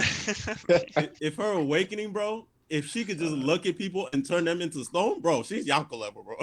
I mean, hey, Theory, you ever seen that episode? She definitely has a. Sorry, Bonnie can touch anyone, and he's a little baby, and she's definitely has also a strong ability. Because even if you don't like have lust for her or whatever, she can still damage you. She can kick you and turn you to stone. She can turn your weapons to stone. She can slave arrow you, or you auto turn to stone. Luffy, for example, who her ability has no effect on. She used pistol kiss on him, and it still damaged him. That's how they captured him and put him in the arena. It knocked him out. Yeah, so she's very, very powerful. Okay. Now let me as far as Big Mom and Kaido go, right? I think, would y'all say that they have Rio? Yes or no? No, they're just monsters. Big Mom and Kaido. Because how I look at Big Mom and Kaido, how I look at them is that they don't. So they're so physically dominant. They're so powerful that they haven't really like had a need for Rio. And someone like Shanks, right? I think Shanks's crazy mastery over his haki is what makes him a monster, and to be able to be in contention with these other monsters such as Kaido, Big Mom, Whitebeard, blah, so on and so forth. So I feel like if Kaido and Big Mom have advanced haki, that would be overkill. Yeah. If they have advanced haki on top of having some of the strongest, if not the strongest, devil fruits in their class. I mean, they're crazy right now. Yeah, that's crazy. I mean, maybe that's what separates those Yonko between like Roger and Whitebeard, and then some would say like, okay, Shanks would have that type of clash potential. I just always try to imagine what Kaido would do at Marineford if he just pops up right there, does the typhoon and stuff like. I think he's fucking shit up. He's fucking everything up. I think Kaido actually gets killed faster than Whitebeard because he's just a big target. You got niggas like bro. I agree. I agree with that. I agree with that. I kind of would body Kaido. Yeah, I think Akainu would have his way. Exactly. With Kaido. I think the difference here, like Akainu, like normally when he punches people, he just takes it out. He puts a hole in your chest, hole in your face. Yeah. But with Kaido, he would have to like work harder because his skin ain't so soft like everybody else. He doesn't have fleshy skin. Listen. When I say that, right? When I say that, I'm not saying that Akainu is gonna fucking low diff Kaido, right? But I think that is just a terrible matchup for Kaido. The reason why I say that is because Akainu has the most destructive devil fruit. That's a fact. Let me tell you this. What if Akainu's magma doesn't hurt Kaido that much? Well, listen, this is the thing. Wait, no. Hold on. It's not just about his magma. I'm not factoring in just his magma. Akainu has fucking Rio. Yeah. Listen. Whenever Akainu did that attack to Ace, y'all think that was just his magma burning him? Yes. I think that was his magma plus Rio. That was both. No, that was just his magma. That was his magma. That was his magma. That was his haki. That was exactly, Stebo. That was everything involved. I mean, the thing that happened is Akainu swung. Ace tried to block it with his flame form, and his flame form failed. Like. But they showed that they fist was even, but the only thing. Okay, let me put it. I mean, he didn't need Rio for that. Did he? Because he didn't block the haki. Well, it doesn't. It's wait. What are you talking about? It doesn't really matter. What are you saying? I mean, to punch. He's talking about their initial class. No, I'm talking about the last punch. I'm talking about the last punch. Hold on. The last punch, he had to solidify his body. He used his devil fruit to get there in time. He had to solidify his body because if he didn't solidify his body, but it was his back. He didn't have any haki on his back, did he? I mean, or you're talking about the killing blow, right? The killing blow, yes. The killing blow. The killing blow. What about it? He used his flame form, right? I mean, what did he use? His physical form I think he combined with his just. flame form, or I think he used his flames to get there in time to like get in front of Akainu, but like he Yo, So let what me you're trying to hold on. say, Let me Island address somebody. Brazi? Let me address I know what something. you're Let me trying to address say. something in the chat. Let me address something in the chat. Iman Quinn says, Matt, you were giving too much credit to Oda thinking he had Rio planned back in 2010 when Marineford was in serialization. The delusion, Jesus. Okay, so let's let me just show you. And that's fine, the delusion, all of that, right? So whenever Luffy thought back to Rayleigh using Rio, right? What happened? A retcon happened, right? All right. Not really. A retcon did happen. A retcon did happen. Wing. There was a flashback to whenever Rayleigh first destroyed the cuffs. Yeah. We had no. I wouldn't say that's a retcon. Okay, it's clarification. It's clarification. We didn't know what happened before, right? Yeah. I wouldn't say it's a retcon. Yeah. The reason why I'm saying it's a retcon is because we didn't know what happened before. We didn't know if that was Haki. We didn't know what ability that was, and then it turns out that it is. Know about Haki. So if you said what? That's because we didn't know about Haki. It'd be like if in Hunter x Hunter. Okay, right. Let me get to my point, Theory. Let me get to my point. Let me get to my point. So we didn't know about Haki and Marineford, right? We did because we went to Amazon Lily. Theory, you did not. Luffy did not know when someone was using Haki, right? But we saw Rayleigh touch Kizaru. We did not know when someone was using Haki, right? Right. Thank you. Well, we did. They said it out loud. You can actually argue that we actually did know Zoro. They said it like when Marco and Vista. Bro, let me get to the point. Let me get to the point. Let me get to the point. Let me get to the point. Let me get to the point. Just let him talk. Let me get to the point, bro. Because this is stupid. This isn't like this is going in circles. They said when they used it. Okay, whatever.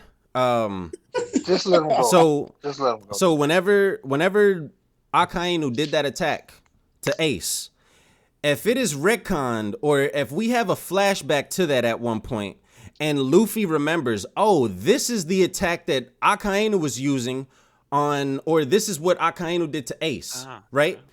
In the same vein that we saw it with Rayleigh. And then also for the people that are saying that the admirals did not use Rio, y'all are fucking retarded. Go back and read. Whenever Whitebeard does an earthquake, the admirals put up their hands, and they create a barrier, and they stop it. It's like no. If that did not happen, then I will end the stream and I will never fucking stream again. Hold on, Matt. Ever in my life. But is it the same as you're talking about the deflection? You probably right? never stream anyway. But deflection is not the same as the emission. Yeah, because the one that I thought you were talking about. Wait, hold on. The one I thought you were talking about was the Haki that Luffy did. But if you're talking about the deflection Haki, I don't think I don't see how that's doing much damage to Kaido because it's just deflection. Bro, it's Rio. Well, the defense turns into the defense, bro. They literally explain to you how it works. Turns to offense. Defense turns to offense. Like, bro, what? That's hockey. What I'm saying is that's literally hockey. Hold on. Listen. What I'm saying is that if Akainu is doing a magma fist and he's also doing the same internal damage that Luffy is doing, that's different. But if you're talking about him just deflecting Kaido's attacks and then attacking with his own magma fruit, like I still don't see him beating Kaido. Bro. The skill that the admirals did when they were blocking that earthquake was Rio. What form of Rio? But Matt, what if no, it doesn't matter what form it was. It doesn't matter. It doesn't matter what form. It doesn't matter what form. And there's no such thing as deflection Haki. Bro, they deflected. Bro, hold on. There is bro. There is no such thing as deflection Haki. Hold on. Luffy tried to punch Sandersonia. She deflected his attack using that Haki. And there is no such thing as deflection Haki. Oh, Kuma was using deflection Haki too on his pawns. That's right. You said no, that's his devil. Harris, get the fuck out of here. Hold on. Sentamaru sent Luffy flying back after he tried to attack. He deflected his attack. Yes, that's the mission. Flying back. That's the mission. Okay, well, yeah, you want to say you admission. My bad, I got the terminology wrong. All I'm saying, all I'm saying is that hockey that you're referring to, bro. I don't think that's going to be able to take Rio, down though. It's Rio, right? It's Rio, right? So aren't there No. differences? Let him answer. Let him answer. Okay. It is Rio, right? What? It's Rio, right? The skill that we're talking about. Yes, but there's different. There's Rio is just the name of the army of hockey of Wano. Like I don't know. What No. Okay, let me be clear. Then. What he used was advanced hockey, right? It was advanced hockey. It's the same hockey that Sentomaru was using. It's the same hockey that the Sandersonia sisters were using. It's the same hockey that Luffy remembered whenever he was getting the explanation of what Rio is and Wano, right? Right. Okay, so, bro, all I'm saying is that by the admirals being able to use Rio, they can damage Kaido. I'm not saying that they can't damage Kaido. I'm saying like you using that as like you know what I'm saying like credence to them defeating. Well, not even them, like Akainu defeating Kaido. Like if we're talking about the internal damage, like you know what I'm saying like added with his like you know his magma ability. Okay, that's something different. But we're talking about the emission.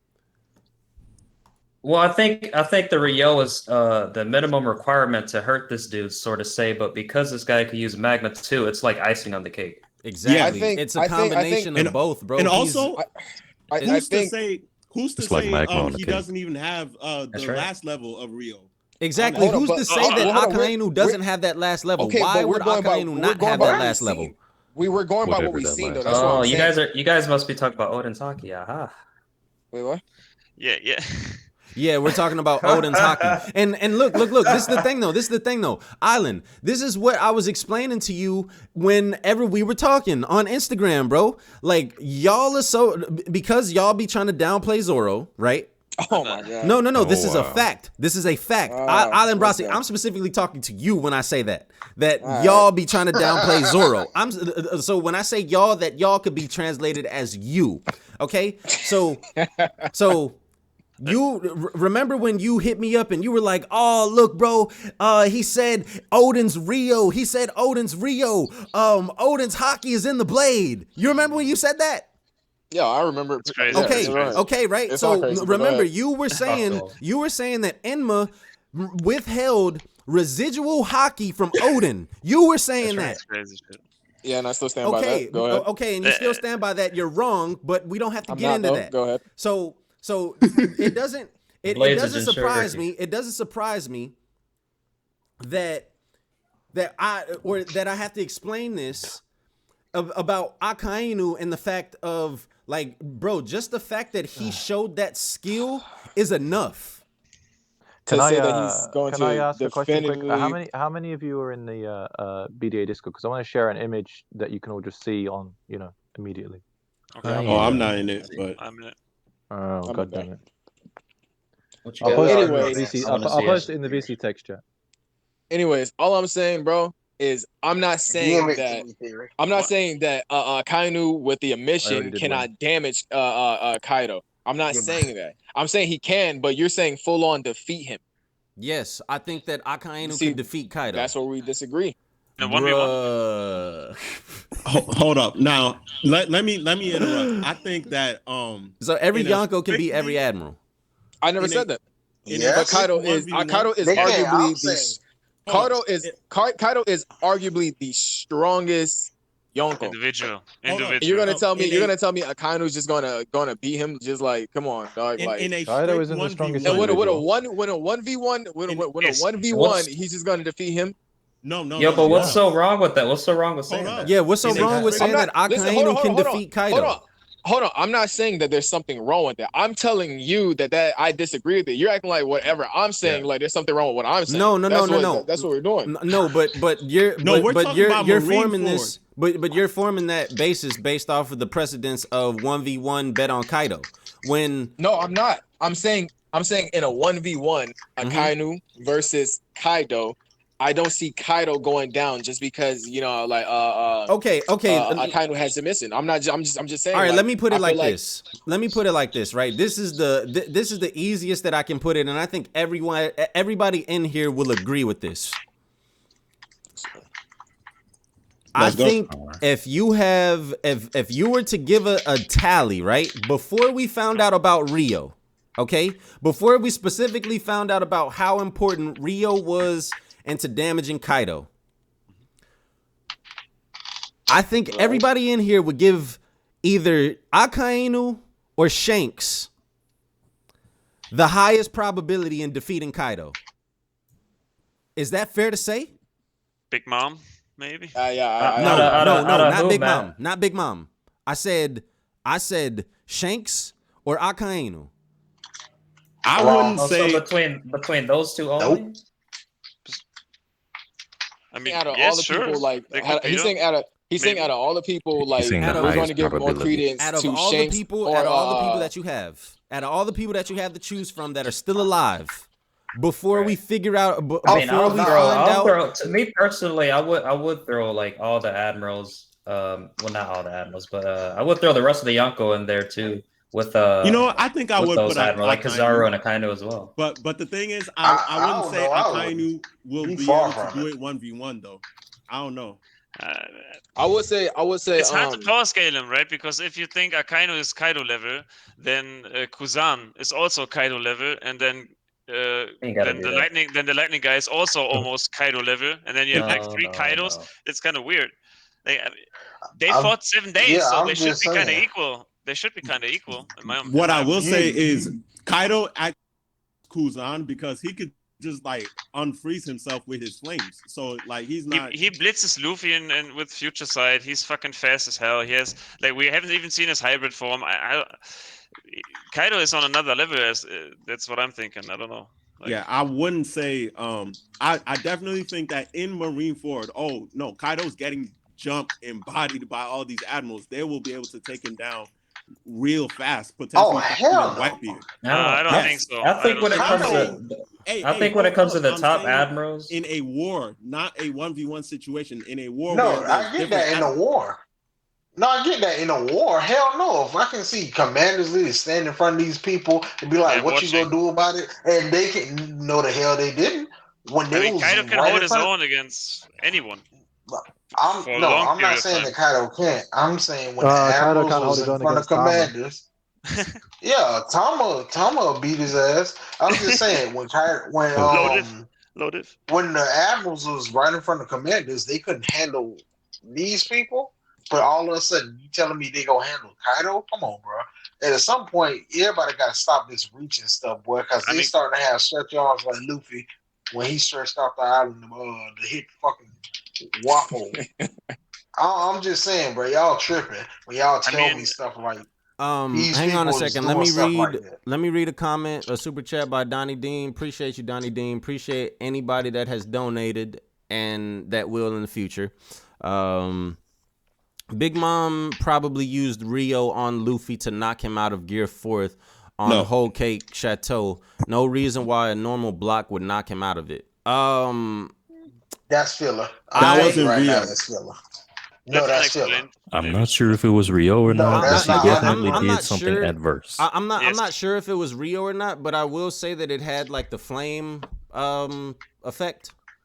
She did something adverse. It was something different. It was definitely something more than just regular armament hockey. I'll say that. But that's when you combine your armament hockey with your devil fruit. That's what Luffy, Katakuri, and Big Mom did. We actually seen the effects of it afterwards and actually use it. Luffy turns Gear 4 for his. Katakuri. But to be fair, Wing, it's hard to tell the difference between that.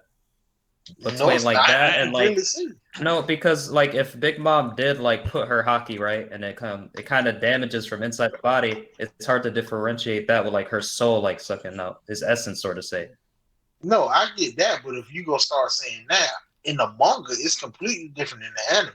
Anime have people thinking this stuff because people look at the anime and they forget what they read in the manga. Because in the manga, Luffy clashed even with Big Mom. They had a conversation.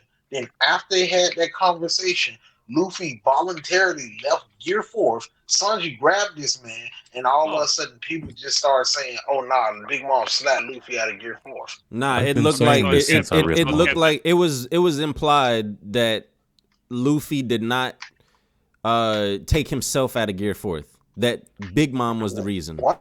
I was saying this long before the episode Luffy was talking to her. How she did? She did a delayed effect of it. That's right. I mean, delayed effect. She just did it at the last second. Unless y'all gonna tell me it wasn't a whole conversation. They exchanged a few words. So you tell Steve-O, okay, I'll play devil's advocate here. You telling me Big Mom got delayed hockey and stuff? Delayed hockey effects? Nah, that's good. No. Delayed effect. She did it at the last second. Yo, let's say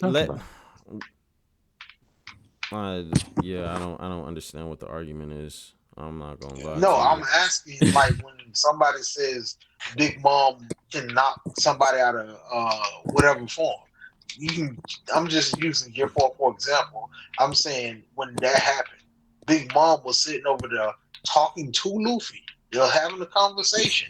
They was not touching each other anymore. They was not fighting each other anymore. How in the world can you go from not touching somebody and all of a sudden just the man just leaves out of Gear 4? We just go, just throw it to the wolves and be like, yeah, she just knocked them out of it. Even though it's anime only. It's anime only. In the manga, didn't he like? You think they weren't touching? Did he get taken out of Gear 4 like off screen or something like that? Huh? Then in the manga, didn't he get taken off of Gear 4 like off screen? Like we don't know like when he actually exited Gear 4. It's just like the next panel he just wasn't in Gear 4, right? Nah, hold up. I'm pulling it back up. I'm trying to find what chapter it was. I think it was like 868. Nah, it's 871. Can you say that like it was just off screen and the anime just like kind of like, you know what I'm saying? Like no, because the anime completely changed what happened. They were talking. You can go back and I wasn't even referring. Anime changed completely what happened on in the fight when they was clashing. When they clashed, only thing that happened in the manga. Well, what happened to what you was talking about on Fishing Island? You running away, and Luffy said, "All right, Sanji, one punch." Went up there for one punch. They clashed. They started talking. You can't beat Kaido. That thing, blah blah blah. And all of a sudden, what happened after that was, hey, Luffy just leaves Gear 4. No, that's not. That is not how that happened. That is not. Listen. That's not how that happened. That's not how that happened. I'm looking at it right now. So yeah, face. I'm looking at it. It's 871, page 8 and page 9. Luffy clashes with her, and then the blowback hits everybody else. Everybody's like, oh shit, boom, boom, boom. Go to the next page. You go to page 9. Once I take care of Kaido, I'm coming back for you, Big Mom. Then you see Rattle, and you see the flames coming from Big Mom's arm. The next panel, Luffy is draining from Gear 4th. Hurry up, Luffy. And then Luffy is saying, the power is draining. You see, that's what I'm saying. And then Big Mom says, Kaido, oh, that's not gonna happen. You'll never beat that thing. So you said that completely out of order, Wing. Yeah, you see, and then that's the thing about it. The anime, I said out of order. But the anime did the same exact thing. Knock him out of it. Bro, he literally just said, bro, come on, Wing.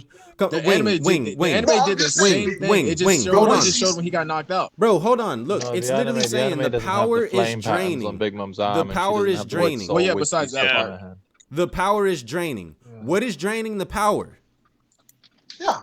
Bro, Luffy Wing, answer the question. Wing, answer the question. What? No, you didn't. You said yeah. You said yeah. You said yeah. No, bro. Hey, he agreed. No, for one, man, I said yeah. When Luffy want to go to Wendy's or McDonald's, his power is draining. I said that. You probably didn't hear me when I said it. I said it. So look, the power is draining. Who is what is the reason for the power draining? We all know that Luffy. Hang on, we all know that Luffy's limit for Gear 4th was around 20-30 minutes at this time, right? He literally goes Gear 4th. He goes Gear 4th, and then a panel. He's out of it. 20 minutes surely did not pass in that panel, bro. But Luffy can deactivate Gear 4. What's telling me that Luffy can't deactivate Wing. She sucked a nigga, so that's what happened, man. like Wing. Maybe she can train Haki. That's what happened. Luffy did not willingly go out of Gear 4. Otherwise, he would not say the power is draining. Matt, let me ask you something, right? When Luffy leaves Gear 4, is it voluntary that his Haki just leaves after he got a 10-minute recuperation period? True. Yes, it is voluntary because it is a drawback from Gear 4. So tell me, how in the world if Luffy leaves Gear 4 and automatically the prerequisite for it is as soon as you leave Gear 4, you got 10 minutes. You got to wait without Haki. I don't care if you're in it 2 seconds, 10 minutes, 20 minutes. It's the same thing. I gotta charge my phone, guys, so I gotta dip. All right, Theory. The only thing I'm gonna say before I go is there's like 60 people that can damage Kaido. He's garbage. All right. Oh, thank you. All right, man. Okay, so Wing, bro, Sanji is literally carrying Luffy. Yeah, I know he is.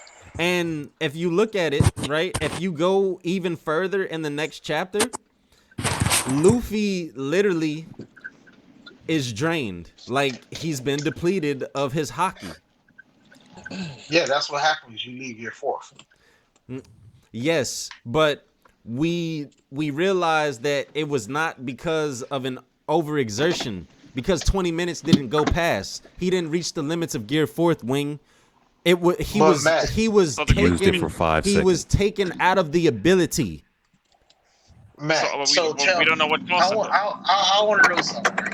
So you telling me Big Mom can just snatch people Haki from deep? That what? That what you telling me? That what? I'm asking. Can Big Mom just start snatching everybody Haki from deep? I think that Big Mom could take people's Haki in conjunction with her devil fruit. Yeah. If they clash Haki on Haki. If they clash Haki on Haki, yes. That's what we saw. So Big Mom is the strongest person in the verse, and we going. No, I don't think that Big Mom is the strongest in the verse. I do not think that that makes her the strongest in the verse. That's a straw man. I didn't say that.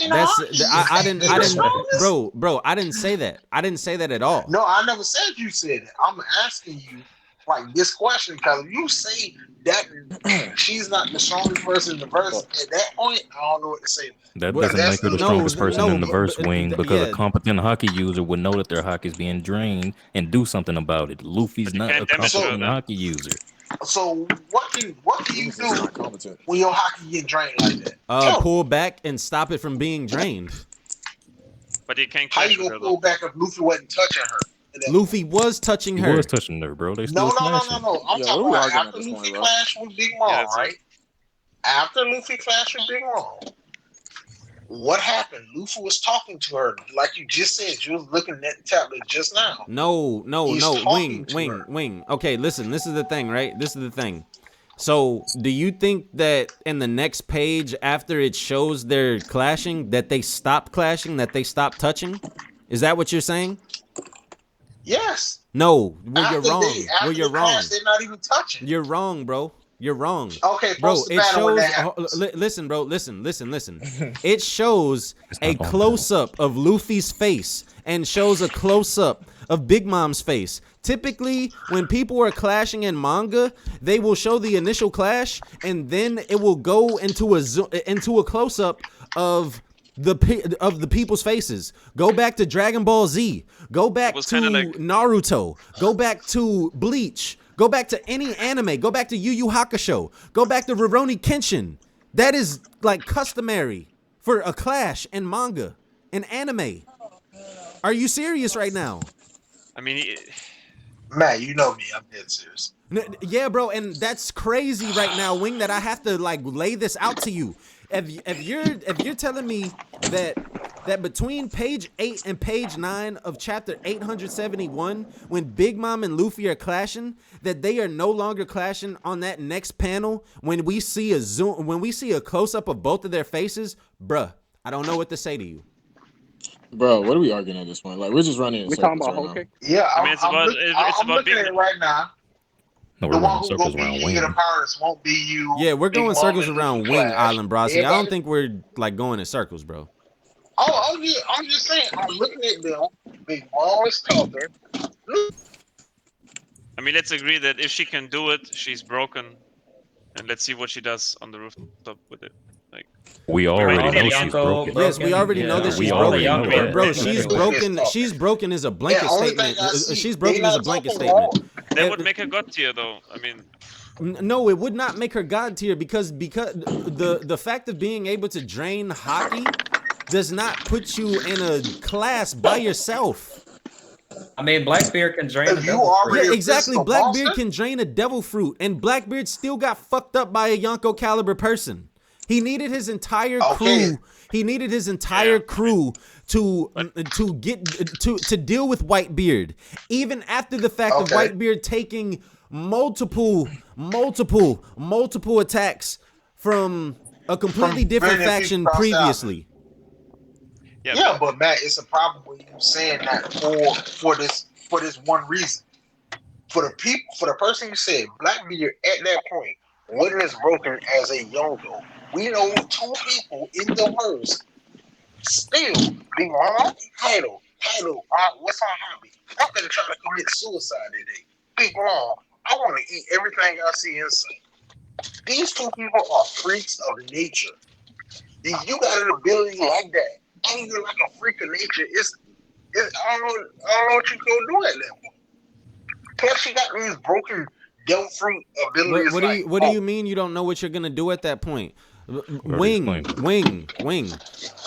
Big Mom does not have the latent ability to just absorb any hockey at her disposal, bro. We're not saying that. Like, bro, that's why I asked you that before. Yes, bro, and me and Stebo both told you that she is able to do so on two conditions: in conjunction with her devil fruit, so using her devil fruit power along with her hockey, and she's touching somebody. I don't know why. Like, bro, are you not following? I like we said that like 20 minutes ago. I get what you're saying, man. Because I'm looking at the chapter. Big Mom, they clash, boom, loop yourself, and go over there after Kaido and come back to you. I see Big Mom, it looks like the same hand that she was just clashed with Luffy with. Look like the same one. Big Mom is over there, and Big Mom got her up in the air, and the thing saying rattle. That's what I'm seeing. So I don't know how in the world it's implied that Big Mom is touching Luffy at that point. That's what I was asking. Hey, Wing, you're the only person that I've ever heard like argue if Big Mom and Luffy were still clashing. So with that being said, we just gonna move on to something else, bro. Like, cause we're not going nowhere. Cool. We're not getting nowhere, bro. Yes. Cool. All right. So since we're moving on to something else, hey, what do you mean by I was downplaying Zoro? Okay, hang on. Share the dank. Share the dank says where he donated $5. Appreciate you, bro. Thank you. Anybody that donated. First, that hoodie is dope. Y'all, shouts out to Vibe Coat. Shouts out to Vibe Coat. If y'all want a hoodie, hit me up on Twitter. I got a couple of sizes left. And I will be taking some orders for back order for people that we missed. Because the sizes went out fast, like all the extra larges went out, all the larges went out. But yeah, man, it's just some Vibe Coat merch, just some shit we've been working on. Got some more stuff coming for the summer lineup. But yeah, if y'all want a hoodie, hit me up. But anyways, second, hope you truly jump into some Kingdom this month. But either way, hope y'all are doing good. I appreciate the donation, bro. Appreciate the love. I will definitely be reading Kingdom later on this month. I got pump faked with the Viz releasing Kingdom volumes, so I'm just gonna pick it back up. I think I'm on like chapter 102, 101, something like that, somewhere in there. Okay, but what's it called? Brosy, back to you, bro. What's up? What you say? You said I was downplaying Zoro. Also, what did I say to downplay Zoro? What you said to downplay Zoro was the fact that you think that Oden's residual and hockey is latent in Enma. Okay, did I say anything wrong? Yes, you did. Because that concept doesn't exist in One Piece. Yeah, that exactly. That concept doesn't exist in One Piece. Hold on. You see. We've never. First off, okay, this is a concept that Kawamatsu brought up when he was talking to Onimaru about the soul of the sword residing, or the soul of the swordsman residing in his sword. That's not hockey. Hold on. Relax. Right. We have two Yonko talking about. First you have Kaido saying, this is Enma. That's why, you know what I'm saying, like that's where that weird hockey was coming from. Blah da da da da. That's where. Why do I feel Odin coming from that sword and stuff like that? You have so much evidence in the story that suggests that part of Odin's power is still within that sword, and you guys are just telling me that I'm downplaying Zoro because I'm just calling how I see it? No, it's not Odin's power. It's Odin's presence. Odin's presence. It's just the feel of the sword. It's just the feel of the sword. Hold on. Odin's presence. Odin's presence. It's not Odin himself or Odin's residual hockey, because if hockey was explained to us in the same vein that Nin was, that Nin can get stronger in death. If hockey was explained to us like that, and if that was a part of like inheriting wills, then that would be a completely different thing. Then y'all would have a point. But hockey has not been set up so that it is stronger in death, or that it can even be used in death. That would turn the whole story. Like the Straw Hat has Roger's hockey. And... Whoa! Hold on. You see, like I'm referring specifically to Enma based off its properties. Okay. Enma itself is unlike anything we ever seen in the story. No, why would Shisui not have the same effect? Hold on. I'm getting there. The Straw Hat itself doesn't drain hockey. Shisui doesn't drain hockey. No other sword drains hockey besides Enma.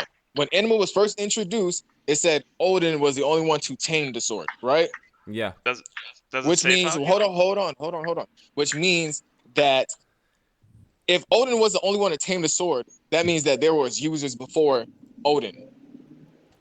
Right? No, because nobody was able to use it. Or the sword was like made, and he was the first one to use that sword, right?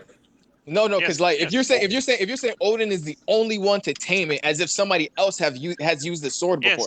You wouldn't say Odin is the only one to tame it if there has been multiple. I mean, there has been nobody else to use the sword. Nobody has been able to use the sword. I mean, the sword was made by the same guy that made Wado Ichimonji. I think it's like 55 years ago, something like 30 years before Odin was born, I think, or maybe 20 years before. But I think he was the first. I mean, Hyogoro. Hitetsu said it. He said that Odin was the first guy to ever tame the blade. Look. There's two things. There's two things, Alan Brasi. So for one, right? Have you commented on the fact that Kaido said that he felt Odin's presence in the scabbards as well? Huh? What'd you say? I said, have you commented on the fact that Kaido said something similar as far as hinting at Odin's presence? He said something about that in regards to the scabbards when they attacked him, and I explained that to you as well. He said they reminded him of Odin. He thought of Odin when he saw them. Bro, he said they're using Odin's hockey. He said, are they using Odin's hockey? Right. Right. He said that, right? So when you remember when, okay, why would he say that to them? Because they reminded him of Odin or something. I don't know. No, bro, because what does he associate with Odin? The Rio? That's what you. His scar being damaged, bro. That's what he associates with Odin. So I'm talking about when they damaged him. Yes, and I'm getting to bro. I'm getting to that. I'm getting to that. So whenever they damaged him, whenever they stabbed him for the first time, when we saw that, it's not a coincidence that he says, "Are they using Odin's Rio 2?" He's not literally, bro. I don't know how many times I have to say this. How many times I had to explain this. He is not saying, oh my gosh, they are literally using Odin's hockey. He's saying They are using Odin's technique. Okay, we're not talking about that. We're talking about Enma. No, bro, we are talking about it because you think that because he said something about Enma, or because he said something about Odin in regards to Zoro after being cut, that or after he was about to get cut by a big huge attack, you feel like that's him saying that is Odin, and that's crazy.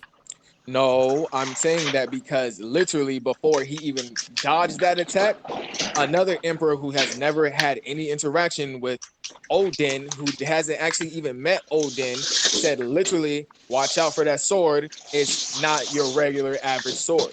And then he dodged it. And then he said he felt Odin's presence from that sword. So I'm asking you, why would Big Mom make note of the sword? She didn't say anything about Zoro. She made no note of Zoro. She literally specifically pointed out the sword, and the sword alone, it wasn't a big deal. The sword itself has a property that Big Mom doesn't understand because she has never met Odin. Kaido, right after dodging that attack, said something about Odin. He said he felt Odin's presence from that sword.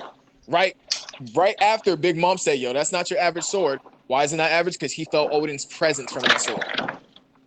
I mean, it's the 30th best sword in the world, I think. So. What? I mean, it's top 30. The sword is top 30 in the world, so it's no ordinary sword, yes, but it's not a magic sword. No. Wait, hold on. He's using Wado Ichimonji. Isn't it the same rank as Emma? It's the same tier, yes. Yes, it's the same tier. Yeah. But it might be bottom of the same tier. Hold on. You see, like now we're going into something else. Wado Ichimonji is the same rank as Enma. She didn't say anything about that sword when Zoro did the little the 3-sword style, the Rengoku Onigiri. She didn't say nothing about dodge that attack. It's literally specifically when he right after that, he said, I need to unleash Enma more. Because Odin has a stronger presence than Koina. Hold on. Odin has a stronger presence than Koina, that's why. He unleashes Enma more, and then I know she got 2,000 dubs. So let me answer this. Like when you see Zoro slash Kaido the first time, not slash him, but he tries to slash him with Killer the first time, and he doesn't actually wound him. He hasn't even used Rio in that. I mean, he hasn't even used Haki in that attack. There was no Haki attack. And after that, he said, I have to unleash Enma a little bit more. Let me finish. He said, after that, he said, I need to unleash Enma a little bit more. And that's because he has this tight grip on the sword that doesn't allow the sword to go out of control and suck him dry, essentially. So in his first slash, he really held back in his slash.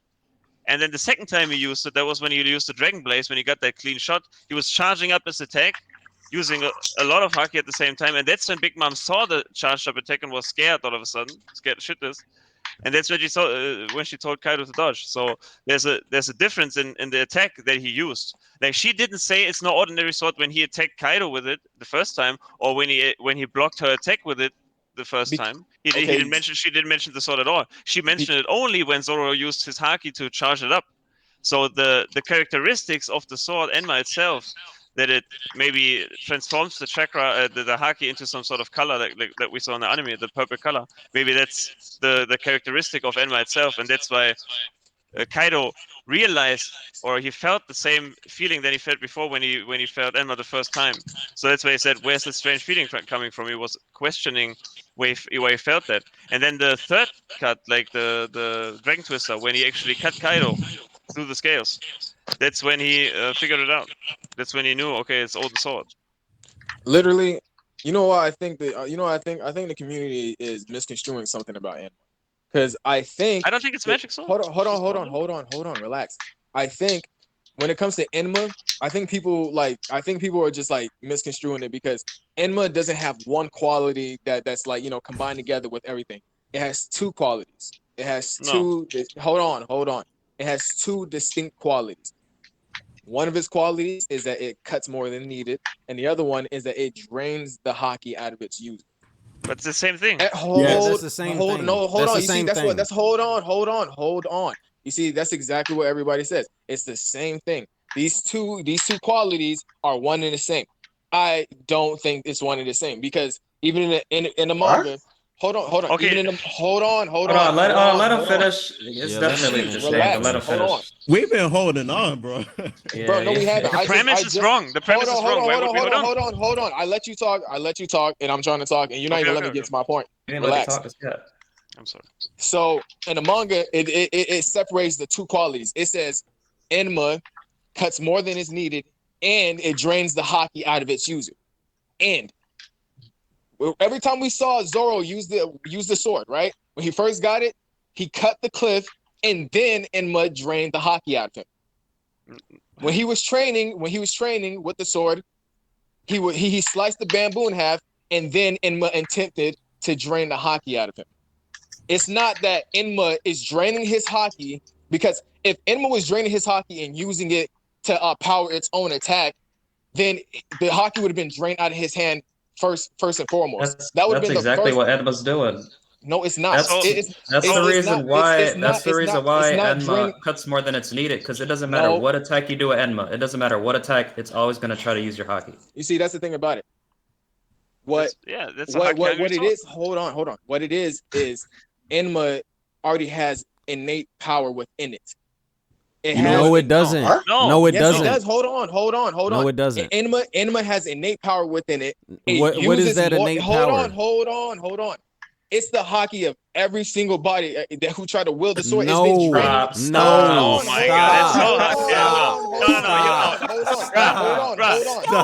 Hold on. What is a theory video? It's not cap right here. Hold on. It's been draining the haki out of everybody who used it beforehand. That's where Enma's power has been coming from. Enma, when can he use it? Hold on. Nigga, we've been holding it. Bro, literally, you're not I'm about to let go in a minute. Listen. It drains the haki after the cut. It always drains the haki after the cut. How does it make sense? So you're telling me every single time that Zoro's been cutting, when Zoro's been cutting, that it drained the haki beforehand? Every single time. Wait. It drains. Why is it shown that his arm gets drained after the cut? Bro, 2 times. Bro, listen. Wait a second. That doesn't make any fucking sense. Wait, hold on. Listen. That's literally the fucking opposite. It drains the haki after it uses its own power. Then it takes the power back from its user. Bro, Enma is constantly draining the swordsman's power. It's constantly. It's always. When you use an attack, any attack with the sword. And then I mean, what I'm thinking is that Enma. What did I? Bro, no. We're making this way too complicated, bro. We're making it too complicated. Like, listen, bro. It doesn't go any. It doesn't. It's not any more simple. It's not any more simple than what it was described as. What it was described as doing. It's described as 2 different qualities, and you guys are just grouping it into no. It is described as one. It was described. It wasn't. When it was described, it said it does this and it does this. It literally gave you and because the 2 qualities are separate. Otherwise, it would have been described. Otherwise, it would have been described as Enma cuts more than is needed by draining the haki of its user. That's exactly how it would have been described as. It's described between 2 separate qualities, bro. When Luffy uses Gear 4, right? And he like he did against Kaido, he uses all of his power. Well, why are we and bringing then he goes out of Gear 4 and he loses all of it. That's the same with Enma. The draining comes after you exert the haki, not before you exert the haki. Bro, listen. No. So it described Enma as cause and effect. It described a cause or what Enma does and the effect of that. All it says is that it exudes its wielder's Rio on its own. And slices more than needed. And the slices more than needed. 2 separate qualities. Yeah, but yes, but that is a direct. No. That is a direct effect of the sword taking its user's Rio. Literally, literally every time we saw Zoro use the sword, if it was taking all of his Ryo and draining his shit, right? His arm would have been drained before the cut. His arm was drained after the cut. What do you mean why? Because it's taking his haki. That's because remember, every time you use any attack with that blade, any attack, it takes your haki out.